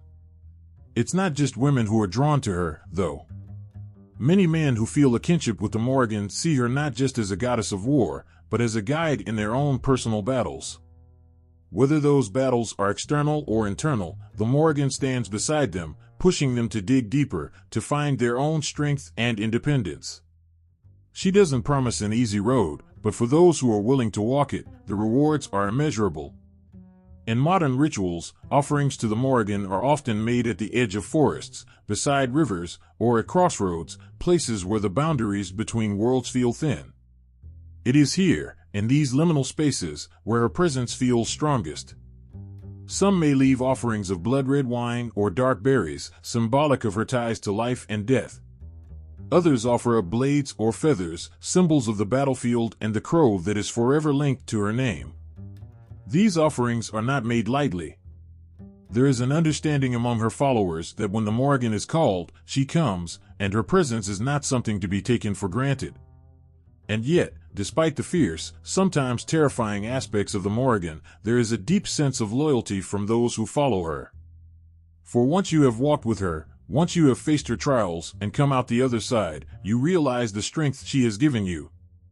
It's not always an easy relationship, but it's one built on respect, on the understanding that the Morrigan sees potential in you, even when you don't see it yourself. She pushes her followers to become the best versions of themselves, not through kindness or soft words, but through the fire of challenge and transformation. In the world of modern neopaganism and Wicca, where many seek connection to the old gods and the power of nature, the Morrigan stands as a reminder of the fiercer aspects of that connection. She teaches that life is a battle, but one worth fighting. And for those who choose to walk her path, who hear her call in the wind and feel her presence in the shadows, there is no turning back. The Morrigan transforms you, and once you have felt her power, you are never the same. In the heart of every ancient battlefield, you could feel the presence of something greater, a force, a power guiding the hands of warriors, whispering to their hearts. The Morrigan, fierce and untamed, stood among them, her presence echoing through the chaos of war. But she was not alone. In distant lands, other goddesses of war watched over their chosen people, guiding them with different shades of power and purpose. Each one, a symbol of strength, wisdom, or fury, carried her own legend. Athena, the goddess of war and wisdom, was unlike the Morrigan. Where the Morrigan thrived in the rawness of battle, reveling in the bloodshed and the terror of war, Athena was the strategist, the planner. She stood tall over the battlefields of Greece, not as a bringer of chaos, but as a protector of justice and order. Her shield gleamed with the image of Medusa, a warning to enemies that wisdom and power would prevail. Athena taught her warriors to fight not just with strength, but with their minds. While the Morrigan would soar as a crow over the battlefield, feeding on the fear and death below, Athena would stand in quiet contemplation, guiding her chosen with precision and calm. Yet, both goddesses held the same fierce resolve. They were protectors of their people, feared and respected, but where one reveled in the chaos, the other sought control over it. In the north, Freya, the Norse goddess, watched over her warriors too. But her domain was not just war, it was love, beauty, and death. Freya was as much a bringer of life as she was of destruction. On the battlefield, she would choose half of the slain to come to her in Folkvanger, her great hall, while the other half went to Odin in Valhalla. Freya's warriors were not just the battle-hardened, they were the ones she loved, the ones she wanted by her side in death. The Morrigan, on the other hand, had no such soft touch. She took what was hers with brutal certainty. Freya's role in battle was complex, a balance of life and death, love and war, but the Morrigan existed only in the darkness of war's chaos. While Freya mourned her fallen, the Morrigan reveled in the blood spilled, for it was through death that she found her power. Even further to the east, Kali danced her wild, fearsome dance of destruction. Like the Morrigan, Kali was a goddess of war, of death, but also of transformation. With her many arms, weapons flashing in each hand, she moved through battle like a storm, unstoppable and terrifying. Her worshippers saw her not just as a destroyer, but as a force of rebirth. She destroyed to create, to bring about something new. There was a certain echo of the Morrigan in Kali's nature, a shared love for the raw power of battle and bloodshed. But while the Morrigan's power came from the battlefield, Kali's power was universal. She was the force that brought death to the universe itself, consuming everything in her path to make way for the new. Yet, both deities showed that destruction was not an end, but a beginning. It was through death that new life could emerge. In Rome, Bellona, the goddess of war, walked with a fierce, unyielding energy. She was a goddess who demanded blood and sacrifice, much like the Morrigan, but her influence was more rigid, more disciplined. Roman soldiers called upon her before battle, not just for victory but for the pure fury that came with the fight. Bellona was the rage within the Roman legions, the fire that drove them forward, much like the Morrigan was for the warriors of ancient Ireland. But where Bellona was called upon in ritual and ceremony, the Morrigan was always there, lurking in the shadows of battle, her presence felt in the very air. Sekhmet, the lioness goddess of Egypt, shared a primal, ferocious bond with war and death. With the power of the sun burning within her, she unleashed destruction upon those who defied her. Like the Morrigan, Sekhmet was both feared and revered. She brought plague, famine, and devastation, her rage knowing no bounds. Yet, even in her fury, Sekhmet had the power to heal, to protect. She could destroy with one hand and bring life with the other. The Morrigan, though, was more singular in her purpose, death, war, and prophecy. While Sekhmet's duality allowed her followers to see both the fierce and the protective, the Morrigan's presence was always more ominous, a reminder that war and death were inescapable forces of nature. There is something haunting in the way each of these goddesses weaves through the stories of their people. They are not simply beings to be worshipped, they embody the very essence of war, the force that drives nations to rise and fall. Yet, none does it quite like the Morrigan. Her relationship with war is so personal, so intimate. She is not just a guide or protector of warriors, she is part of the battle itself. The bloodshed feeds her, the cries of the dying sing to her. Where other goddesses might offer hope, a way out, the Morrigan drags her followers into the heart of the storm, leaving them to either rise through the chaos or fall beneath it. Her kinship with these other goddesses does not lessen her own power. Instead, it highlights the many faces of war across the ancient world. War is not one thing, it is fury, strategy, love, death, rebirth. In each of these goddesses, we see different aspects of that power, but in the Morrigan, we see the rawness, the unfiltered truth of what war really is. There is no escaping it, no softening of the edges. The Morrigan shows her followers the battlefield not as a place of glory, but as a place of reckoning, where the only way forward is through blood and bone. Each goddess, in her own way, reminds us that war is an integral part of life, something that cannot be ignored or hidden away. But it is the Morrigan who most embodies the truth that war and death are not just events, they are forces of nature, as wild and untamed as the storm, as eternal as the crow's call over a field of the fallen. And in that truth lies the Morrigan's power, undeniable, inescapable, and forever entwined with the fate of those who call upon her. There's a fire that burns deep in the heart of every woman, a flame that refuses to be extinguished. It's ancient, untamable, and relentless. It's the same fire that once flickered in the eyes of the Morrigan, the Celtic goddess who embodied strength, independence, and the raw power of femininity. Today, that flame lives on, and though centuries have passed, her spirit continues to shape the way women stand tall in the face of oppression, injustice, and fear. She has become a symbol not just of war and prophecy, but of what it means to be fierce and unapologetically strong. In the modern world, where feminism fights for equality, the Morrigan's influence pulses like a heartbeat. Her defiance against the forces that try to suppress her resonates with women who refuse to be silenced. The Morrigan stood for more than battle. She stood for power in its most authentic form, power that does not bend, does not yield, but instead grows stronger in adversity. There is something raw and undeniable about the Morrigan's strength that echoes in modern feminism. Women today, much like the warriors who called upon her in ancient times, carry their battles within them. Whether in boardrooms, on streets, or within the halls of government, they fight. And in every fight, there's an echo of the Morrigan, reminding them that power is theirs by right, not something to be begged for, but something to be claimed. Her essence is felt in every woman who refuses to be diminished by the roles society tries to impose. She represents the defiance in standing up for oneself, the courage to demand a seat at the table, and the sheer will to keep fighting, even when the odds are stacked against you. She did not ask for permission, and neither do the women who draw from her strength today. When we think about the Morrigan's role in shaping modern feminism, it's more than just her image as a warrior goddess. It's the way she embodies the very heart of resistance. In her, women see the embodiment of transformation. She was not just a goddess of battlefields, but of prophecy. She foresaw the future and shaped it.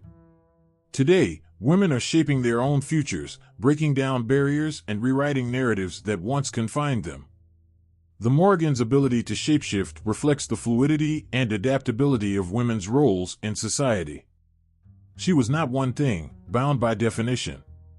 She was many things, a warrior, a prophetess, a crow that soared over battlefields. In modern feminism, women reject the notion that they can only be one thing. They are warriors and nurturers, leaders and caregivers, dreamers and doers. The Morrigan spirit moves through these roles, whispering that there is power in being everything the world says you cannot be. The fire that burns in modern feminism is a fire that has been kindled by centuries of women who came before, but it's the Morrigan's flame that has kept it burning through the darkest of times. Her spirit calls on women to embrace their strength, to stand tall in their power, and to never let anyone make them feel small. It's the Morrigan's voice that says, "You are more than they will ever understand."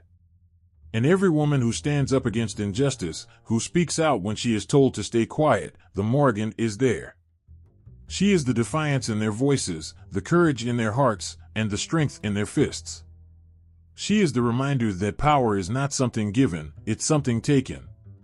And women today are taking their power back, just as the Morrigan did in every battle she fought. There is a sacred rage in the Morrigan that resonates deeply with women today. It's not an uncontrolled anger, but a fierce and focused determination to change the world. This rage is not destructive, but transformative. It's the fire that burns through injustice and inequality, carving a path for something new, something better. In her, women find the permission to be angry, to be fierce, and to be relentless in the pursuit of what is right. In the quiet moments, when the world feels heavy and the fight seems impossible, the Morrigan's presence is there too. She reminds women that they are never alone in their struggles. They are part of something much bigger, an ancient lineage of strength that stretches back to the very beginning. The Morrigan stood with the warriors who faced insurmountable odds, and she stands with women today as they continue to push forward. Her influence can be felt in every movement for women's rights, in every protest that shouts for equality, and in every step toward breaking down the barriers that hold women back. The Morrigan's fire burns through the heart of feminism, igniting passion, strength, and a refusal to ever settle for less. She is the spirit that calls women to arms, not with swords and shields, but with their voices, their minds, and their hearts. The Morrigan reminds women that they are warriors in their own right, that their battles are no less important than the ones fought on ancient battlefields. Every act of resistance, every step toward justice, is a battle worth fighting. The Morrigan's influence on modern feminism is not just a connection to an ancient past, it is a living, breathing force that continues to shape the future. In her, women find the courage to be unapologetically themselves, to demand more, to fight harder, and to never back down. The Morrigan's flame burns in every woman who knows that her power is her own and that she has the right to wield it however she chooses. The fire of the Morrigan lives on. It burns in the hearts of women everywhere, in their battles for equality, for justice, for a world where they are seen, heard, and respected. It is a fire that will never be extinguished, for as long as there are women who fight, there will always be the Morrigan standing with them, her spirit guiding them through every battle they face. In stories and legends whispered through time, the Morrigan's presence is impossible to ignore. Her essence, fierce and shadowed, has woven itself into literature and pop culture, bringing with it a reminder of power, mystery, and transformation. There's something hauntingly beautiful about how she lingers in the minds of creators, authors, and artists, becoming a muse that captures both fear and fascination. The Morrigan, in her many forms, slips into the pages of novels, the lyrics of songs, and the images on screens, not as a forgotten relic but as a symbol of something primal and raw. Her influence is like the wind, silent but powerful, touching the hearts of those who seek to understand the darkness and strength she represents. She is not just a character in these works, she is the force that shapes them, the beating heart beneath the surface. In modern literature, the Morrigan often appears as a figure of both terror and seduction. She is the embodiment of the unknown, the power that lies just beyond reach. Writers invoke her to challenge their characters, to make them face the parts of themselves they fear the most. In fantasy novels, she becomes the goddess who demands blood and sacrifice, the one who watches over battles, ready to claim the souls of the fallen. Yet, even in this terrifying role, there is something magnetic about her. She is not just death, she is transformation, a reminder that from destruction comes new life. But the Morrigan is not confined to the realm of fantasy. She appears in more grounded works too, her image adapted to fit modern struggles and realities. In contemporary fiction, she might emerge as a woman battling her own demons, a representation of the fight for control in a world that seeks to stifle her voice. Authors have molded her into a symbol of resistance, a beacon of the fierce, unyielding spirit that refuses to bow to oppression. She becomes a guide for those who struggle, whispering that there is strength in the fight, that power can be found in even the darkest places. In pop culture, the Morrigan takes on many faces. She appears in television shows and movies, sometimes as a literal goddess, other times as a more subtle influence, a character who embodies her spirit without directly bearing her name. Her role often ties back to the same themes of war, fate, and prophecy. She is the one who sees what others cannot, the one who knows the truth even when it is hidden from everyone else. Her presence creates an atmosphere of suspense, a sense that something larger and more powerful is at play, something that cannot be easily understood or controlled. In these portrayals, the Morrigan often stands at the edge of the story, guiding events with a quiet yet unstoppable force. Whether it's a character who channels her energy or a plot that mirrors her themes, her influence is undeniable. The creators of these stories, knowingly or unknowingly, call upon her to stir emotions and heighten tension. She taps into something primal, something that stirs the soul and makes the audience feel the weight of the unknown. Even in music, the Morrigan finds her place. Artists and musicians use her as a symbol of rebellion and power. Her name is whispered in lyrics that speak of war, of standing on the brink, of staring into the face of death and finding strength in the chaos. She becomes a muse for those who write about overcoming struggle, about embracing the darkness rather than running from it. In these songs, the Morrigan is a reminder that to fight is to live, and that there is no shame in drawing power from one's own inner fury. The visual arts, too, have captured the Morrigan's essence. She is depicted in paintings and sculptures, often as a crow or raven, her animal form symbolizing the connection between life and death, fate and the inevitable end. Artists render her with wings spread wide, perched above battlefields, or watching over scenes of destruction. Yet, even in these dark depictions, there is a sense of majesty about her, a reminder that death is not the end, but merely a passage. In these images, the Morrigan's eyes often hold the viewer captive. There's something otherworldly about them, a look that pierces through the veil between worlds, making it clear that she sees more than the physical. She is a goddess of prophecy, after all, and those who look upon her feel the weight of what is to come. Artists capture this in their work, infusing her likeness with an air of mystery and inevitability. In both literature and pop culture, the Morrigan serves as a bridge between the ancient and the modern. She brings with her the weight of history, but also the relevance of today's struggles. She is a reminder that the fight for power, for identity, and for survival is timeless. Whether on a battlefield in ancient Ireland or in the pages of a modern novel, her spirit is the same. She calls out to those who are willing to listen, to those who are ready to embrace their own strength, no matter the cost. The Morrigan's influence in pop culture is not just about how often she appears, but about how she makes us feel. There's a part of her that stirs something deep within us, a recognition of the power she holds, and the power we hold, too. She is not just a figure from the past, but a reminder of what it means to stand tall in the face of darkness.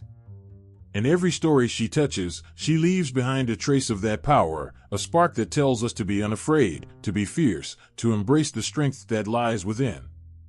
In the end, the Morrigan's role in literature and pop culture is more than just an influence, it is a testament to the enduring nature of her power. She continues to inspire, to challenge, and to remind us that strength is not something we are given, but something we claim for ourselves. And as long as her spirit lingers in the stories we tell, that strength will never fade. Beneath the soil of ancient lands, whispers of the past lie waiting. Centuries ago, the Morrigan walked in shadow and power, her influence felt in every step, every breath of wind over the battleground she watched. Now, through archaeological discoveries, fragments of her story rise to the surface, like ghosts that refuse to be forgotten. The land itself seems to hold memories of her, offering up pieces of bone, iron, and stone, as if wanting to remind the world that the Morrigan's presence was more than just myth, it was real. In the quiet moments of an excavation, when the earth yields something unexpected, there is a sense of awe. Imagine being the one who brushes aside layers of dirt to reveal a long-buried relic, something crafted by hands that once believed in her. Perhaps it's an amulet, a small piece of metal shaped into a raven's form, its edges worn by time but still unmistakable. The raven, her sacred bird, a symbol of death and transformation, watches from across the centuries, its cold gaze unyielding. Whoever owned this charm likely sought her protection in life, hoping the Morrigan would guard their soul in death. Weapons, too, have emerged from the earth, blades and spearheads once carried into battle under the Morrigan's watchful eye. Rust may have claimed their sharpness, but the purpose remains clear. These were not just tools of war, but offerings to the goddess of death and destruction. Warriors would have prayed to her before they marched into combat, asking for strength, for victory, and for their enemies to fall under her wings. The cold metal in the archaeologist's hands is a reminder of the blood once spilled in her name, each weapon a piece of a forgotten prayer. Burial sites uncovered in Ireland have also offered glimpses of her influence. Bodies laid to rest with reverence, surrounded by objects meant to guide them in the afterlife. Some graves contain the remains of warriors, their bones telling stories of violent deaths, injuries from battles fought long ago. In their final moments, perhaps they look to the sky, hoping to see her raven form soaring above, waiting to carry them away. Their graves, rich with artifacts, show how deeply the Morrigan's presence was embedded in the rituals of death and burial. Even in the quiet stillness of the tomb, her shadow lingers. Ancient altars have been found, places where rituals were performed in her honor. Carved from stone, these altars bear symbols of the Morrigan's power, ravens, spirals, and knots that speak of the connection between life and death, fate and choice. Here, in these sacred spaces, blood was spilled, sacrifices made to ensure her favor. The very ground beneath these altars would have soaked up the offerings, absorbing the prayers and hopes of those who believed in her dominion over life and death. Now, standing in these spaces, one can almost feel the weight of those rituals, the air thick with the energy of devotion. One of the most haunting discoveries related to the Morrigan is the presence of ceremonial masks, found in burial sites and ancient shrines. These masks, crafted to represent her many faces, maiden, mother, crone, would have been worn by priests or priestesses during rituals.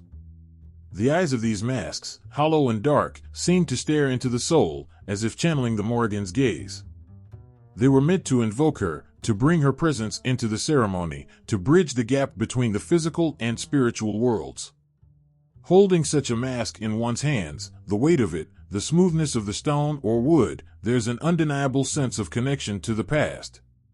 The person who wore it believed they were embodying the goddess, that through them, the Morrigan moved and spoke. Ritual objects, too, have been uncovered, chalices, daggers, and bowls, each one crafted with care and purpose. These were tools used in ceremonies dedicated to the Morrigan, each piece a testament to the reverence she commanded. To touch these objects is to feel the weight of history, the energy of those who once held them. The people who used these objects believed in the Morrigan's power, believed that through these rituals, they could communicate with her, could ask for her guidance, her protection, or her wrath. The landscapes where these discoveries have been made are often as telling as the artifacts themselves. Hilltops, riversides, and forests, places where the natural world seems to merge with the spiritual. These were the places the Morrigan was said to appear, her presence felt in the rustling of the leaves, the call of the raven, the rush of the water. Standing in these places, one can almost feel her still watching, her eyes on the horizon, ever vigilant, ever present. In some cases, the earth has given up offerings that were meant only for her, animal bones, burnt remnants of ritual fires, and broken weapons left at her feet. These offerings speak of a time when people believed that by giving to her, they could win her favor. These remnants, though small and scattered, are powerful reminders of the Morrigan's place in the hearts of those who worshipped her. She was more than just a goddess, she was a force of nature, a guide in life and death, and the people of ancient Ireland gave of themselves to honor her. These archaeological finds, though fragmented and often shrouded in mystery, bring the Morrigan's world to life in a way that no myth or story ever could. Each object, each piece of the past unearthed, is a tangible connection to her, to the people who worshipped her, and to the rituals that kept her close. It's as if the Morrigan herself is speaking through these discoveries, reminding the world that she is not gone, not forgotten. The earth holds her memory, and with each new find, she rises again, her power undeniable, her presence eternal. In a world that often seeks to silence the voices of the strong and the fierce, the Morrigan stands as a beacon of empowerment. She embodies the spirit of resistance, a figure who refuses to be tamed or contained. The very essence of her being echoes the struggles of those who fight against oppression, those who rise against the odds, and those who reclaim their power in a world that tries to diminish them. Her wings, black as night, remind us that strength can arise from the shadows. From the ancient tales of warriors who called upon her in battle, to the modern interpretations of her fierce spirit, the Morrigan's presence is a rallying cry for those who seek justice and equality. She represents the woman who stands firm in her beliefs, unyielding in the face of adversity. When battles were fought, both on the fields and in the hearts of men and women, she was there, whispering courage into the ears of the brave. To see her as a symbol of empowerment is to recognize the strength that lies within each of us, waiting to be unleashed. Her legend tells of a goddess who could transform into a raven, a creature that soars high above the ground, unbound by earthly limitations. This ability to shift shapes speaks to the power of adaptability, of finding strength in change. Just as the Morrigan morphs from a warrior to a wise woman, so too can we embrace our various roles and identities. Each transformation is a testament to our resilience, a reminder that we are not defined by a single moment or circumstance. The Morrigan was not just a goddess of war, she was also a goddess of fate, a protector of those who dared to fight for what they believed in. In the darkest hours, when hope seemed lost, she stood as a guardian. Her fierce loyalty to those she chose to protect imbues her with a sense of sisterhood and solidarity. It is this connection that resonates with those who feel marginalized, who are fighting against the tides of injustice. When we stand together, when we draw upon the strength of our ancestors and the spirit of the Morrigan, we become a formidable force. In modern times, the Morrigan story has been reclaimed by women and marginalized communities as a source of inspiration. She symbolizes the fierce, unapologetic woman who challenges societal norms, defies expectations, and refuses to be silenced. In a world that often tells us to be quiet, to fit into boxes, her voice rings loud and clear, reminding us that it is not only acceptable to be strong but essential. Her figure graces banners at protests, her name is chanted in the fight for equality, and her spirit fuels the hearts of those who are seeking change. When one reflects on the essence of the Morrigan, it becomes clear that she is not simply a figure of the past, but a powerful force in the present. She inspires countless individuals to rise against oppression, to speak their truths, and to take back their narratives. In every person who fights against injustice, there is a piece of the Morrigan, a piece that embodies defiance and strength. The stories of women like the Morrigan remind us that we are never alone in our struggles, we carry the strength of those who came before us. The Morrigan's connection to the battlefield is also a reminder of the battles fought within. Each individual faces their own struggles, their own fears and doubts. Her presence encourages us to confront these inner demons with the same ferocity that warriors faced their foes. To stand tall in the face of adversity, to fight for oneself and for others, is an act of resistance in itself. The Morrigan teaches us that empowerment begins within, that we must first believe in our own strength before we can rise up against the challenges that seek to hold us back. Her multifaceted nature as both a nurturing figure and a fierce warrior reflects the complexity of womanhood and the human experience.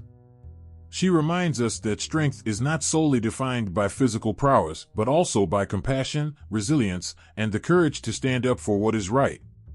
The Morrigan encourages us to embrace all aspects of ourselves, to acknowledge our fears, and to rise above them. In doing so, we can create a world where empowerment is not just an ideal but a reality. Her story resonates deeply in cultures worldwide. As women and marginalized communities continue to fight for their voices to be heard, the Morrigan serves as a potent reminder that their struggles are part of a larger tapestry of resistance. Each call to action, each moment of courage, is woven together by a shared spirit that refuses to back down. In honoring the Morrigan, we honor the battles fought by countless individuals who came before us and those who will come after us. Her legacy teaches us that empowerment is not just a solitary journey. It is collective. It thrives in the unity of those who share a vision of a better world. When we lift each other up, when we support one another, we amplify our voices and our strength. The Morrigan embodies this unity, her presence a reminder that we are stronger together. In her, we find the embodiment of resistance, the heart of empowerment, and the soul of a relentless spirit. As we face our own battles in life, whether they be personal or societal, the Morrigan's fierce energy surrounds us. She calls us to rise, to reclaim our stories, and to empower ourselves and each other. In every act of resistance, we channel her spirit, honoring the legacy of a goddess who represents the strength of the human spirit. The Morrigan is not just a part of our history, she lives within us, pushing us to embrace our power and to fight for our rights with unwavering determination. In the quiet moments before dawn, when the world is still wrapped in shadows, the spirit of the Morrigan stirs. Her presence is felt in the whispers of the wind, a reminder that battle is not just a physical confrontation, but also a struggle of the spirit. As soldiers prepare for the fight ahead, they often invoke her name, seeking her fierce protection and guidance. The Morrigan embodies the very essence of warfare, a powerful symbol that transcends time, resonating deeply even in modern conflict. In today's world, the metaphors surrounding warfare have shifted, yet the heart of the struggle remains the same. The Morrigan's image transforms, adapting to the needs of a society grappling with complex conflicts that often blur the lines between right and wrong. She becomes a representation of those who fight against overwhelming odds, the courage found in every heart that dares to stand firm against tyranny and injustice. In her, we find the strength to face the battles that rage within and around us. Modern warfare is no longer confined to the traditional battlefield, it has expanded into realms of ideology and morality. The Morrigan resonates with this shift, symbolizing the fight not just against physical foes, but also against the deeper battles of our time. Each metaphor associated with her speaks to a larger struggle, the battle for justice, equality, and truth. In every person who stands up for what they believe in, the Morrigan lives on, echoing their resolve and determination. Her presence is felt in the hearts of activists and advocates, those who take up arms, not of steel, but of words, ideas, and hope. In a world where dialogue can sometimes feel like a battlefield, the Morrigan serves as a reminder that every voice matters, every act of courage counts. She inspires individuals to wield their passions like weapons, to fight for their rights and the rights of others. Just as warriors once charged into battle with her blessing, so too do modern-day warriors of change step forward, fueled by her spirit. The Morrigan's dual nature, both nurturing and fierce, mirrors the complexities of today's conflicts. She teaches us that battles are not always fought with swords, sometimes they require the strength to endure hardship and the courage to challenge societal norms. As her story unfolds, it reminds us that vulnerability can coexist with strength, that one can be both a protector and a fierce warrior. In the struggle for equality and justice, individuals find the balance between fighting for themselves and uplifting others. In the heart of cities, where protests roar like the battlefield of old, the Morrigan's essence can be felt in the chants and cries for justice. Her spirit guides the courageous souls who march for change, urging them to remain steadfast in their convictions. Each voice raised in defiance echoes the battle cries of the past, a connection to those who have fought before us. In this modern war for justice, her influence becomes a powerful metaphor, inspiring a generation to confront oppression with unwavering resolve. As conflicts arise, be they personal or political, the Morrigan reminds us that every battle has its cost. The sacrifices made in the name of justice and freedom often echo the stories of fallen warriors. Each name remembered, each life lost, adds weight to the ongoing struggle. In honoring these sacrifices, we find motivation to keep pushing forward. The Morrigan spirit becomes a call to remember the importance of standing for what is right, even when the odds seem insurmountable. With the rise of technology, warfare has transformed. The battlefield now includes cyberspace, where battles are fought not with guns, but with information and misinformation. In this new arena, the Morrigan embodies the vigilance required to discern truth from lies. Her essence fuels the desire to protect the innocent from the unseen dangers of a digital world. As individuals work tirelessly to combat injustice and misinformation online, they carry with them the spirit of the Morrigan, a reminder that the fight for truth is as critical as any battle fought on the ground. The Morrigan also teaches us that battles can be won in unexpected ways. Sometimes, the strongest weapon is not aggression, but empathy. Understanding our opponent's perspective can lead to a deeper resolution, a chance to find common ground. In the modern struggle for peace, her presence serves as a reminder that compassion can be as powerful as the sharpest sword. In every act of kindness, every moment of connection, we continue the fight against division and hatred. As individuals navigate their personal battles, the Morrigan stands beside them, embodying the strength they need to persevere. Her fierce energy becomes a source of empowerment, encouraging them to take a stand against the forces that seek to oppress them. Whether facing the chaos of life, societal expectations, or the weight of injustice, the Morrigan spirit reminds us that we are not alone in our struggles. Each time we rise up, we honor her legacy and continue the fight for a better world. In every corner of the globe, where injustice rears its head, the Morrigan spirit is there, rallying those who seek to make a difference. Her energy courses through the veins of every individual who refuses to back down, who stands tall in the face of adversity. With her as our guiding force, we can transform our fears into courage, our pain into power. Each act of defiance, each word of truth, adds to the tapestry of resistance, weaving together the stories of those who have fought and continue to fight. As the world changes, the Morrigan evolves, embodying the spirit of resilience and empowerment in modern warfare metaphors. Her legacy is not just a story from the past, it is a living testament to the strength of the human spirit.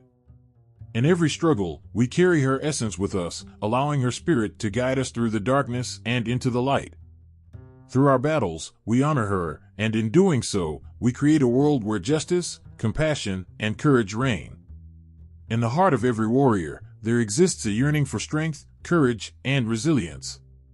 These qualities resonate with the image of a warrior goddess, a powerful figure embodying the fierce spirit of battle and the nurturing force of life.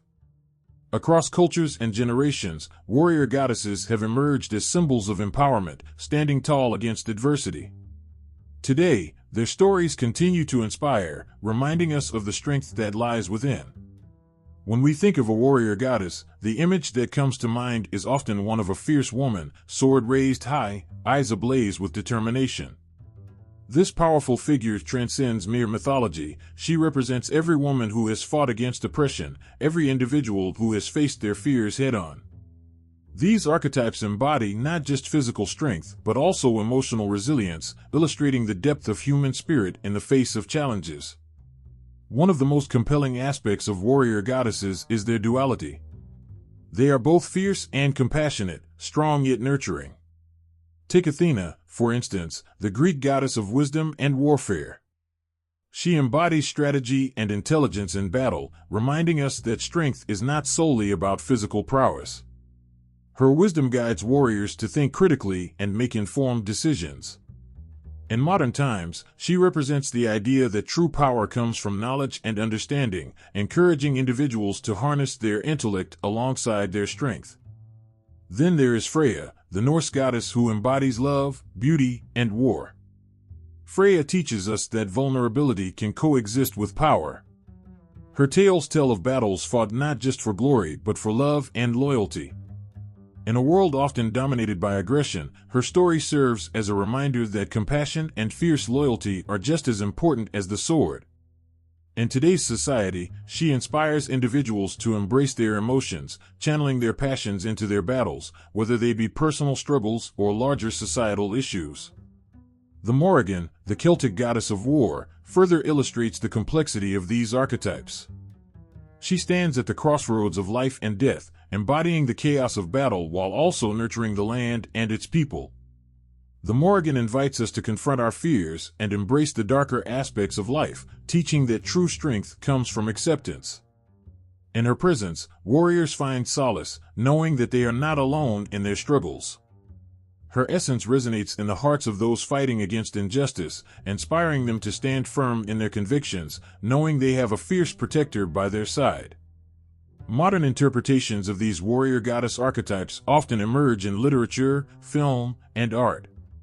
Women writers and creators breathe new life into these characters, making them relatable and relevant in today's context. They showcase the struggles of modern heroines, drawing parallels to ancient tales of bravery and resilience. These narratives highlight how the warrior goddess can adapt to contemporary challenges, inspiring a new generation of fighters to rise up against inequality, injustice, and oppression. In popular culture, characters like Wonder Woman and Katniss Everdeen echo the spirits of these ancient goddesses. They face overwhelming odds with unwavering courage, embodying the fight for justice and equality. Wonder Woman, with her lasso of truth and indomitable spirit, teaches us that love and compassion can coexist with strength. Katniss, with her fierce loyalty to her family and friends, represents the courage to fight for what is right, no matter the personal cost. Both figures resonate deeply with audiences, reminding us that the warrior goddess lives on, evolving to meet the challenges of modern life. The stories of these warrior goddesses provide hope and empowerment to individuals who may feel marginalized or powerless. Their tales remind us that the fight for justice is not just a battle for the strong, it is a collective effort that requires the strength of many. In every struggle, the spirit of the warrior goddess serves as a guiding light, illuminating the path forward, urging us to rise and stand firm against adversity. These archetypes also challenge societal norms and expectations. They push against the boundaries that seek to limit individuals based on gender, race, or background. In their narratives, we find the courage to defy stereotypes, to break free from the constraints placed upon us. The warrior goddess is a figure of rebellion, a symbol of defiance against those who seek to silence or control. She empowers individuals to own their narratives, to write their stories with strength and conviction.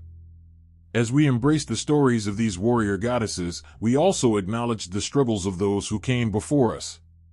Each tale is steeped in history, a testament to the resilience of women who fought against oppression in their own times. The echoes of their battles resonate through generations, inspiring new warriors to take up the mantle. In every protest, every stand for justice, their spirits are present, guiding and urging us forward. The warrior goddess archetype speaks to the essence of humanity, reminding us that within each of us lies the strength to fight for what is right. She encourages us to connect with our inner warriors, to stand tall in the face of adversity, and to embrace both our strength and vulnerability. In the stories of Athena, Freya, the Morrigan, and countless others, we find a reflection of our struggles, a reminder that we are part of a larger narrative that transcends time. Through their tales, we discover the power of resilience, the importance of compassion, and the strength found in unity. The warrior goddess continues to inspire individuals across the globe, her essence felt in every act of defiance, every voice raised in protest.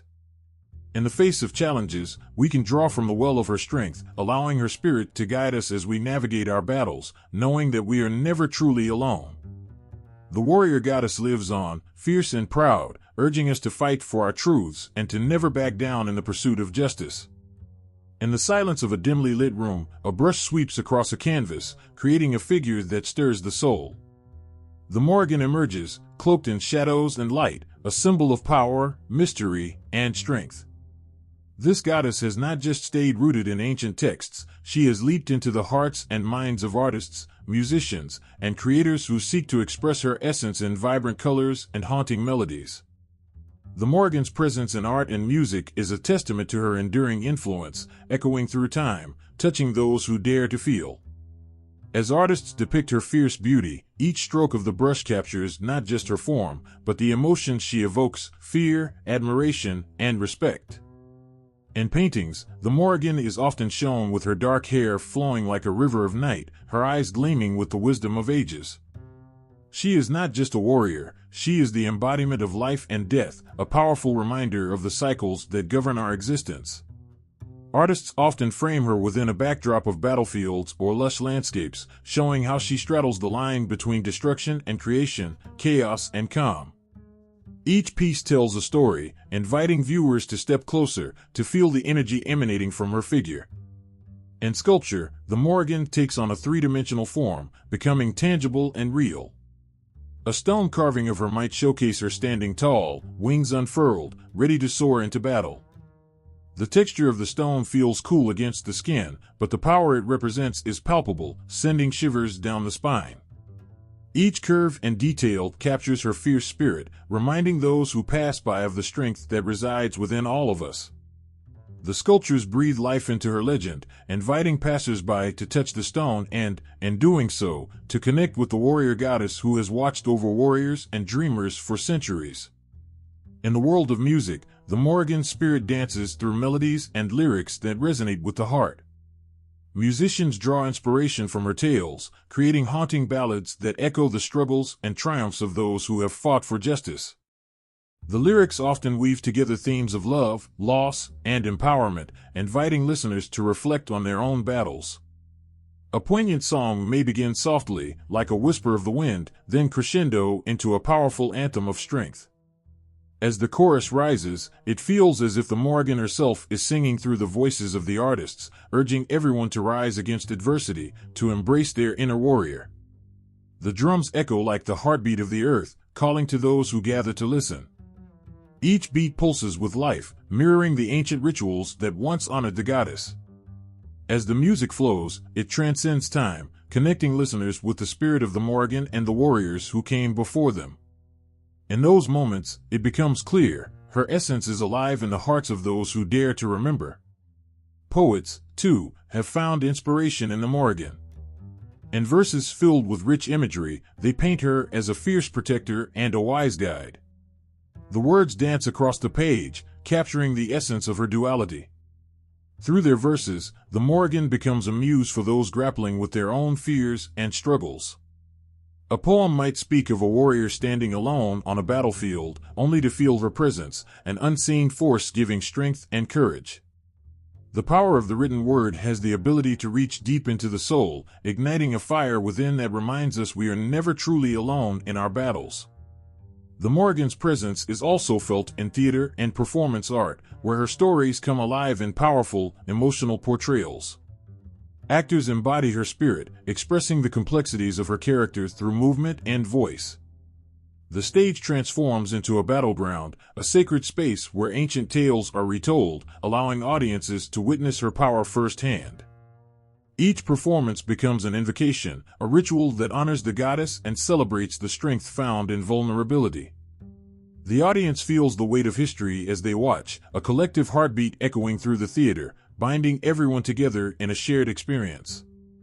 Even in contemporary digital art, the Morrigan finds a place. Creators use technology to craft striking visual representations, blending tradition with modernity. Through digital illustrations and animations, she is reimagined, adapting to new narratives while staying true to her roots. Each piece serves as a reminder that her influence continues to resonate, evolving with the times yet remaining steadfast in her core message: empowerment, strength, and resilience. The impact of the Morrigan extends beyond individual artists. She unites creators across various disciplines. Festivals celebrating her spirit bring together musicians, painters, dancers, and writers, creating a vibrant tapestry of expression. In these gatherings, the air buzzes with energy as artists share their interpretations of her essence. They find common ground in their admiration for the warrior goddess, channeling their creativity into a collective celebration of strength and beauty. In these moments, the Morrigan becomes a symbol of community, inspiring connection and collaboration among those who strive to honor her legacy. As the sun sets, casting a warm glow over the horizon, the stories of the Morrigan linger in the air. She embodies the warrior spirit that lives within us all, inspiring countless artists to share her message of empowerment and resilience. Through their creative expressions, her essence continues to thrive, reminding us that art and music can be powerful forces for change. The Morrigan calls to those who listen, urging them to embrace their inner strength and to rise up, no matter the odds.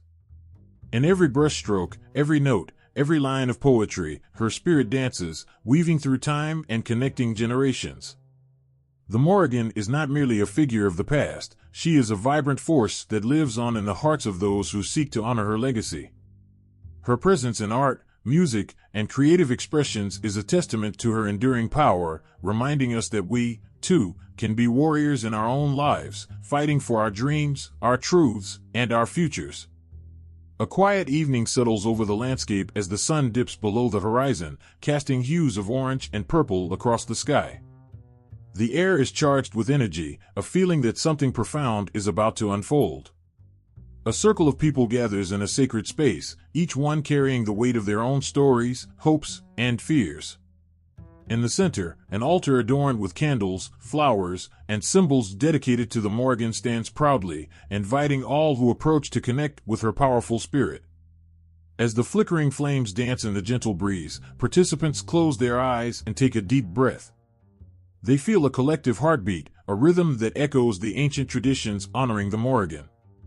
These rituals, steeped in history yet infused with personal meaning, offer a way to connect with the goddess who embodies strength, wisdom, and transformation.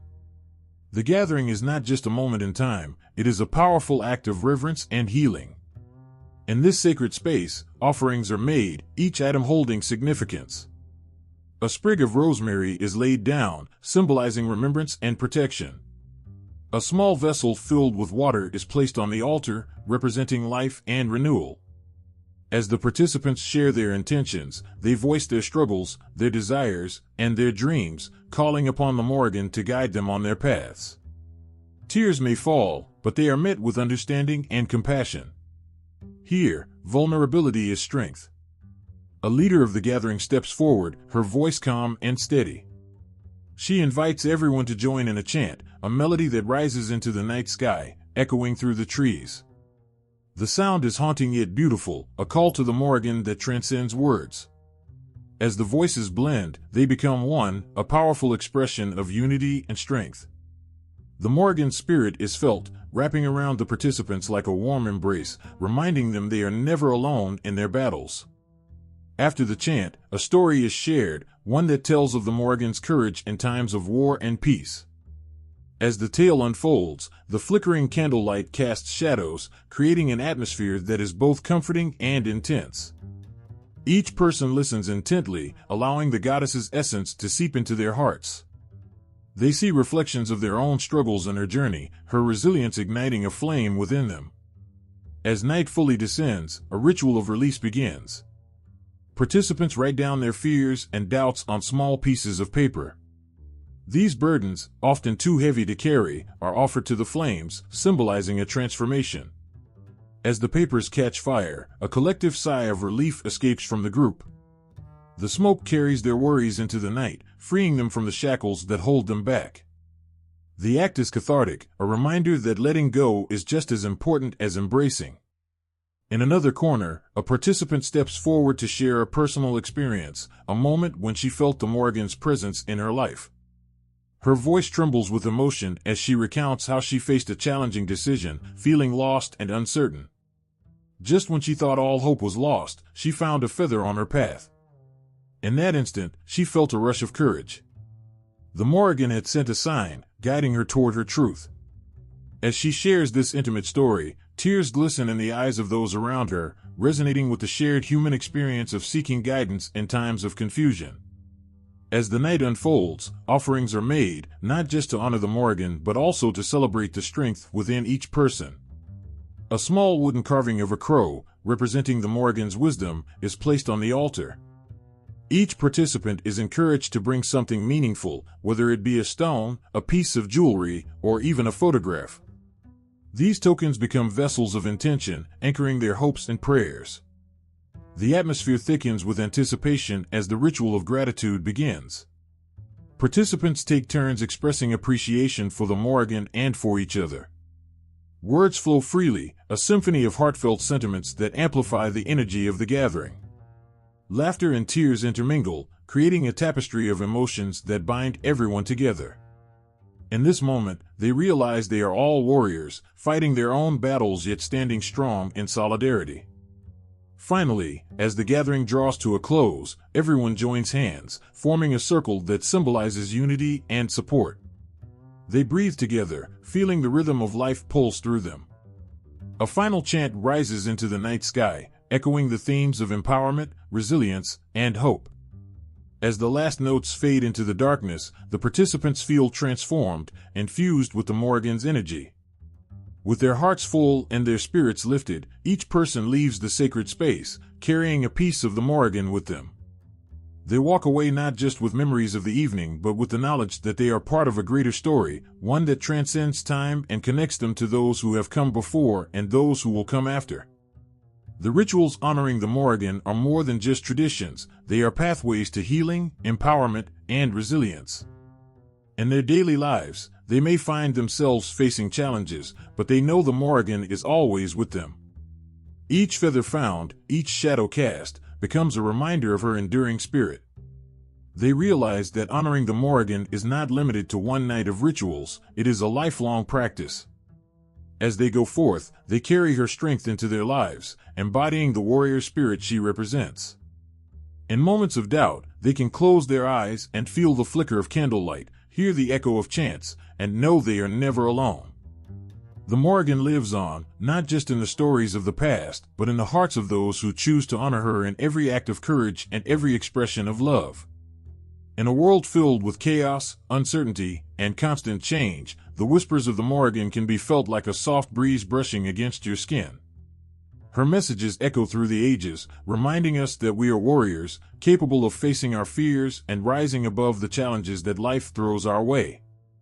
As the sun rises each day, illuminating the path ahead, her guidance becomes a beacon of hope for those willing to listen. People gather in small circles, sharing their stories, dreams, and struggles, all while seeking the wisdom of the Morrigan. Her presence is felt not just in ancient tales, but in the hearts of those who yearn for strength. She speaks to the modern warrior, urging individuals to embrace their power, stand firm in their beliefs, and not shy away from the battles that matter. In the midst of hardship, her voice resonates, reminding everyone that vulnerability is not a weakness but a source of strength. With her guidance, people learn that showing emotion, be it tears of sorrow or joy, connects them to their humanity. When someone dares to voice their pain, the room becomes charged with understanding and compassion. This shared experience forms a bond that is unbreakable, creating a network of support that nourishes the soul. The Morrigan teaches us about transformation. Change can feel daunting, like a storm that disrupts the calm. Yet, she reminds us that storms can also clear the air and make way for new beginnings. With each story shared, participants begin to recognize that their struggles are part of a larger narrative, a narrative that speaks of growth, resilience, and the beauty of change. In a world that often feels stagnant, her message is a gentle nudge to embrace the unknown and find beauty in the journey. As the group reflects on their lives, they realize that the Morrigan's wisdom extends beyond personal challenges. She calls for awareness of the world around them. In her spirit, they find inspiration to fight against injustice and advocate for those who cannot speak for themselves. They see the need to challenge the status quo, to rise against oppression, and to create a world where every voice is heard. This newfound determination sparks a fire within each individual, urging them to take action, no matter how small. Art, music, and stories become tools of resistance, expressing their shared vision of a better world. The Morrigan spirit flows through these creative outlets, encouraging them to channel their emotions into something powerful and impactful. Whether it's a song written in the quiet of the night or a painting that captures the essence of their struggle, each act of creation is a tribute to the goddess who empowers them to fight for justice. In their daily lives, individuals carry the Morrigan's messages as armor against the trials they face. They begin to understand that their challenges are not just personal but connected to a larger tapestry of struggles faced by many. When someone stands up for what they believe in, they channel the spirit of the Morrigan, who fought fiercely for the marginalized. This understanding creates a ripple effect, inspiring others to join in the fight for equality and compassion. The Morrigan teaches that every battle fought does not need to be won. What matters is the courage to fight it all. In a world that often feels overwhelming, her messages encourage individuals to break down their battles into smaller victories. It is about recognizing that even the tiniest acts of kindness and resilience have the power to change the course of someone's day, and perhaps, their life. Each time someone chooses to uplift another, they honor the Morrigan's legacy, spreading her wisdom further and wider. As darkness sometimes creeps into their hearts, the Morrigan reminds them to embrace the shadows, for they hold valuable lessons. In moments of despair, individuals learn that acknowledging their fears is the first step toward overcoming them. It is in these vulnerable moments that true strength is found. Sharing stories of pain becomes a cathartic release, binding the group together in a shared understanding of the human experience. Through the power of community, individuals come to realize they are never alone. The Morrigan stands beside them, guiding them through the darkest nights. The group becomes a tapestry of voices, each one vibrant and unique, yet interconnected.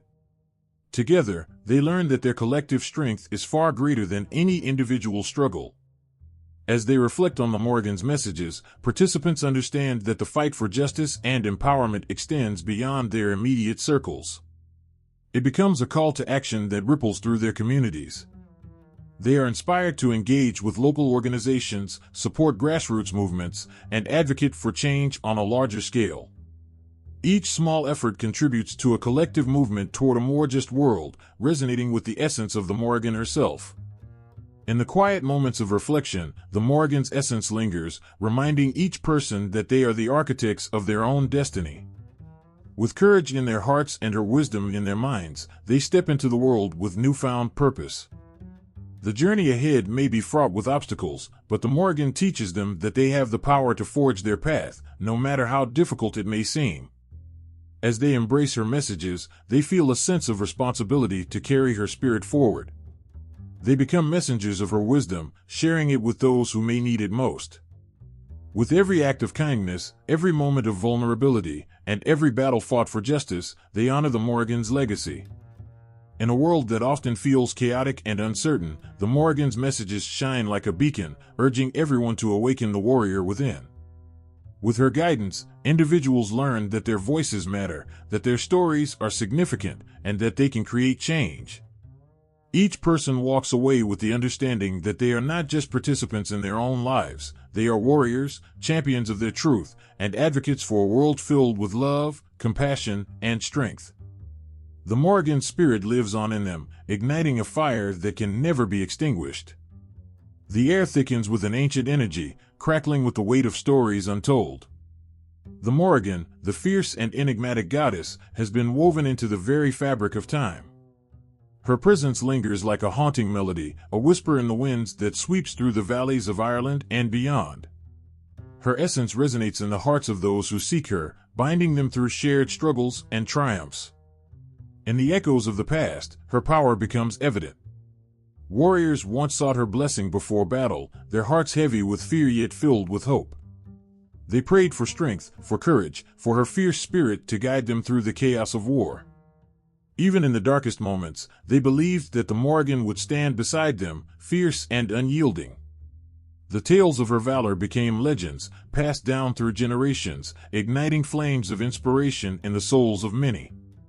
Her legacy continues to shape the lives of those who honor her. The Morrigan is not just a figure from ancient myths, she is a living force, a source of empowerment for countless individuals today. In moments of doubt, when the shadows loom large, her presence is felt as a warm embrace, urging people to rise against their fears. The struggles faced in modern life may differ from those of ancient warriors, but the fight for strength, justice, and identity remains the same. Her messages ripple through time, reminding people of their innate power. The Morrigan teaches that true strength comes not from never falling but from the courage to rise again after each fall. It is a lesson woven into the very essence of humanity, a reminder that vulnerability is a part of strength. In a world that often demands perfection, her whispers encourage acceptance of flaws and imperfections, celebrating the beautiful mosaic of human experience. Gatherings in her honor echo with laughter and tears, with stories shared around flickering flames. In these sacred spaces, people connect with one another and the Morrigan, feeling her presence wrap around them like a protective shroud. They light candles, offering their hopes and dreams, seeking guidance in their darkest hours. Through rituals, they honor the cycles of life and death, understanding that endings often lead to new beginnings. As the sun sets, casting long shadows, the energy shifts. The Morrigan's connection to the land is palpable. Every tree, every stone, every blade of grass seems to resonate with her essence. Nature becomes a canvas for her power. The rustling leaves speak her name, the flowing rivers carry her whispers. People pause, close their eyes, and feel her presence in the very heartbeat of the earth. This connection to nature becomes a grounding force, reminding everyone of their roots, their ancestors, and the ancient warriors who once walked the same soil. In the realm of creativity, the Morrigan finds a home. Artists, musicians, and writers draw inspiration from her spirit, crafting works that honor her legacy. Paintings depict her fierce gaze, while songs echo with the strength of her name. Each creation serves as a tribute, a testament to her eternal presence. In these expressions, the Morrigan lives on, reminding people that creativity is a form of resistance and healing. In the face of adversity, the Morrigan inspires action. She stirs the hearts of those who feel powerless, encouraging them to take a stand. Her spirit ignites a fire within, urging people to fight for what is right, to challenge injustice, and to speak out against oppression. The Morrigan embodies the idea that every individual has the capacity to be a warrior, not just on the battlefield but in everyday life. This warrior spirit transcends gender, culture, and time, uniting all who seek justice and truth. The Morrigan's influence extends beyond individual struggles, it weaves into the collective consciousness of society. The fight for equality, for justice, and for a world free from discrimination mirrors her essence. As movements rise, her spirit is present, guiding activists and warriors alike. The message is clear: the fight for a better world is ongoing, and the Morrigan stands with those who dare to challenge the status quo. As the night sky fills with stars, the Morrigan's eternal presence becomes more pronounced. Each star twinkles like a memory, a story waiting to be told. Those who have come before us, the warriors, the dreamers, the poets, find solace in the thought that they are never truly gone. Their spirits live on in the hearts of those who remember them, and in that remembrance, the Morrigan thrives. Every tear shed, every triumph celebrated, becomes part of a larger narrative, a narrative that the Morrigan guides with her fierce love and unwavering strength. In moments of despair, her voice rises like a storm, powerful and undeniable. It is a call to action, a reminder that every battle, no matter how small, is worth fighting. With each heartbeat, the Morrigan whispers promises of hope. The battles faced today are not fought alone. In solidarity, people come together, emboldened by her spirit, ready to face whatever comes next. They become vessels of her strength, carrying her messages into the world, spreading her wisdom to all who will listen. As dawn breaks, casting golden light upon the horizon, the Morrigan remains steadfast. Her spirit lives on, intertwining with the lives of those who honor her. In moments of joy, sorrow, courage, and defeat, her presence is felt, a reminder that they are all part of something greater.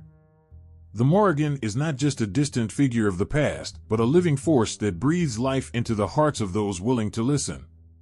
In this tapestry of existence, the Morrigan stands as a symbol of empowerment, resilience, and transformation. She teaches that the journey is as important as the destination. Each person carries her legacy within them, a flickering flame that will never extinguish. The Morrigan's eternal presence serves as a guiding light, illuminating the path forward, encouraging everyone to embrace their inner warrior and write their own stories into the fabric of time.